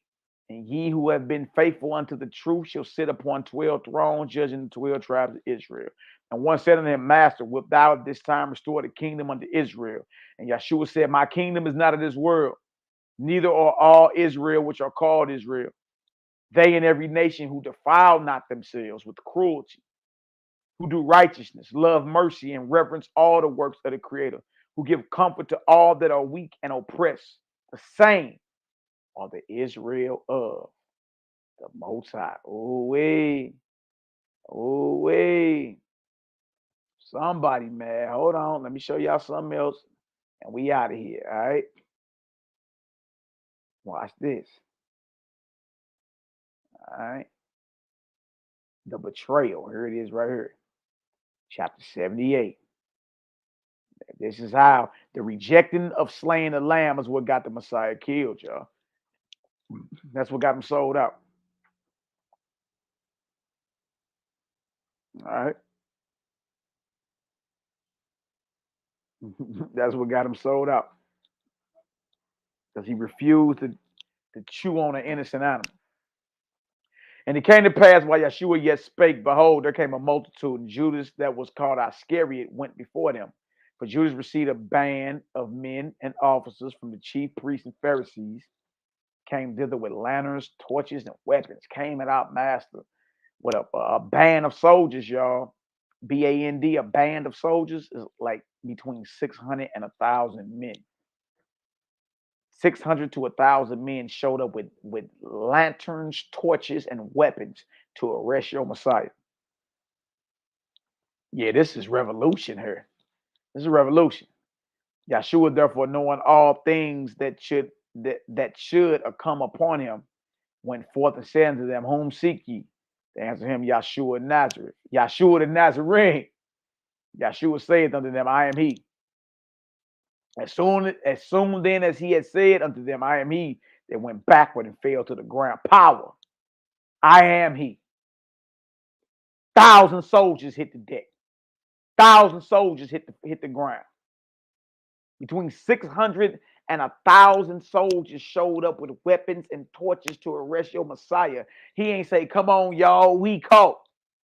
Should let my people go. I'm who you looking for." As soon as he said, "I am he," that entire squad, that entire band of soldiers went backwards and hit the ground.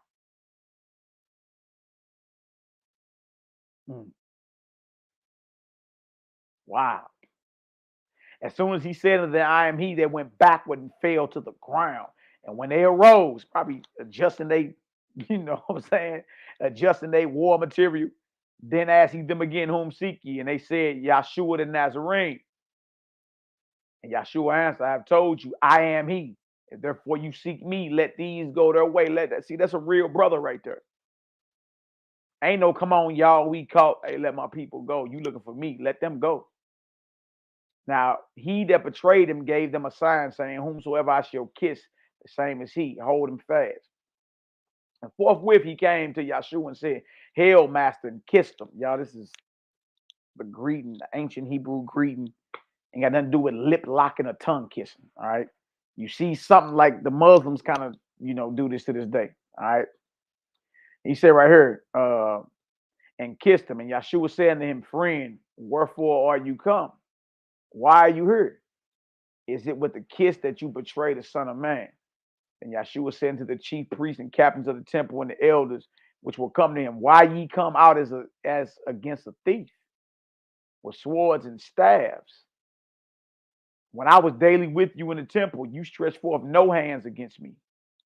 But this is your hour and the power of darkness." He said, "Look, I ain't had. I'm always in the temple teaching.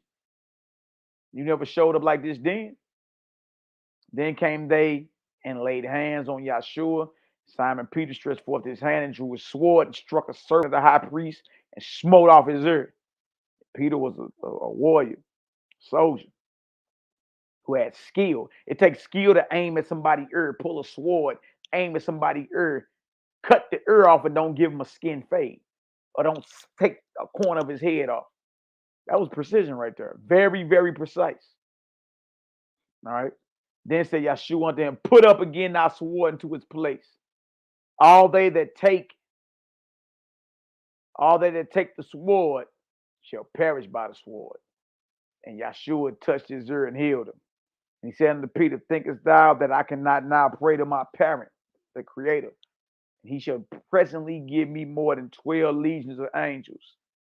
But how then shall the scriptures be fulfilled that thus it must be? He said, look, you already know I can invoke and summon millions of the heavenly hosts. Then all the disciples forsook him and fled, and they that had laid hands on Yahshua led him away to Caiaphas, the high priest. But they brought him to Knots first because he was father-in-law to Caiaphas, who was the high priest for that same year. Now Caiaphas was he who gave counsel to the Yahudim that it was expedient that one man should die for the sins of the people. And the scribes, here go these scribes, always around. And the scribes and the elders were assembled together, but Peter and John and Simon and Jude followed far off into the high priest's palace. And they went in and sat with the servants to see the end. And they kindled a fire in the midst of the hall. And when they were set down together, Peter sat down among them and warmed himself. Simon also sat by him. And a certain maid beheld him as he sat by the fire and earnestly looked upon him and said, this man was also with him. And he denied him, saying, woman, I know him not. And it got real. Peter did all that, revolutionary. Peter turned from revolutionary Reggie to, hey, yeah, you cowered down real quick, Jack. But look at it. He said right here, and about the space of 1 hour, another confidently affirmed, saying of a truth, this fellow was with Yahshua the Nazarene, for his speech betrayeth him.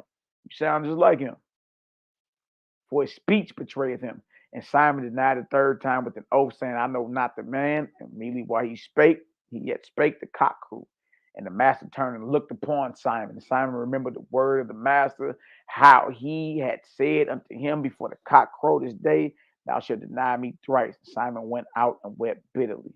Let me find where Iscariot told them the sorrow and penance of Judas. Maybe that's it. I think this is it.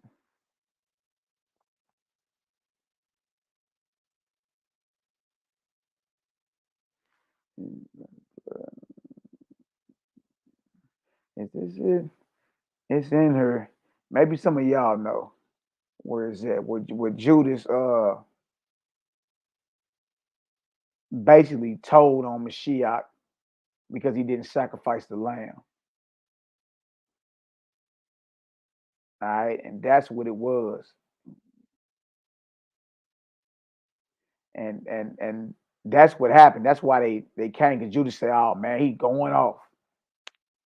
You know what I mean? He ain't even killed the lamb. I bought the lamb for him. And he ain't even killed the lamb. And that's right there is what got him killed. Some of y'all may know. Let me check the chat.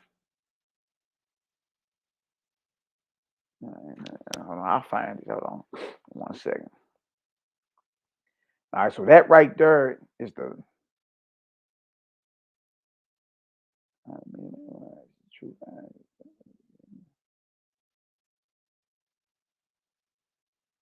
Maybe it's the very next chapter. If it ain't this one, I just have to find it, y'all. All right.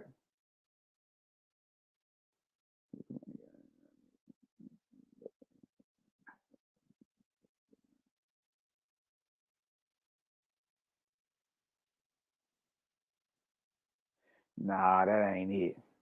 I'm gonna have to find that for y'all. But your boy went and did that. He went and told. You dig? And that's what it was that got him, because he let it know that he refused to kill the actual lamb. Wow, here it go. Here it go. Gospel of the Nazarene, chapter 76, verse 26. Now watch this. The Messiah refusing to kill a Passover lamb is the act that got him condemned. All right? It's the act that got him condemned. All right? Now watch this. Now watch this. Gospel of the Nazarene, chapter 76, verse 26. And when they had sung a hymn, Yahshua stood up in the midst of his apostles, and going to him who was their center, as in a solemn dance, they rejoiced in him. And then he went out to the Mount of Olives, and his disciples followed him. Now Judas Iscariot had gone to the house of Caiaphas, and said unto him, Behold, he has celebrated the Passover within the gates with the matzah, the unleavened bread, in place of the lamb. I indeed bought a lamb, but he forbade that it should be killed. And lo, the man of whom I bought it is witness. See that? Judas went and snitched. He ain't eating lamb for Passover. He refused to kill the lamb. Instead of lamb, he got matzah. He got unleavened bread. See that? Watch it. And trip off how the high priest about to act.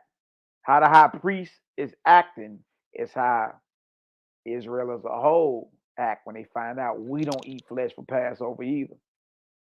They already call us blasphemous and you breaking the law. Now look at how Caiaphas act. And Caiaphas rent his clothes and said, truly, this is the Passover of the law of Moses. Uh-oh. Yeah, Moses is the one that ordained the sacrificing. You see all this? Y'all see how all this lining up? Moses is the one that ordained it, not the creator. The creator didn't ordain the killing of animals for sacrifice nor to chew on them. So and Caiaphas rent his clothes and said, truly, this is a Passover of the law of Moses. He have done the deed which is worthy of death. Not eating lamb on Passover gets you killed by these super brews, man. They believe we blaspheme. Look at this. They condemned him to death because he refused to kill an innocent creature for the Passover. Wow. He have done the deed which is worthy of death, for it is a weighty transgression of the law. What need of further witnesses? Yea, even now 2 robbers have broken into the temple and stolen the book of the law. And this is the end of his teaching. Let us tell these things to the people who follow him, for they will fear the authority of the law. And one that was standing by as Judas came out said to him, thinkest thou that they will put him to death? And Judas said, no, for he will do some mighty work to deliver himself out of their hands. Even as when they of the synagogue in Capernaum rose up against him and brought him to the brow of the hill, that they might throw him down headlong. And did he not pass safely through their midst, he will surely escape them now also, and proclaim himself openly, and set up the kingdom whereof he spake. See, Judas was thinking that the Mashiach will be forced into showing his power, because he showed it before. They tried to kill him before and throw him off that hill, and he just, delivered himself out of their grasp. And Judas was thinking that this would be the same way. You see that? You see that? Judas was thinking that if I force his hand, he gonna have to show his true power. But oh, was he mistaken? Betrayal is worse than death in most cases. All right. So yeah, y'all, not eating the lamb, not killing the lamb, not eating the lamb and not killing the lamb is what got the Messiah sold out. And that's what got them to send those 1,000 soldiers to him, because he kept Passover without killing the lamb. Nazarene style, you dig? All praises, glory now to the Most High. Bless us. Let me drop this link in the chat. If any of y'all want to come on and chop it up, I see Marcus in the building. What up, King? I see my ox Shem Mordecai Israel. What up, King? Abriya, my sister. What up, Queen? Jehu in. Any of y'all want to get on? Get on and chop it up with your brother real quick. Get on and chop it up with your brother real quick. Let me share this link. Let me invite y'all on up in here. See if y'all want to get on here. All right, come on in and chop it up with your fam a little taste. Let us know what you think about what we brought out today. All right, any one of y'all, if y'all want to get on, it's all good. If not, we just going to pray out. It's been almost 5 hours. All praise, glory, and honor. Anybody want to get on and come in and you know, voice what it is, click that link. Let's get it. Let's get it. Let's chop it up a little taste. I'll see you in the back chat. I'll let you on up in here. All right, I see Nehemiah Shaw up out of here. All right. I know it's all good. All right, again, April 3rd. April 3rd is the unleavened bread, right? I believe April the 9th it will be day 7 of the unleavened bread. All right, so we see we got a system in order with the calendars and the observations. There ain't no switching up of months and adding extra months and extra days. It ain't none of that. And the Shabbat for the coming, the Shabbat for next year, once this new year come in, is Wednesday, actually. All right, so all praise and glory now to the Most High. Who I got up in here? I got my Ak Nehemiah in the back chat. I got my Ak Trey. What up, Trey in the building? What up, Heat, bro? Yeah, man.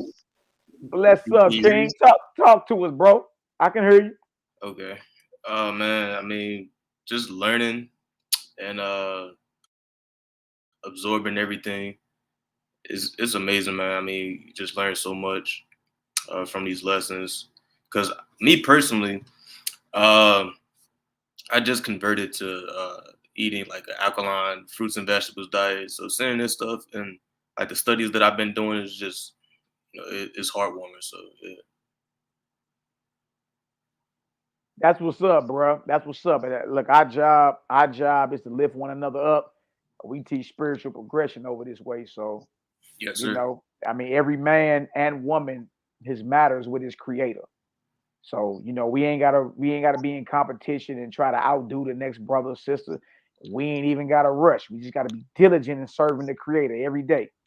You know what I mean? Look who you can bless, look who you can heal. All right. Love the creator with all your heart, mind, soul, and strength, and love your neighbor as if they're you. All right. Definitely. That's what it was about. I say so. He wasn't killed for our sins. He was just murdered, right? Messiah, that was a murder. That was a murder. You understand? But I'm going to hit you with something. The sins we were doing mainly had to do with the slaughtering of these so-called innocent creatures. That's sinful. But look, even when we read it in the Nazarene Acts of the Apostles, and we read in there, it said that sacrificing was one half of the evil that Moses allowed because of the hardness of our hearts. No, the Messiah was murdered. He was murdered. And when you see the sinless prophet murdered, it's supposed to spark change within your mind to finish the mission, to finish the job. But make no mistake about it, he was murdered. Yeah, I be trying to teach people, you know, this stuff, and they just look at me like I'm crazy. I try to my family and everything, and, you know, they be like, man, you something's wrong with you. You know, like I be going outside meditating, you know, on the stuff that you say and on the stuff that I read. Like I've been reading the Gospels of the Essenes, really good book. Yeah. And I'm also reading Clementine Homilies. It's really nice. Yeah. So, you know, just trying to switch up my lifestyle and everything. And, you know, people just look at me like I'm crazy, man. I be like, bro, what's going on? Hey, bro, but look, welcome to the life. That's normal. That's normal. When you start rocking out with the creator, it's normal for legions of unclean spirits to be at you, including your loved ones. You understand? So Trey, man, just continue to be that light, brother. One thing we don't got to do is force what we believe on anybody. Just always let your people know, hey, y'all, look, it ain't nothing but to have a conversation. Right? We can sit down and chop it up. But you know what I mean? Always be that brother they can come talk to, even if they disagree with you. You understand? You know how many times people done told us, here come Moses. Here come Moses. You're like, here you go. So that's just part of it, brother. You know what I mean? You elevate. Yeah. You understand? You elevate. So you're going to have an opposition or an opposing force to come against you. That's natural. You understand? Be resolved to display the character of your creator every conversation, every opportunity you get, brother. You know what I mean? But you definitely ain't alone. Believe that. Believe that. You did. Hold on 1 second. Nehemiah, big homie. I see you driving. You got something, bro? No, I'm just saying, man, it's good to hear the young brother banging for the kingdom. Understand this, man. You can't make nobody do nothing. Messiah didn't even come with that mission. Peep his strategy. When anybody was healed, your faith has made you well. Your faith has made you well. You have to believe. And those who are your enemies will be those of your own house, which is the house of Israel. So not only do you got the outside world pandering against you, you're going to also have house pandering against you. Right. You're just deal with your people that believe. Reach out to those who don't. You know what I'm saying? In hopes they believe. But one thing me and Malaki have experienced over the years is that when you have a conversation with somebody and it cross they cipher that the Most High get into their ear and it pricks their spirit, they gonna reach back out to you for that conversation. They gonna reach back out to you. Yeah, I had some friends because I went on tour. When I was a Christian, I had went on tour like all over the East Coast, and like those brothers, they look at me differently. They think I'm, of the devil now and everything. I try to, come with them in a peaceful way. I never like overstep my boundaries or anything like such. But those brothers, try to come back every now and then and try to chop it up with me. And I just give them the scripture like I do, man. So it feels good like when you just know when you have like a stable base and you can actually like combat with them, but not like out of ignorance or nothing like such. Just to prove a point, but in love though. And just to show them it's like right there in your scriptures. Yeah. So yeah, definitely. Been there the whole time. Yeah, that's the one thing too. That the trick and battle for us is not to come off like we arrogant or that we better than anybody that see things different. You dig? The one thing that you can take to the bank with you, Trey, is this, bro. 9 out of 10 people you run across ain't as extensive in their studies as you are. All right. So when we talking about the creator, not to sound boastful or nothing like that. You dig? But when you brothers and sisters in your own zones are talking about the creator, like in your people's houses or wherever you at, right? You are the authority in the room. You the authority in the room. You understand?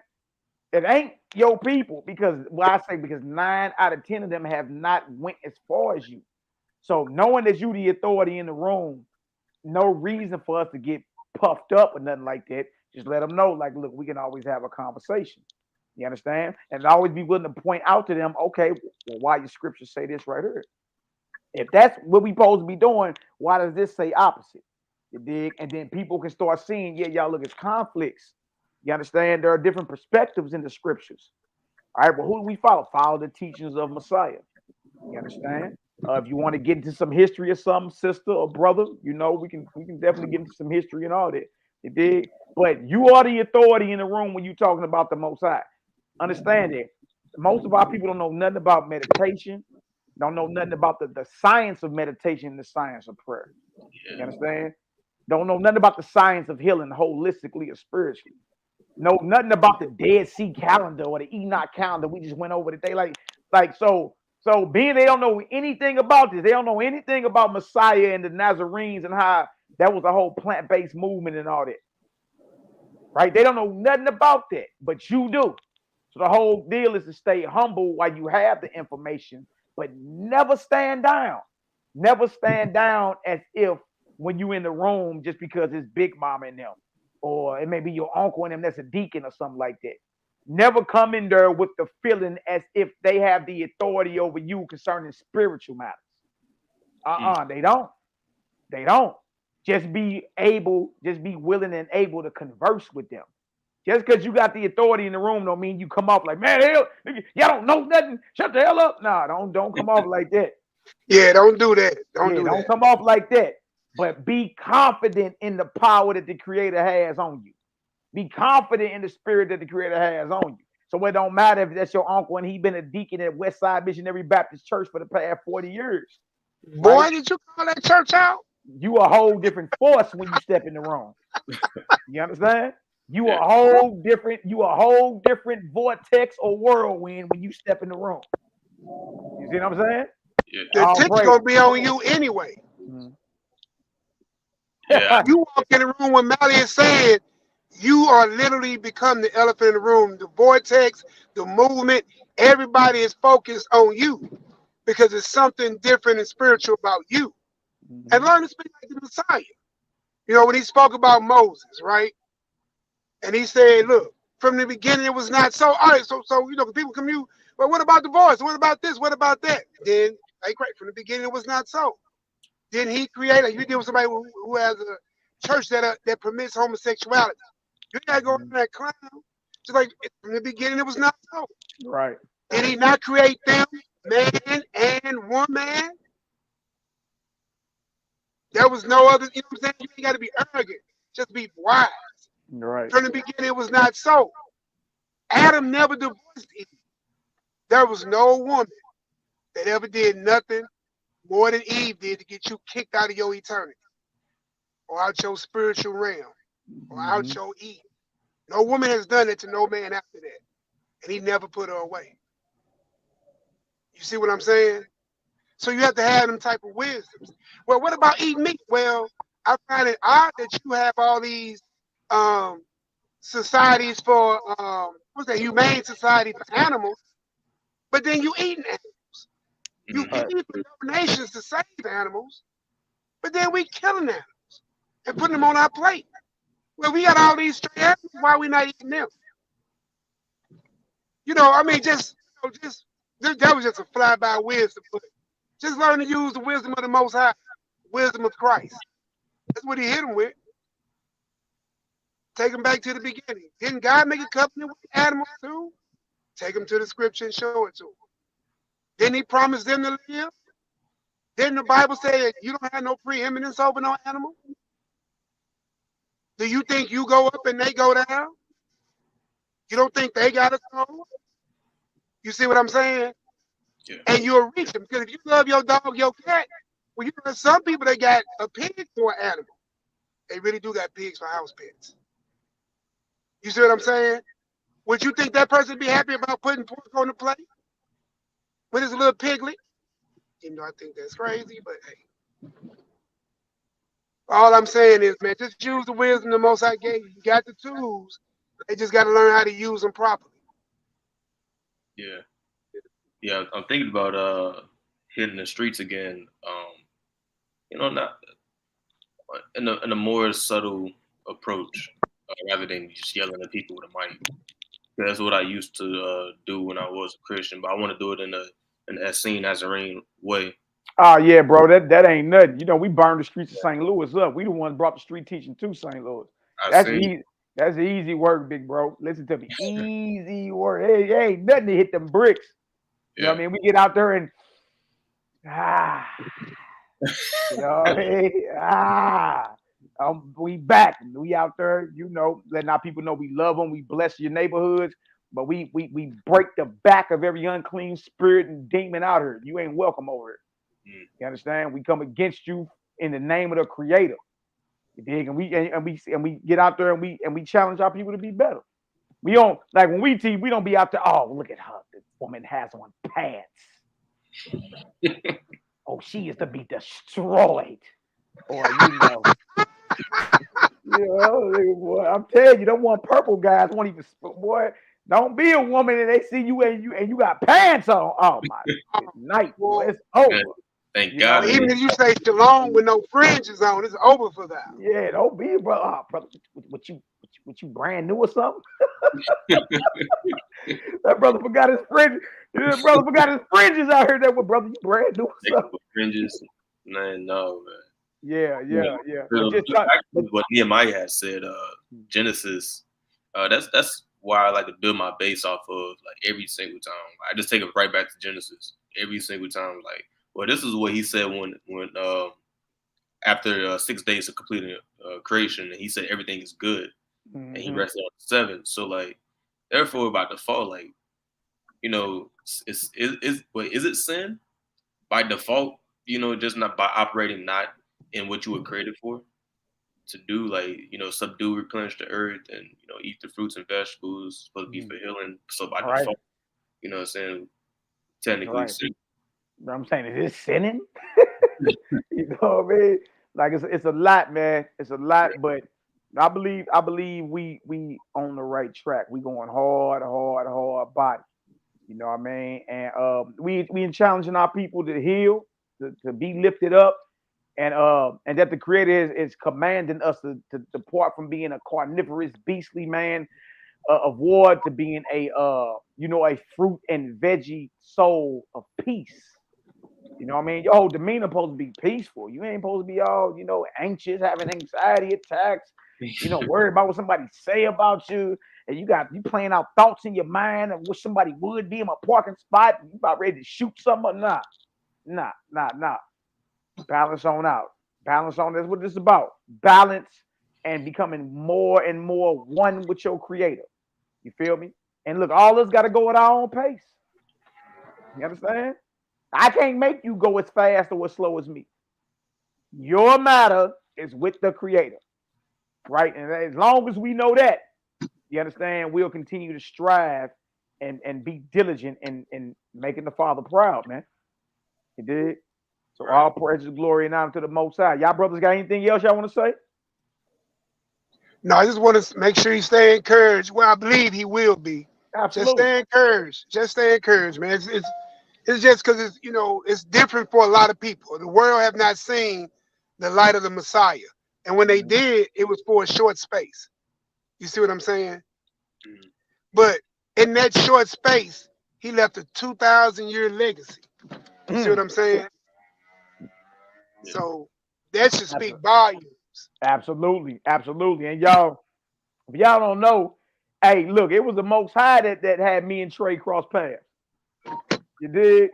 It was the Most High. I actually met this brother. Me and the Hebrew Deuel was together. I was at Micro Center. I was at Micro Center over here. What is that? Brentwood or something? Yeah, that's Brentwood. I was right there in St. Louis. Yeah, Trey in St. Louis. Yeah, I am. Okay. So I was out in the parking lot. Nehemiah, is that your background? That's probably your background. I was out in the parking lot, y'all, and me and Deuel, and I was waiting on this guy to walk up out the store because I seen he was part of the CID department, and I'm believing he with the IRS, and I'm like, I got questions for them. You know what I mean? Brother Marcus will know what I'm talking about. But basically, when I was up in Micro Center, I seen somebody that had a shirt on and they were strapped. You dig? They basically was I thought they were IRS agents. You know what I mean? CID means Criminal Investigation Department. You feel me? So I'm like, I need to ask them a question. You dig? And it's just basically about filing paperwork and all that. You dig? Because you basically can put the IRS, put it this way: if anybody's doing bad bookkeeping, you feel me, and you a victim of that, you can report them to the Criminal Investigation Department of the IRS, and the IRS eventually got to come check their books. And if their books is off, then guess what? They gonna be doing some Fed time behind it. Long story short, majority of the people that are trying to oppress you with their accounting tactics, their books are off. So when I was up in Micro Center, I seen dude with the CID, you know what I mean, on his chest. I seen the guns on him and all that. I went outside of Micro Center and I told that D, I said, look, I'm about to wait for him to come. As soon as dude come out, I'm gonna holler at him.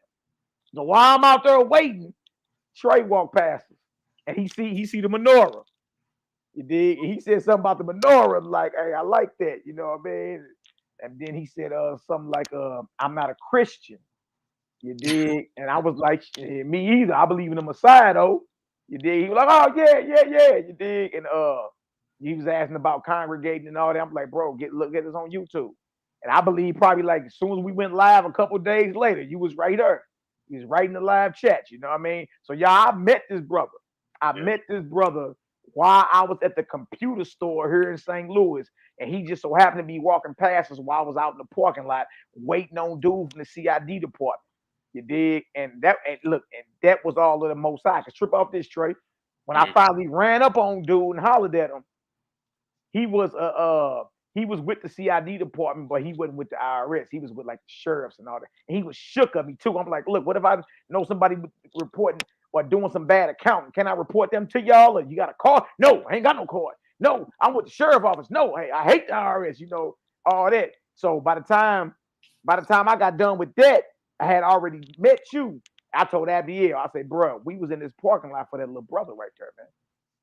You know what I mean? We was in that parking lot at that moment to cross paths with you, brother. So all praise and glory and honor to the Most High. It's an honor to meet you, bro. I believe that. Hey, same. Yeah, I was it's crazy because it was definitely destiny. Because I was praying to the Most High about like what should I do, because I know Christianity is not the right path. Right. And I was hearing about the Essene Nazarene thing, and I was just like looking into it here and there, but I was still like on the Christian wave. So I was just praying on the Most High about it, and I was like, hey, Most High, if you would, you know, put some people in my path, you know, maybe they can guide me towards the right path. And long and behold, a week later, he did so. And it's crazy because I had just came back from Columbia, Missouri. Because like after I had went on tour, I stayed there, crashed and everything. And I used to stay up in Columbia. I went to Mizzou. I went to Mizzou back in the day. Oh, really? I used to live in Columbia. Yeah. It's wild out there. It's wild out there right now. Is it? Okay. Yeah. But I was there for a little bit, and then some stuff went down. I just had to move back to St. Louis, my mom's and everything. So it just all worked out well. And again, we had met up and everything. It was nice. It's all by faith. It was, bro. You dig? And I told the brother after the year, I said, bro, we didn't stay in this parking lot just to talk to this CID dude. He was scared to even talk to me. Because the knowledge I was bringing, I said, look, I need a card. I need to be able to, because I know the criminal investigation department of the IRS, you can report whoever doing bad bookkeeping, a judge, a bank, any type of corporation. I just wanted to see what kind of knowledge he had and what kind of knowledge he was willing to give to me. Yeah. Because we fight the courts, you know what I mean, when it come down to it. He was already scared, but by the time I asked him them questions, I had already talked to you, gave you the YouTube, you dig, and I told that, I said, bro, we came up here for him. That's what we came up here for. You know what I mean? So, brother, I don't believe in coincidences at all. You dig? Little bro, if you need any type of, you understanding, any type of help or whatever, don't hesitate to reach out, man. We're going to make sure it get done. All right? I appreciate that. Believe that, know that, bro. You never in this fight by yourself. All right? You got a gang of brothers and sisters that be, you understand? Now y'all know what Latray look like. You know what I mean? You can put a name with a face. All right? So all praise to the Most High. Who was that down there, Nehemiah? That was Mama? Well, you know that's Mama, boy. Tell Mama we say abundant blessings. You know we praying for you, Mama. There she is. There she is. For you. No, brown and black, baby. I'm brown. That's right.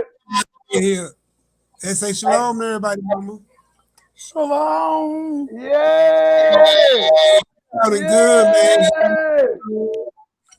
Got a little fruit right here on the table, you know what I'm saying? Got a little peaches going, you know, so she eating again. She getting up there. That's what I'm talking about, Mama. Hey, Mama, you know I'm about to come up there and do some more singing for them old folk. You know what I mean? I made about $1,000 last time singing for them old folk up there. You know what I mean? Y'all tip good. Yeah. She said, you scared. Hey, all praises, all praises. Yeah, man. Just wanted to let y'all see her. You know, I know y'all been praying for her. She in a, you know, now she's a whole lot better place, man. That's She right. looking good, sounding good. So I'm Eating. at home. Look at her. They was she all good. She talking noise. Yeah, she talking. Yeah, you know, oh, she all good then. She all good. And y'all look, and that's proof when you know how powerful collective prayers are. Like they just had mama, they was gonna put her on hospice. They wrote her off. You understand? And you know, we all touch and agree to see a miracle and baffle the doctors, man. That's what it's about. All right. So all praise, glory, and honor. What are we gonna do though? If y'all got, unless y'all got something else y'all want to say, after that we can do us a prayer and then we up out of here. Nehemiah, you muted. Trey, you got anything else you want to say, brother? I'm just grateful. You know, honestly, I'm grateful because I took a tremendous step in my faith. I know where I stand now. And, you know, before I met you, I was having a little questions, you know, concerning it. Like, you know, is the Messiah real? You know, stuff like that, right? But yeah, definitely. I now know. Now I got the answers, and I'm just striving to be like him. So, you know, it's a blessing to be around brothers and sisters, and you know, who share the same faith and same cause and everything. So, just all blessings. I'm always, you know, in a good mood. Even when I wake up on the wrong side of the bed, I'm still in a good mood. It's just great to be alive. It's great to have another chance to repent, everything. So just living my best life, man. Absolutely, brother. You know, and look, we support you and we encourage you. The scripture say, exhort ye one another daily. You understand? So that's what it's about. What we gonna do if ain't nobody else got no questions or if don't nobody else want to come on, we gonna go ahead and pray on out. You know, of course, bring Nehemiah's mother before the throne of the Most High. You understand? Before the heavenly hosts. And you know, touch and agree to see massive healings worldwide. Touch and agree to see massive peace worldwide. Touch and agree to cancel out war and plagues and homelessness and hunger worldwide. You understand? We vanguards of this thing, man. Believe that, know that. All right. So let's go ahead and let's go ahead and do that. Let's face Jerusalem. I'll hit this camera real quick. Let's face Jerusalem. All right, let's get it. All praises. All praises. All praises, glory now to the Almighty. They got me amped over here. That's what I'm talking about. Mama doing good. You dig? Have to come up there and do me some singing and dancing again. We let Mama smell that frankincense, boy. Her whole face lit up. I said, oh yeah, there she go. We got that pure, y'all don't know. We know we got the pure body oil. We got the pure frankincense, myrrh. You know, the frankincense and myrrh got spiritual and healing properties to it. So I took a pure bottle of that frankincense oil. It did let her smell it, and then I put some on her head, and then we did our purge. You did? And mind you, they was talking about she on hospice and it's over. I'm talking to Nehemiah the next day. They like, oh, they letting her go. They talking about not even putting her on hospice. So yeah, boy, I ain't surprised. You know what I mean? You in the chat, Nee? You in the back chat? I don't see you. I don't even see you. But all praise, glory, and honor. Heavenly Father, the creator of the heavens of heavens and the many worlds without ends, the owner, the creator and possessor of all things, we bring before your throne all the sick, all the oppressed, all the downtrodden, all the afflicted in this very hour. We bring before your throne all our dwelling places, all our vehicles, all our children in this very hour. We touch and agree to see massive healing. We touch and agree to see massive peace in this earth. We touch and agree to see homelessness and hunger eradicated in this earth. In the power, name, and authority of you, Most High Creator, and in the name, power, and authority of your beloved Son, our ascended Master, the mighty Messiah, Yahshua the Nazarene, we call, we summon, we invoke the most militant and elite angelic forces under your command to come against every plan, every plot, every scheme of the adversary, every bewitchment, every enchantment, every seduction set against us. We break, battle, and destroy. We shut it down. We break the back and crack the skull of every unclean spirit, sickness, and disease that has set itself in opposition to the well-being, of the people, and the power, and the name, and the authority of a Mashiach Yahshua, and the power, and the name, and the authority of the Creator of heaven and earth. We call, we summon, we invoke, we touch and agree to see a massive healing. We touch and agree. We touch and agree to see a massive healing upon our mother, Julia Ann Strata. We touch and agree to see a massive healing upon all our loved ones who may be plagued and sick in this very hour, whether it come from the flu, the so-called boogeyman, the so-called Rona or COVID. We stand against it, for your divine spirit has sustained us. Your word has sustained us and kept us through all these trials and tribulations, all these wars and all these so-called sicknesses. We rebuke every reality of incarceration. We rebuke every reality of violence. We rebuke every reality of sickness. We rebuke it in the power, name, and authority of the Creator of heaven and earth. And through your eternal set apart spirit, we pray and we declare war against the kingdom of darkness. Hallelujah. Hallelujah. Say la. Say la. Yeah. Yahoo. Oh. Praise and glory now to the Most High, forever live his anointed, beloved Son. In the hearts and minds of the faithful elect. All right, love y'all indeed and true. Pray for us as we continue to pray for y'all. And y'all willing, we right back up in a few. You understand? We've been mainly going just being spirit led. It really ain't no race. Right? It's all about progression, though. It's not a race, but it is about progression. Every man and woman diligent at their own pace. That's how it got to be. All right? Peace, love, light, healing, and balance to the hopeful and faithful elect. Thank all y'all for y'all prayers and support. And y'all willing, we see y'all sooner than later. Go back over this video and take notes, y'all. All right? Again, April the 3rd, unleavened bread. First day, last day, April the 9th. We're going to come together and enjoy one another. Believe that, know that. To the end, my friends. Bust your guns. Don't stop till you Enoch. Y'all. Oh, see y'all later. What you got me?